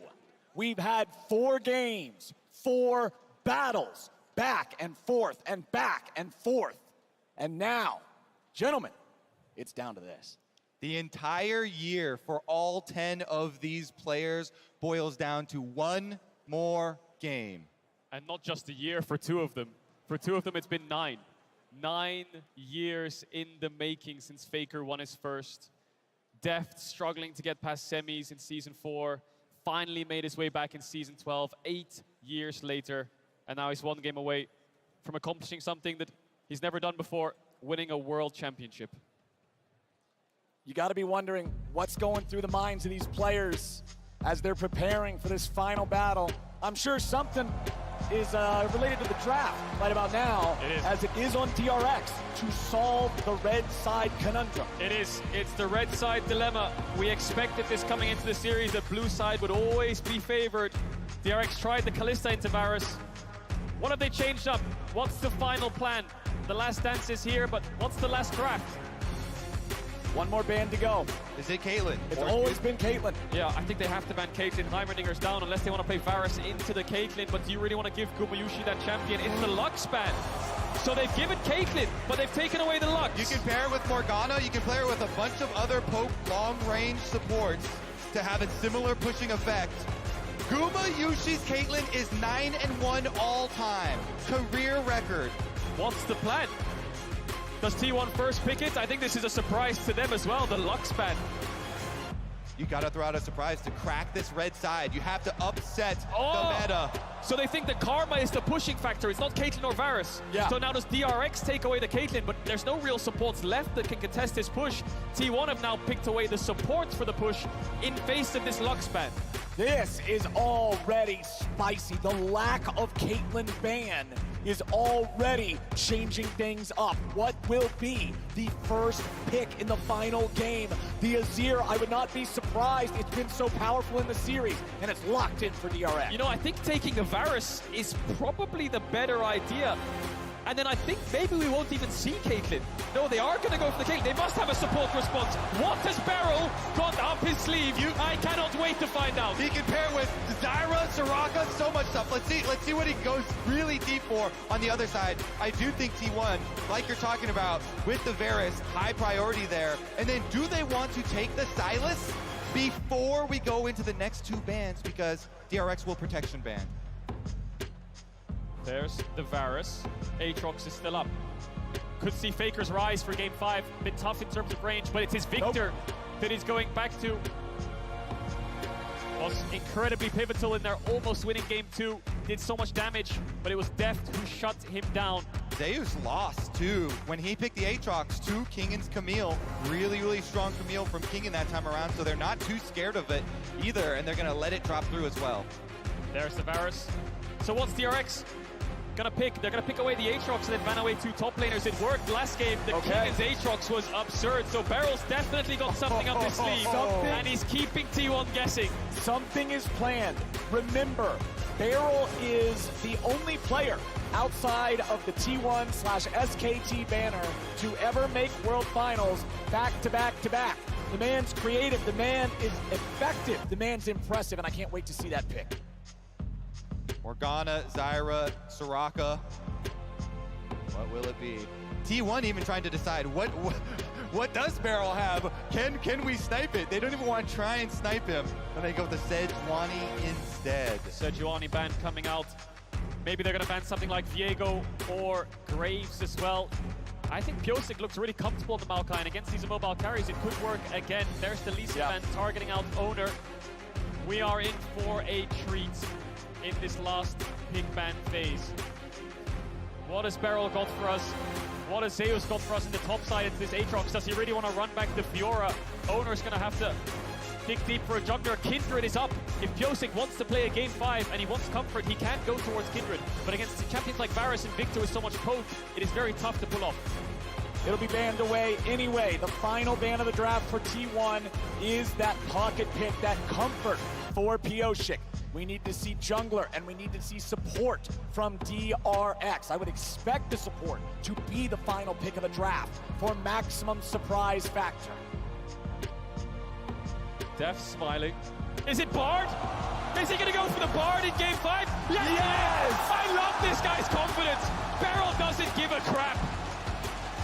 He's got a run of the map now, baby. If you can push and open up windows here for him to roam around, visit mid lane, visit top lane, Beryl can be everywhere. Woo! Beryl can be in your dreams. Beryl could be right behind you. He can be in your nightmares as well, because when he lands that Bard ultimate, the Caitlyn trap follow-up is going to be insane. There's the Viego from Owner. Now, Zeus, can you surprise us? Is it going to be a Fiora, a Camille, or does he have something else in store into this Aatrox? Gnar was one of his biggest comforts. Gwen, GP could be another one. We saw the Fiora fall short just last game. Is he willing to run that back? What will he take into this matchup? Zeus has been such a powerful player, such a standout factor, such a game winner for T1 throughout summer, throughout this year, and it's Gwen into the Aatrox. Pulling the Gwen back out here. We'll see about the jungle pathing as well if they can get up there. Those plus the support timings heavily influence that scaling. Gwen, if you can get to multiple items, what a monster. But here's the problem. T1 are very low on engage. They don't have a whole lot of ways to start the fight outside of corruption. Hecarim for Pyosik. Both these teams have thrown everything out of the window. They've come in with different strategies. A little bit of comfort as well. Pocket picks a piece. It's the last game of the year. It's the last game of these players' year. And they're going to put all the cards on the table. DRX have drafted Caitlyn, Bard, Hecarim into these immobile carries. And Zeus has gone for Gwen to get advantage over Kingen in the side lane. This is it.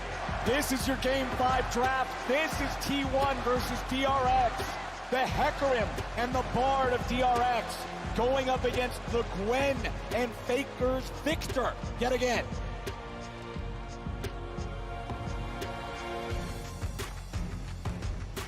No more storylines. It all comes down to play now. One game in front of you. Execute on the draft. Caitlyn finally let through in the last game of the year. Paired with Beryl's Bard, will it be enough?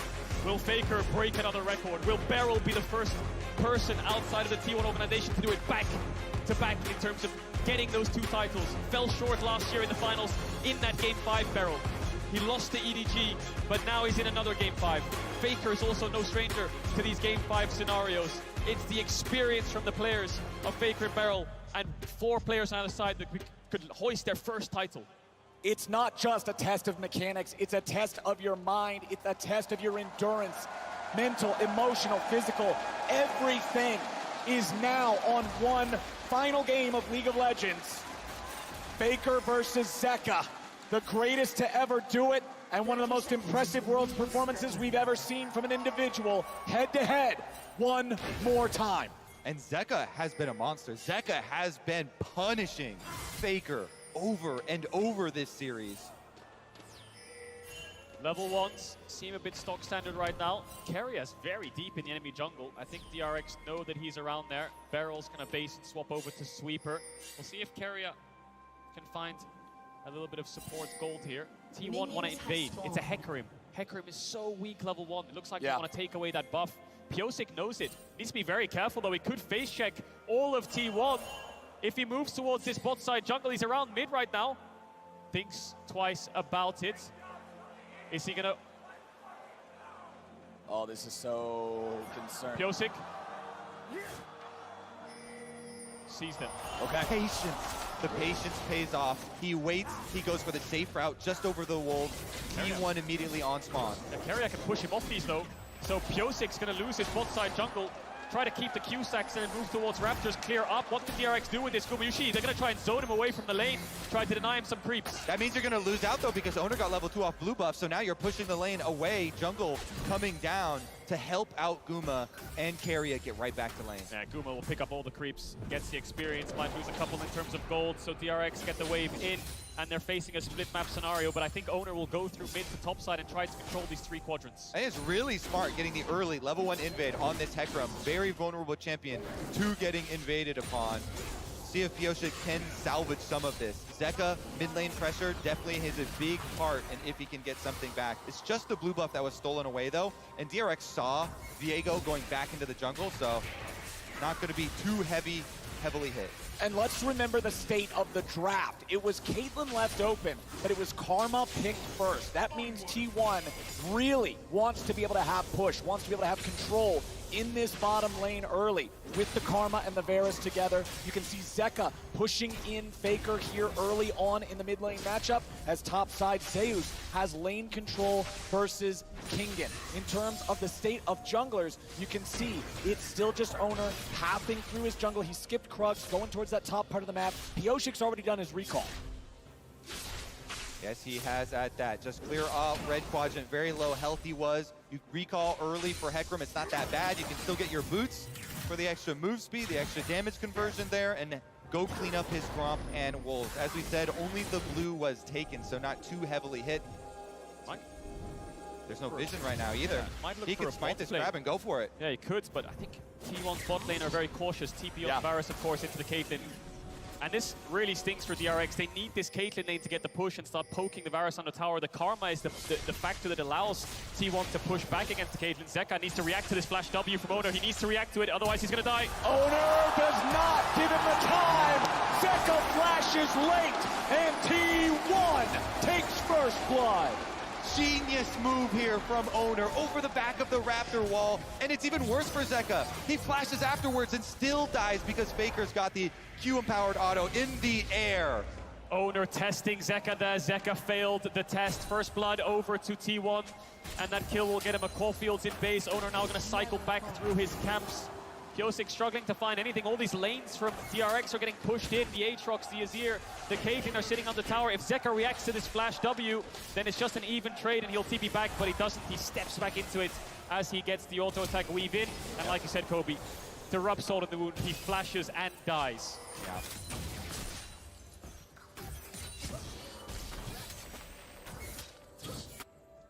Now for Pyosik, what can he get back? It's Owner first to the play. Owner first to get his team going ahead. This Hecarim, he knows he has a lot of gank potential. He knows that if he can find the angle, there's moves to be made. The problem is it's tough when T1 are playing right. Now Owner's coming around again. Zeka has no flash, but he's able to get behind the minions. He'll get out of this one, but Owner really trying to index towards Faker in this mid lane early on in game 5. Yeah, again, burning cooldowns, burning mana off of Zeka, taking away the safety of that vision, putting his own control ward right back up here so he can control this very important pathway here. Start up the dragon. They've got bottom lane pushing. The multiple ganks towards mid have gotten them mid pressure, so it's an easy first dragon for T1. Pushing lanes because there's no real threat. The Hecarim needs level 6. Like you just highlighted there, Kobe, the pushing lanes are so powerful in letting you use neutral objectives, and T1 are aware of it. Shut down the Hecarim early. Pyosik needs to farm to 6 before he can impact the map, so T1 can start getting these early game advantages. Top crab spawning soon. Owner might path his way up there. Herald's in 2 minutes. Pyosik needs to get to 6 before that spawns. Looking for some Raptors, though. Trying to steal him away a little bit. Walks on up, pops Spirit of Dread. Gets himself right back out. And now top side, the fights continue. Zeus versus Kingen. Zeus with the ulti finds a lot of needlework there into Kingen, who's not able to continue the trade after already using the cooldowns. And Owner will again look for Zeka in mid. He will chase him away as Faker absorbs this wave. Meanwhile, back in top, Q3 hits the mark. Infernal Chain. Solo kill for Kingen in the top lane. Best top laner in the world. Who? 369 and Zeus is the discussion. Kingen's in the World's Finals. He had an amazing game 3 and 4, and now in this game 5, solo kills Zeus. When the pressure is on, it's Kingen who stands tall. what a beast. And he's going to go for the recall right now as the wave is also slowly pushing into him. So Owner has to show himself on this top wave to push it in for Zeus. Such top lane difference here for King, and back-to-back this Aatrox pick again. And this relieves so much pressure on DRX. Mid lane's been struggling, a lot of ganks towards there and focus from Owner. Death and Beryl have been on a split map against the Karma support with Bard under their tower, but top lane is now winning. Herald is spawning in a minute. Kingen has the early serrated Durkins, can start pressuring this lane. Zeus even had the counter pick here. Gets level 6 here, Zeus, and I think he tries to find the all-in, but Kingen gets a small trade off. They reset, and then on the re-engage, Kingen kills him. Exactly, goes for the minions, levels up, uses all of the needle work there. He knows Zeus has nothing left. The ghost was already used here, so Kingen right on in, hits the Q3. Infernal Chain means he's dead. No way out. She turns right back into a doll and falls over as the Aatrox popping off here for DRX in the top side, keeping this game nice and close. Still 3 minutes until the next Drake spawns, but Herald's gonna be spawning soon. T1 have controlled early objectives so well in this game, but Owner's also got his eyes on the bottom lane of DRX. Deft has no resources to work with, and he must take a recall. They're gonna lose a couple plates here, DRX. T1, not only do they get the split map and the jungle invade, they also have TP on Gumayushi, so they get a free base. Deft struggling, Kingen is gonna start up the Herald. It'll be a cross-map trade, but T1 are gonna get so much from this play. Yeah, Kadril, you were talking about Pioshik's level 6 and where is he gonna go? He's going straight to his winning lane with King in here. They started up on Vision, and again, T1 have made the call. They leave Guma pushing those plates on bottom. But they can't finish the Herald. They know T1's ready to contest. Baker's coming up now too. Pioshik, defensive ulti over the wall. Kingen with a World Ender. He's stuck inside the gravity well, but he goes forward. Baker dies. Zeka gets it. The shuffle to get the rest of them away. Carry has made his way up into the top side. Barrel goes for the flash binding, but he won't grab it. DRX get the kill, and they're back onto the Herald. My God, Kingen is playing out of his mind right now, up against T1. They're at a disadvantage from the get-go because Pioshik had to use so many resources to get out, but Kingen goes in. They secure this objective. They were supposed to in the first place, but T1 trying to fight them back, testing the waters in this topside river. And Zeka doesn't miss a beat. He follows him right back up with the Azir. Flash, pushback play with the ultimate. DRX secure the Rift Herald for themselves. They wrest control back. All bottom side though. Gumayushi with the level 6 versus level 5 advantage goes for the Chains of Corruption. Beryl getting away from Faker here as he retreats into the topside river. Faker will chase him as long as he can, but Beryl is already gone. Let's take another look at the Rift Herald fight. Okay, so this is the setup, and you see both mid laners coming over through the river. Because Pioshik goes on this run through the enemy jungle, has to ult all the way around the outside. Kingen then is the one who takes charge. Goes right at Faker. Zeka, no hesitation, follows him to finish it off, and then pushes out Owner and Zeus so they can refocus on that Herald. I wonder if he wants to push them in instead, and he's trying to finish off Faker as he dashed forwards. Nevertheless, they get the kill, and they get the Herald. Kingen landing in all the sweet spots on that Aatrox, moving back towards the top. Dragon's up in 40 seconds. Beryl, of course, we saw off screen. He missed the flash Q like you highlighted, Flowers, and now he needs the level 6. They have the Herald if they want to brute force through a lane, but I feel like they need to repay Death in this lane disadvantage with the Herald. And I think where he goes with that level 6 you're talking about is straight at Faker. That is a no flash victor now after the last play. So Bard ultimate is prime. The Drake in 20 seconds. The first one already in T1's pocket. You can see them trying to maintain control over the bottom side river. Beryl gets a stun into the wall on Carrier to even out support health bars, but it's Pioshik being found by Owner here in the river. He's got to retreat. Viego's going to take care of him there in that 1v1. And with the enemy jungler half HP, T1 has control over the river to start the Drake. Now there is a control ward for DRX. They're going to see what's going on here. So Owner drags it outside the wall where there is no vision, but he does not have the confidence to stick around. DRX is still willing to contest this. Kingen is the only reason they can contest this. He pushed in top all the way and he's moved towards mid. T1 wanted to start it up, but the Aatrox was collapsing down. Now in this 5v4 scenario, DRX will start it up. Zeus has TP. Kingen can TP back top though. Exactly, it's a beautiful plan. They can make the play on Dragon, force 5v4, and then just have Kingen teleport back to his top turret. Well, the Dragon's low. Owner's coming in. Is this going to be another steal? Barrel will block it with the CC. Beautifully buffered from Owner with a Heartbreaker to escape the Bard ulti. And that's DRX tying up the neutral objective count. King in here, gonna go for the recall to purchase and then go back to top side because the wave already dealt with here at the tower from Zeus. Cannon minion moving in. No flash on Faker. Pyosik has the ult. Zeka has the shuffle. He's not going to get the angle just yet. Pyosik looking for it. There's your engage. Knocks him back out of the gravity well. Knocks him into the shuffle. Knocks him to his doom. And Zeka gets the kill. But now he's going to run. Remember, there's no ulti for Owner, but he's still going to grab the kill. 1-for-1 on mid laners as Zeus wants to run down Pyosik. Owner's ready to follow. Stolen his ear body. Means 2 for T1. They're not out yet. Owner now going to ult over the back of the Raptors to escape. Here comes Kingen. Kingen's ready to go. Zeus is trying to retreat. Q1, Infernal Chains. Q2, but Q3 ain't gonna hit. Zeus walks out. Faker falls, but it's the younglings of T1 and Zeus and Owner that carry him through the play.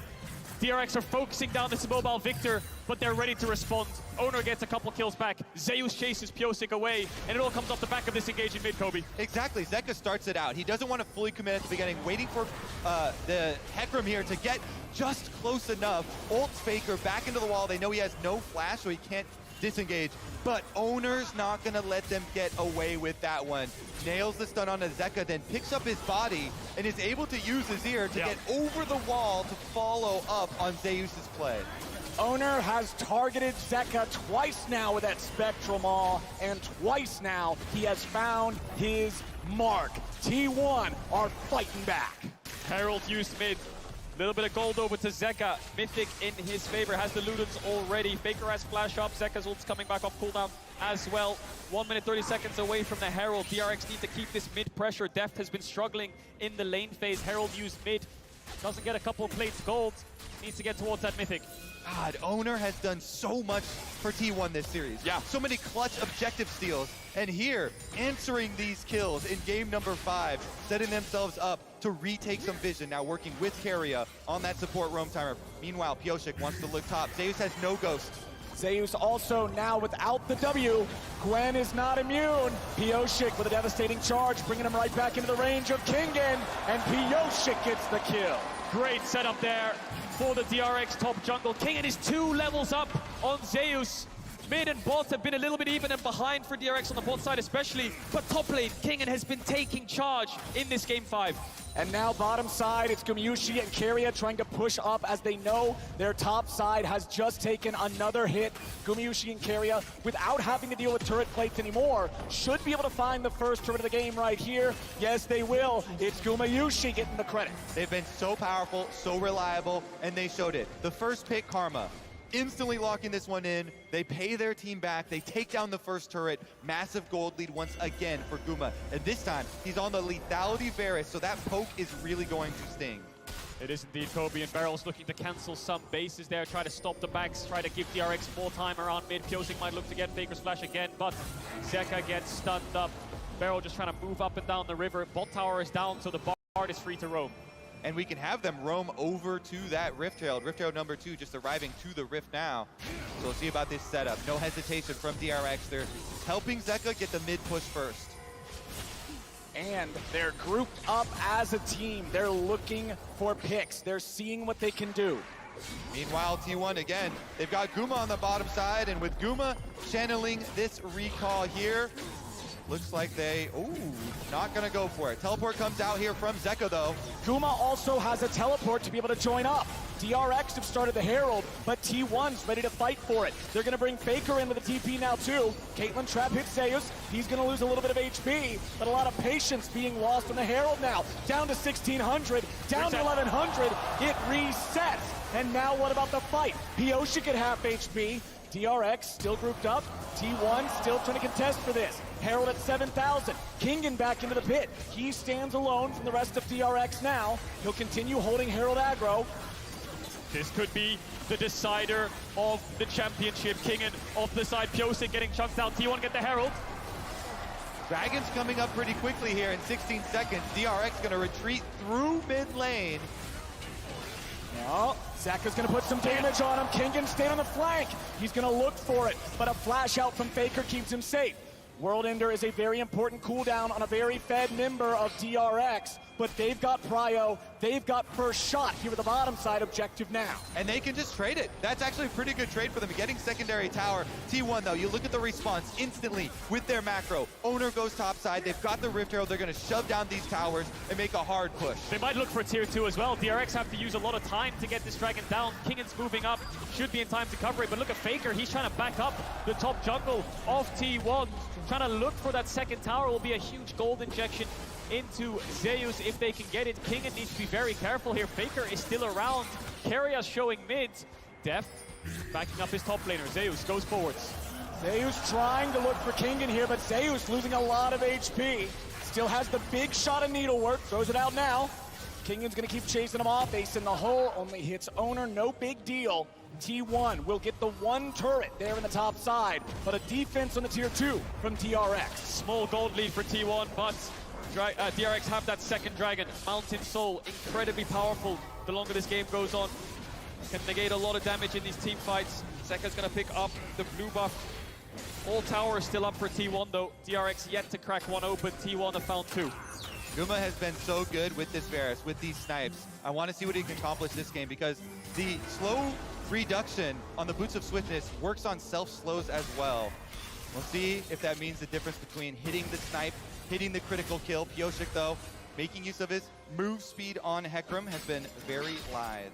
DRX's comp is very good at punishing no-flash targets. Bard ultimate, the shuffle. Here it is! Oh, but it misses. Gumayushi stepped forward to dodge, and now he has to flash to be able to get away. T1 will lose that critical summoner spell on their AD carry, but Faker's now the target. Devastating charge, onslaught of shadows, but not enough damage. Zeka has to get away as Owner's ready to follow up. Pioshik is too far forward, and Faker takes him out. Now Owner's got the charge to chase Zeka. He's gonna look for it. Barrel's ready to try to protect, and he gets him away on a magical journey. It's Owner again to the rescue. He comes in for the counter on the Viego. He defends again. Faker now going to be able to push off the back of that. They've got the extra person advantage with Pioshik still sitting on a 12-second death timer. T1 pushing all 3 lanes. It's the battle of the mid-jungles. T1 coming out ahead. 100% kill participation for Owner and Faker. Ever since the start of the game, Owner's been trying his best to get Faker ahead. He is marginally in levels. Look at this again. Faker no flash lands the fear onto Faker, but Zeka can't do a lot of damage right now, and Owner is there to follow up. Flash stuns Pioshik, who has no ghost. They get the reset on the kill. They chase down Zeka, but he manages to get out. Every time they go at Faker, he unloads a big combo. Pioshik, though, my goodness, going down so quickly there. Owner jumps on him. Gotta brush it off. Yep. Just have to think about the next play. This is your last game. It's all decided here. TP coming in from Faker. T1 want to pressure down this mid tower. DRX not a lot of wave clear to respond. Barrel's getting locked down, but he gets away. Lots more damage pouring in, but not enough to kill him just yet. Pioshik's coming around from the side. Kingan's on the flank now too. They're waiting on the TP to come in. Gumayushi's going to be targeted. He tries to get away, but he's going to take it out first. Zeka's trying to get away. They're finding more damage as Owner's about to fall onto Pioshik now. Zeus wants to fight against Kingan. The maul keeps him alive, and DRX is winning the fight. Shadow was still ready. Faker dies. Zeka goes in, and Keria will die. 2-4 for nothing. DRX. Pioshik brushes himself off, he gets back up, and he gets the engage to break the game open. That's going to be DRX on Baron. They take down 4 of T1. The flank from Pioshik on the top side, and then teleport in from Zeka. DRX circled T1 like sharks, herding them in. T1 didn't find a response. Guma, can he steal it? Guma will have to fire a hell of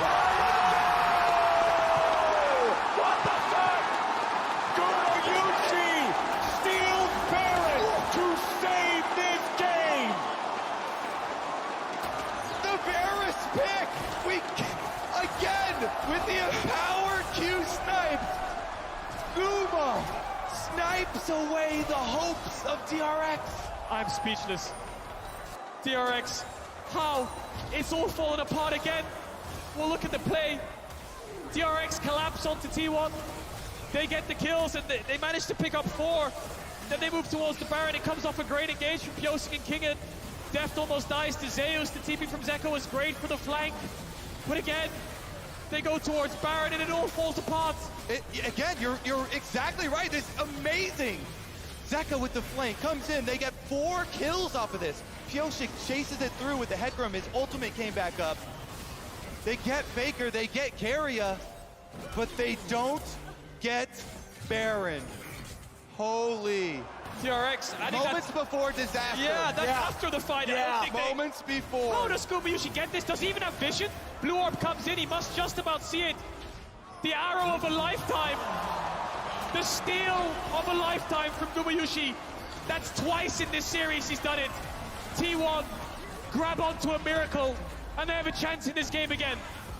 T1 have more than a chance. They have a push here in the bottom lane. Everybody's ready to go. Zeka staying on the tier 2 in the top side. T1 have already broken the tier 3. They are looking for the inhibitor, and they will already take it.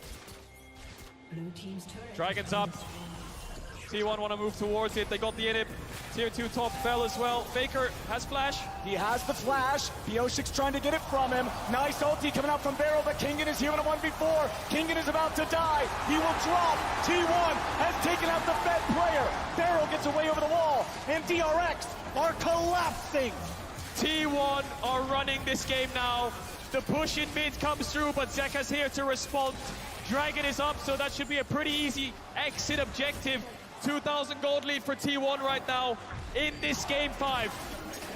The power of a single ability, a single steal.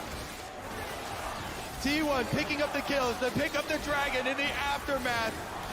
That will haunt Pyosik forever. They need to stay composed now, DRX. The siege is over. It's heartbreak again, but they've never failed to bounce back every single time. Level-headed, 2 items on the Caitlyn. Azir will be their late-game insurance, but T1 just got a massive injection of gold.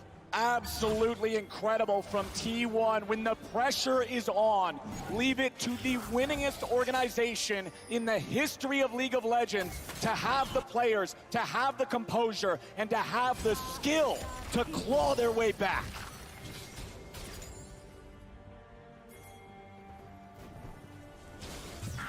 What a series.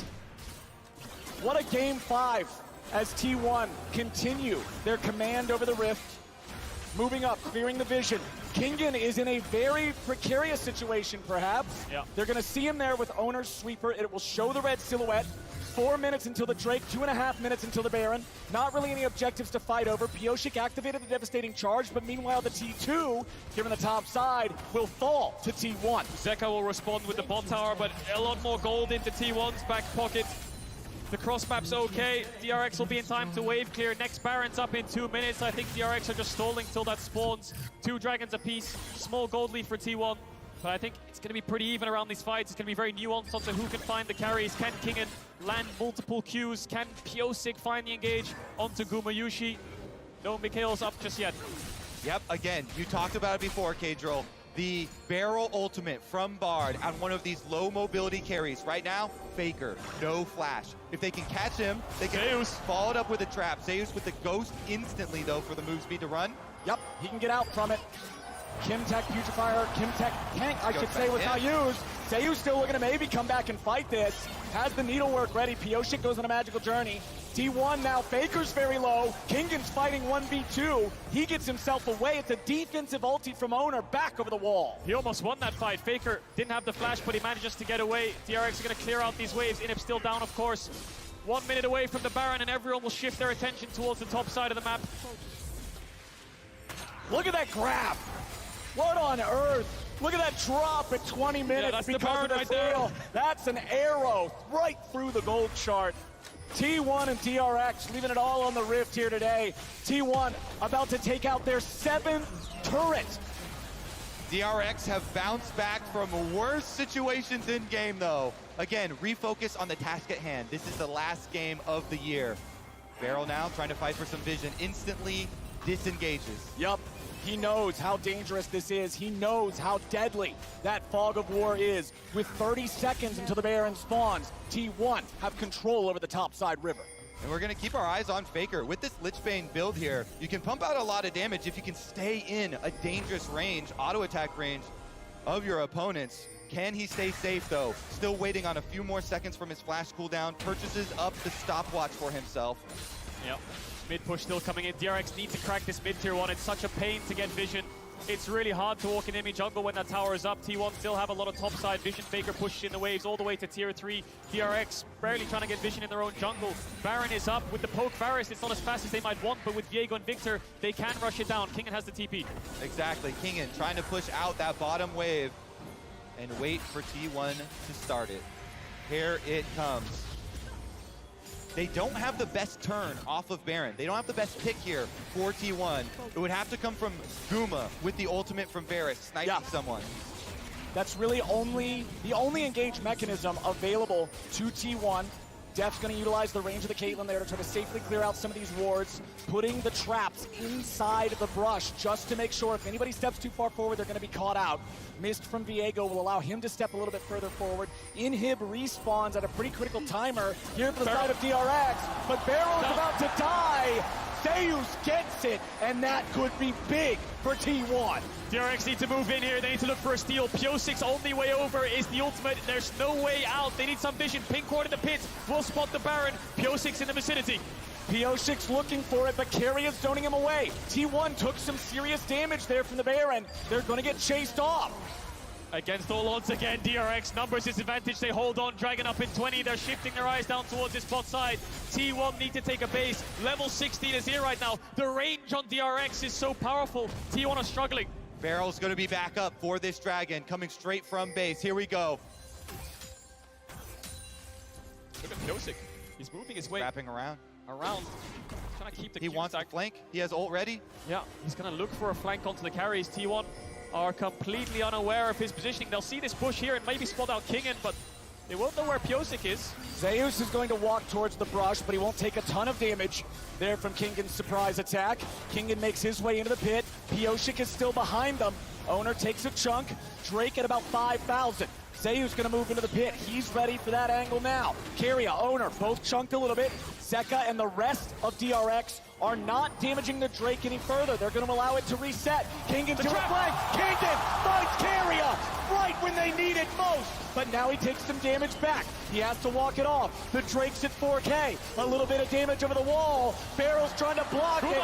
Dragon is secured. Gumayushi is down. And T1 are trying to fight back. Piosik's under fire. He will drop. It is a 2 for 3 for 2 in the fight. Excuse me. But what kind of League of Legends are we watching? Good Lord. Madness is what we're watching. Piosik gets the Dragon this time. DRX secure the objective. They secure the smite. And Kingen in the brush immediately deletes Carrier. Hello. Yeah, just walks onto the trap.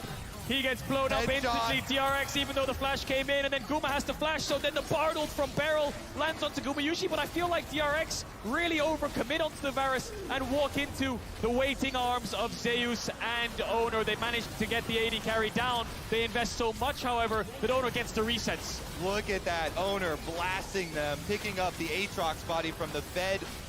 Kingen as well, and zapping down the last kill. Gold pretty close still with the extra Dragon here leading up to Soul Point now.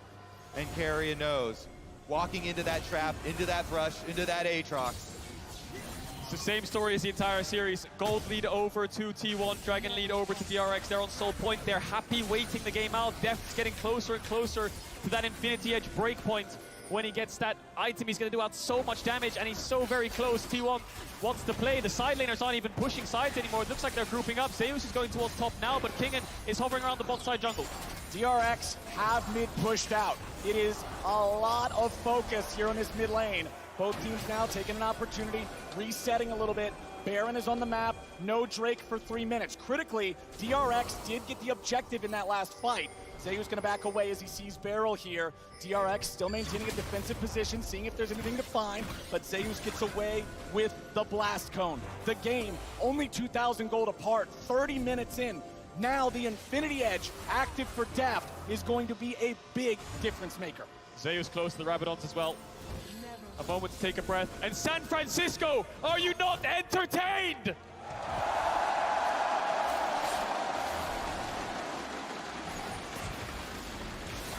A little bit of extra speed there for Pyosik. That devastating charge isn't going to be used for a whole lot just yet. Zeka with the Ludens, with the Shadow Flame, Banshee's Veil now completed. T1 still defending the mid lane tier 1 turret. It is 3 turrets to 7. T1 have taken many, many more objectives this game. Zeus will move into the pit. He'll clear out some of the vision.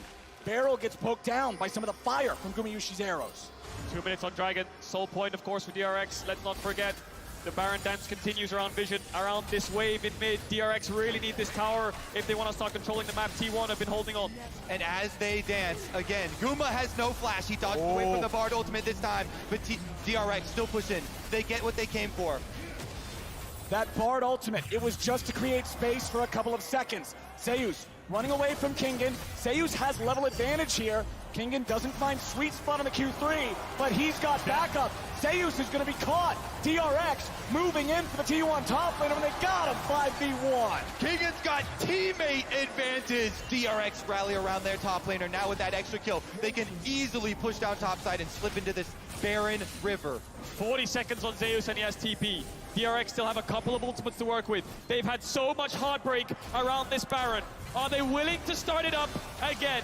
Owner's alive. T1 have the mid push. They're going all for it. All the cards are on the table. Flank, flank, flank. They're wrapping around. Yep, keep your eyes on Pyosik and on Beryl. DRX, they don't even have their jungler in the pit. They are not going to commit to the Baron. They are looking for some sort of a play. Beryl is burning, but they're ready. They're turning. Pyosik has Faker. Keria barely lives. He's trying to run away, but Zeka and Pyosik are still chasing him down. A bullet to the head, and Death pulled the trigger.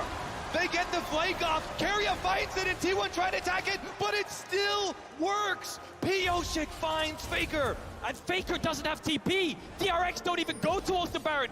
Dragon Soul's up in 35 seconds. They know they have a few seconds of a time window to force down the Dragon. What's the call here from DRX? They're avoiding the Baron. We're going to look at this fight again. Zeka is the hero. Keria here, look at this. He finds the flank, and T1 all come to try and attack it. Beryl so low, heals himself, but that just leaves the opening. Pyosik and Zeka. You mentioned the Azir sweep. He hits Faker with it, dies before the body hits the ground. We need to go back to live. The ult comes out onto Keria. Looks like DRX have based. They're around this Dragon, but T1 are going to threaten a Baron rush, so DRX will get the soul. Pyosik's here. Beryl will try to keep everybody away, try to interfere as much as he can. Pyosik and Zeka working on the Drake. 5,000 HP left. Death wants to get away. A lot of threat coming out from the Needlework. Kingen's very low. He goes into the stasis. He's still going to live, but only for a moment. Kingen down. Soul for DRX, but it'll be Baron for T1. They're going to force on it and try and make DRX come to them. 5v4 advantage. They're burning it down. Owner has smite. Pyosik does not. No Kingen. No Kingen. This has to be a no-go for DRX. They were back away now. You're absolutely right, Flowers. Deft was really low HP as well. Had to use the summoners to escape. T1 managed to get the Baron in trade for the soul. DRX were trying to stall them, so they just ran headfirst into them to force the fight. Pushed back Deft, killed Kingen. And now what can T1 get done with this Baron? The soul will last forever. The Baron's only going to be up for a couple minutes. Very dangerous pushing on the side lane as well. Now that death cap has come in for Zeus. Total damage done at the top of the charts. Both top laners. Let's take a look at the spread though. 1-3-1 initially. Zeus doesn't see them. They've gone back to base. Gets the outline. Zeka gets the Rabadon, so this is here getting closer and closer to full build. This is the game 5 we were promised. This is the perfect ending to this series. Both teams are just battling here in game number 5. Deft with the Caitlyn working on that 4th item. It's not been a fantastic game for him, falling behind early on. But now that he's fed, now that it's late game, things are going to be a little scary. Faker at half HP, Ace in the hole, doing a good job chunking him out. And DRX, they've dropped the Sun Disc there in mid. But there's nothing to play for here on the top side. Baron still under the possession of T1. DRX make a nice hard push on mid and top lane to try and nullify and reduce the amount that T1 can get with this Baron. They're just trying to delay, because then they come out ahead with the power of this Mountain Soul. Oh, nice. Baron buff wasting away. Yeah, and Deft's getting closer and closer towards that Bloodthirster. Caitlyn can become so powerful. T1 don't actually have a reliable auto-attack champion other than the Viego and the Gwen. They already carry as a poke champion, whereas Deft will get closer to 6 items. Azir as well. Such powerful late-game scalers that will melt through T1, so they want to push their advantage while they have this Baron buff. Only 1 minute left on it. And remember, the only real catch or engage on T1 is the ulti from Gumayushi. He was the hero with the arrow back at the Baron, but now T1 are trying to use what's left of this 45 seconds of Baron buff. Look at these wards behind T1. They need to be really careful if they overstep. King can TP behind them. Zeus will be ready and waiting for Pioshik. Pioshik's gonna have to hold out of this one, you would think. No! Gumayushi gets the kill, and T1 are 5v4. Guma nailed him with the chains of corruption, and Pioshik falls. 40 more seconds on his death timer now, and look at this. The brush play from Kingen. Can he pull it back? Baron buff falling off in 15 seconds. Bot lane inhibitors open. Zeus might be caught here, Kingen. Zeus does not have an ulti. They used it for the pick. Now he's going to try to run from Kingen, who keeps the chase going. Q2 finds him. Q3's not going to get nothing more than a chicken. DRX still trying to hold on. Deft backing away. Zeka backing away. T1 looking for the inhib. You would think they should be able to find this one, no problem. There it is. T1 take bot lane inhib for the second time this game. I can't imagine how much pressure all of these players are under in this game 5. T1 managed to crack that inhibitor like you highlighted, Flowers. But they still have the Mountain Soul. The pick didn't net them an end. Elder's up in 2 minutes 20, Baron's up in 2 minutes 40, roughly the same time on the spawns. So they're going to need to juggle both the objectives to make sure, most importantly, the Elder doesn't go over for free. So much riding on this next team fight. Instantly picking up as many stopwatches as you can. Guardian Angel over here. Zhonya has been there for Faker. Yeah. He disengages. This fight means everything. What a series. This one's delivering, man. Everything I hope for. What? Everything I hope for is what we're getting, and now we're seeing so many champions get so powerful. Just like it's been this whole series, it's gonna come down to execution. Yep. It's gonna come down who can really stand tall in these biggest of moments. It's going to be a very fitting ending to what has been such a beautiful story between these two teams. T1, the bounce back and the struggles from MSI, and DRX, the surprise to the world. Elder up in 1 minute 20 seconds. Trying to contest a little bit of bot side vision here. T1 looking to see if they can find a pick. DRX don't have to deal with a Baron anymore, but they still have to deal with walking into the fog that is their own bottom side jungle. T1 will clear out any wards they come across. They still have a small gold lead, but at 39 minutes into the game, it's not that big of a deal. Bloodthirster for Deft. A little bit of extra survivability, sustainability here in the fights. We've mentioned multiple times how little CC T1 have to work with. They gain so much from being at the objective first, forcing DRX to go through these small pathways, let them hit the skill shots. Guma on the front line. Guma's on the front line. Ace in the hole is only going to hit the shield. The last time T1 went to a Game 5 in a World Championship was against Damwon, and it came down to an Elder Dragon fight. Here we are, a year later in the finals. Same story. Barrel goes to the ulti, but Faker has fast enough feet to barely dodge forward out of it. Guma no flash, Guma no ultimate. Owner blows up the blast cone though. Kingen finding his way around. This Aatrox, a pest in the T1 side. They're going through mid though. Yeah, they're going through mid here. T1, DRX are pinging this top wave. There's a threat imminent. Kingen's on the flank. Kingen's looking for it. He has been the X factor, but Barrel's gonna die. He barely gets away. Pioshik's in the retreat. Barrel stays alive somehow. Redemption's coming down. It's gonna heal him up. T1 moved in. Kingen was not able to respond there with the flank. He'll steal the enemy red buff for the upcoming fight. T1 chunking out the health bars. Decide to go for the Elder. Kingen's still ready. TP coming back in for DRX. Zeus and Owner here in the pit. Zeus goes over the wall, but Kingen's ready to find him. Q1, Q2 finds his place back inside the pit. Drake gonna slightly reset. Gonna come down to a smite fight. Kingen ult is off. Beryl has the ultimate back up. No carries on the flashes. Look at the trap line. Look at the Caitlyn. He's trying to send him away. Owner goes in. Owner is down. The Drake secured. T1's jungle. Trying to do it. T1's going to the base. They're going to the Nexus. Can they do it in time? Kingan comes back. Elder Drake at the ready. But what can he do? Q3. No damage just yet. Elder Drake. The execute. Zeus is down. DRX. Hold on. Kingan! He gets back! He does it! Gumayushi's gonna find the ultimate onto Bioshik, but they still have the Elder Dragon buff on DRX. They're gonna run straight back into the hearts of T1. Can they end? Is this it? T1 are so vulnerable and wounded. DRX have the Elder Dragon. 4 members down. It's on Gumayushi to hold the line. DRX are coming for their World Championship title. The Cinderella story! DRX are pushing in! DRX, they're on to inhibitor turret number 1. Only Carrier is going to be up. It's still 10 seconds on Owner. DRX will march forward. Carrier wants to hit the wave. Kingan goes to the world ender. Gumayushi is dead. They have been doubted. They have been discounted. They have been dismissed. But DRX are your 2022 World Champions.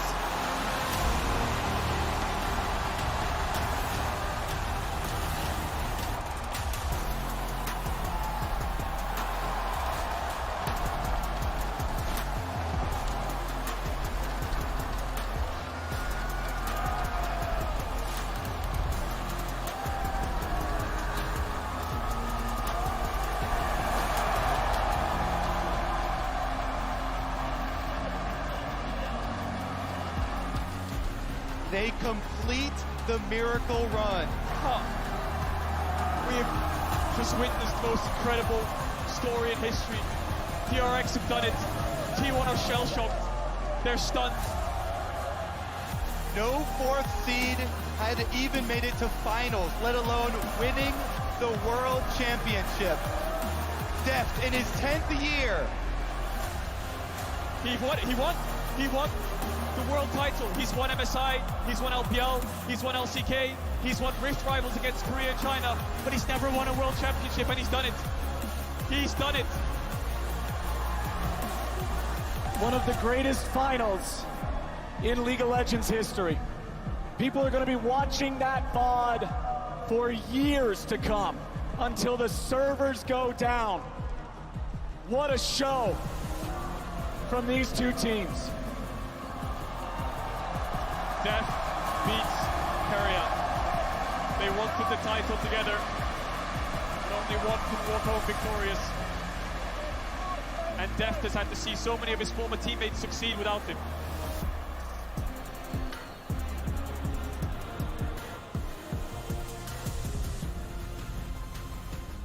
All of the emotion. The whole year boiled down to this. The group of friends that made the miracle run. Through all the objective steals. The mentality of diamonds. Untiltable, unassailable. DRX World Champions.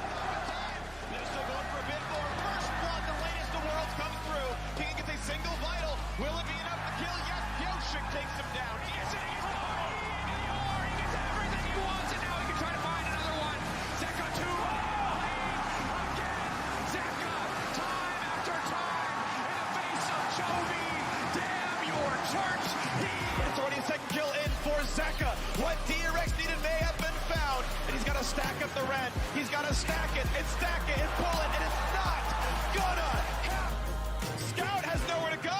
Knocked up by Ash and shut down by Death. Ocean in the Ocean Soul. DRX goes into top lane.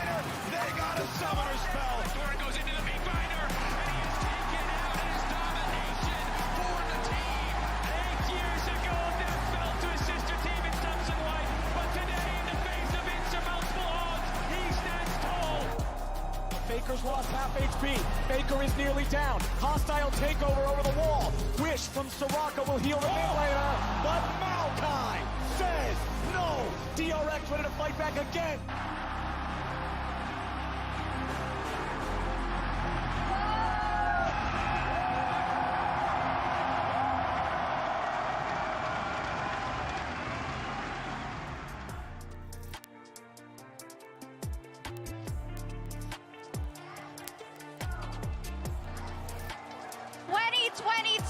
League of Legends World Champions DRX!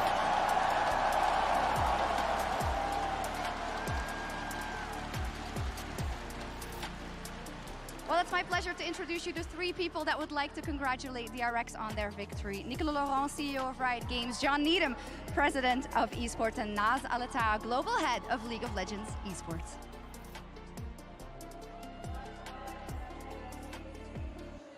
An unforgettable Worlds run. Tonight truly goes down in League of Legends history. And to commemorate your achievement, we are honored to present you with the Summoners Cup and the 2022 World Championship rings.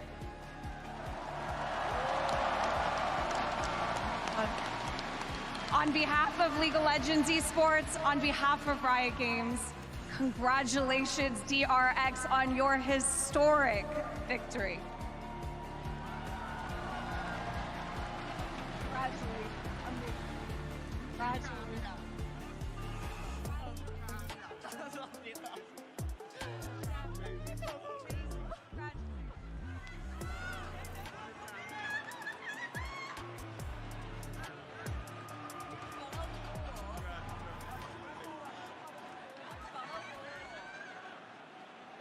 Thank you so much for helping congratulate our champions. I'm so happy I get to talk to them. Thank you, Ji-sun, for helping me. I don't even know where to begin, but I'm going to give everyone a chance to enjoy this moment. But maybe I want to start with Kinging, because what an unbelievable Game 5, and I'd love to know what was said before getting into that Game 5 and how you look back on your own performance in helping DRX getting the World Championship.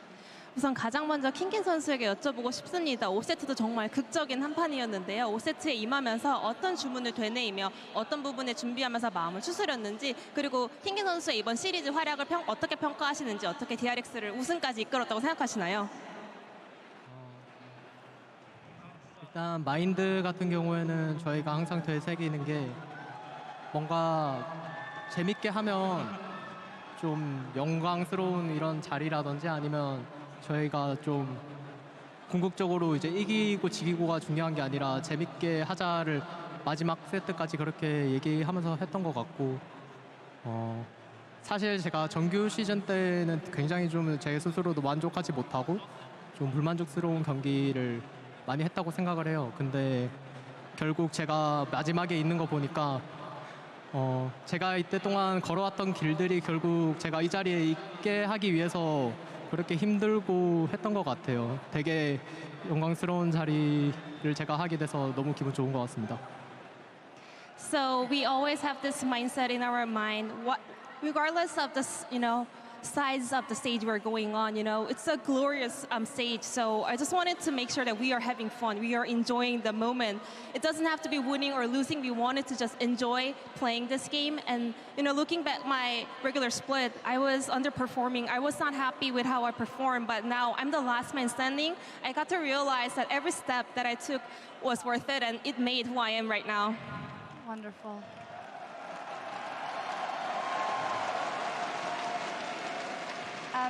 Next up, I'd like to go to you next, Deft.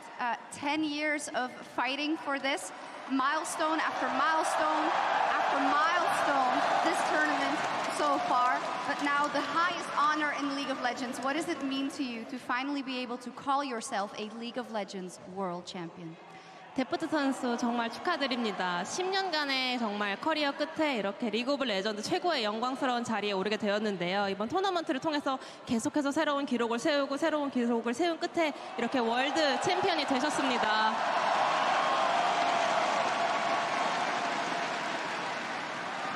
마침내 월드 챔피언이 되신 소감 부탁드립니다.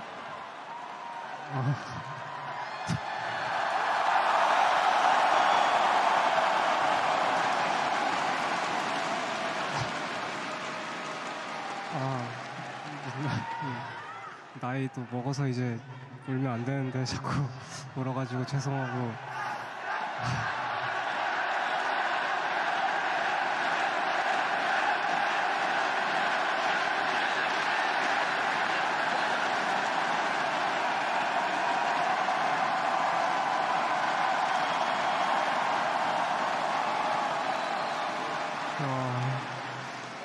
저는 사실 이 자리에서 뛰는 거랑 이제 이기고 나서 이 자리에 서는 것까지 사실 저희가 데뷔한 이후로 하루도 빠짐없이 상상만 했던 일인데 그게 현실이 돼서 너무 좋은 것 같고 또 사실 이 자리에 서면은 언젠간 말하고 싶었던 말이 있는데 이제 제가 세상에서 제일 잘한다고 이 자리에 섰을 때 말하고 싶었는데 이 자리에 서고 나니까 그냥 제가 잘하는 게 중요한 게 아니고 그냥 저를 포함한 저희 팀이 제일 잘하는 게 제일 중요한 것 같아요. 그래서 저를 포함한 이제 저희 팀원들이랑 감독 코치님 또 프론트 분들까지 그냥 다들 너무 감사드립니다. 그리고 팬분들도 너무 감사드립니다.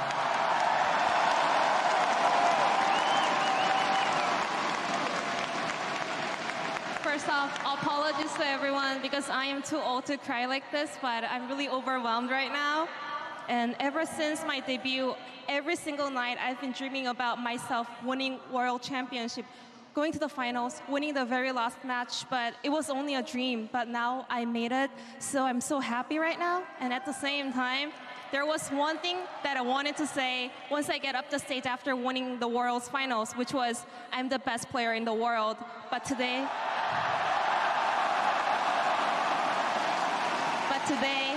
I got to realize myself being the best player doesn't matter. It's about our team being the best team in the world, and today we were the best team. And I want to say thank you to all the players, all the coaching staff, everyone worked for DRX, and also obviously all the fans out there. Thank you.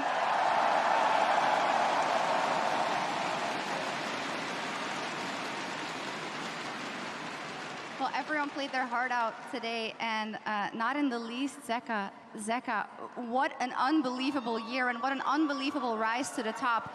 There were many that doubted you along the way in the past, but you proved them all wrong today. How does it feel to become a world champion? 제카 선수 또 올 한 해 정말 눈부신 성력을 보여줬고 또 정말 엄청난 퍼포먼스를 이번 월드에서 보내주셨는데요. 이렇게 많은 분들이 과거에 제카 선수를 의심했지만 이번 자리에서 우승을 통해서 그들이 모두 틀렸다는 걸 증명하셨습니다. 소감이 어떠신가요? 일단 말로 설명할 수 없는 기분이고 사실 저도 울고 싶었는데 옆에서 혜경이 너무 시원하게 울어줘서 저 대신 잘 울어준 것 같고 일단은 같이 해준 팀원들 너무 고맙고 이 자리까지 올 수 있는 것도 말도 안 되는데 너무 다 잘해준 것 같아요. This year was crazy. It's impossible to describe how I'm feeling right now. I almost felt like I was crying, but at the same time, Def was crying so much. So thank you, Def, for taking my spare of crying. And I want to say thank you to all my teammates for working so hard, and thank you, everyone. Okay.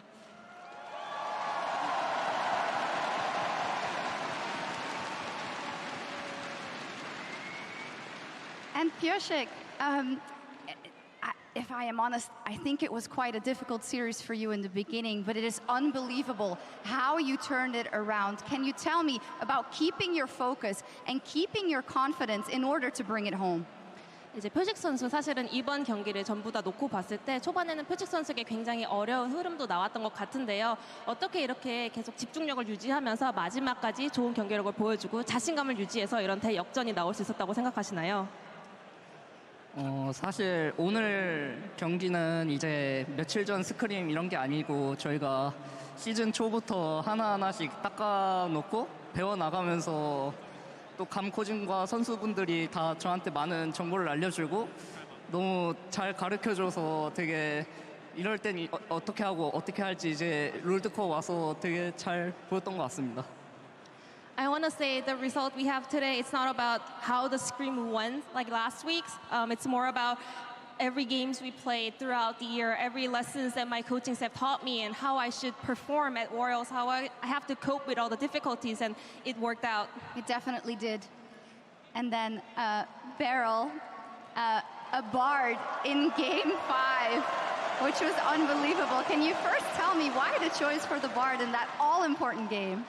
베리 선수 가장 먼저 5세트에 등장한 바드에 대해서 여쭤보고 싶습니다. 가장 중요한 순간에 바드 픽한 이유가 무엇인가요?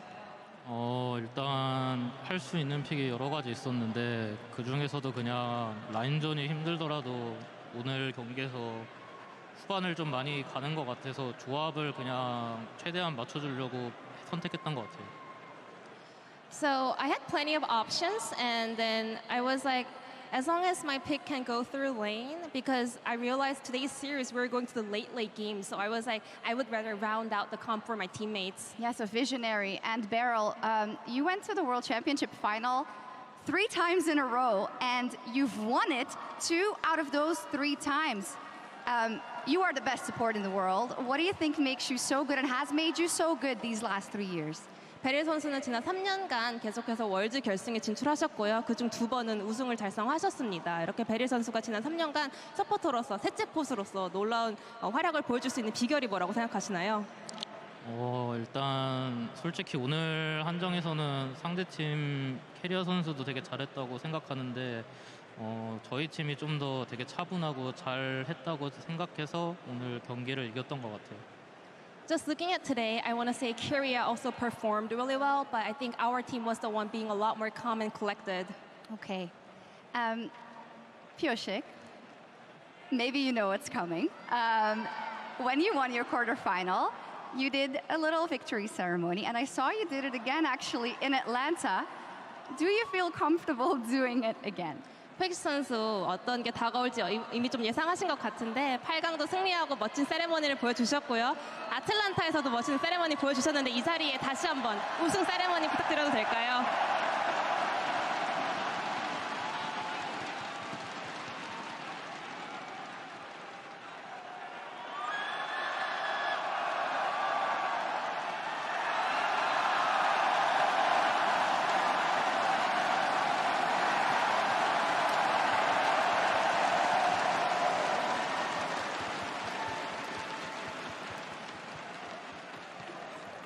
I'm not sure again what it was, but I'm sure we'll find out. Oh, maybe Hecarim. 어떤 세레머니였나요? 헤카림이 이기고 망자의 갑옷까지 얻고 이동속도 600까지 올라가는 그런 모습이었습니다. It's myself as a Hecarim with the movement speed boost with the E skill, also the active items, and hitting 600 movement speed. Nice.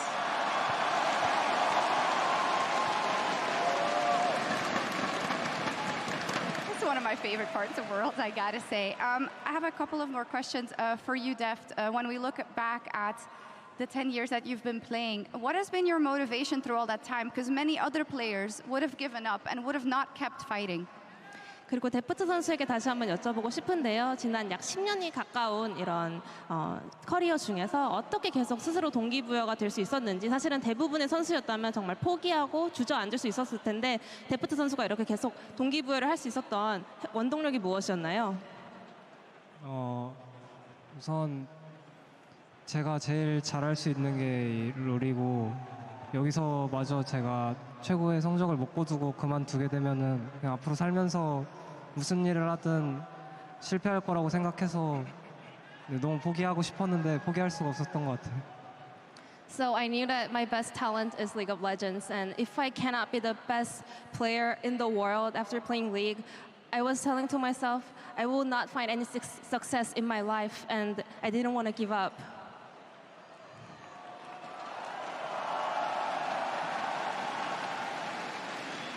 And we are very happy for that. Deft, would you like to take this moment to talk to all the fans, not just here supporting you around the world and especially back home in Korea?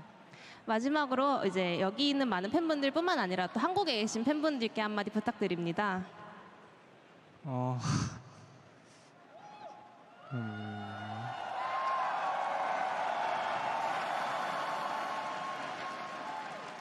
사실 10년이라는 시간이 이제 저뿐만 아니라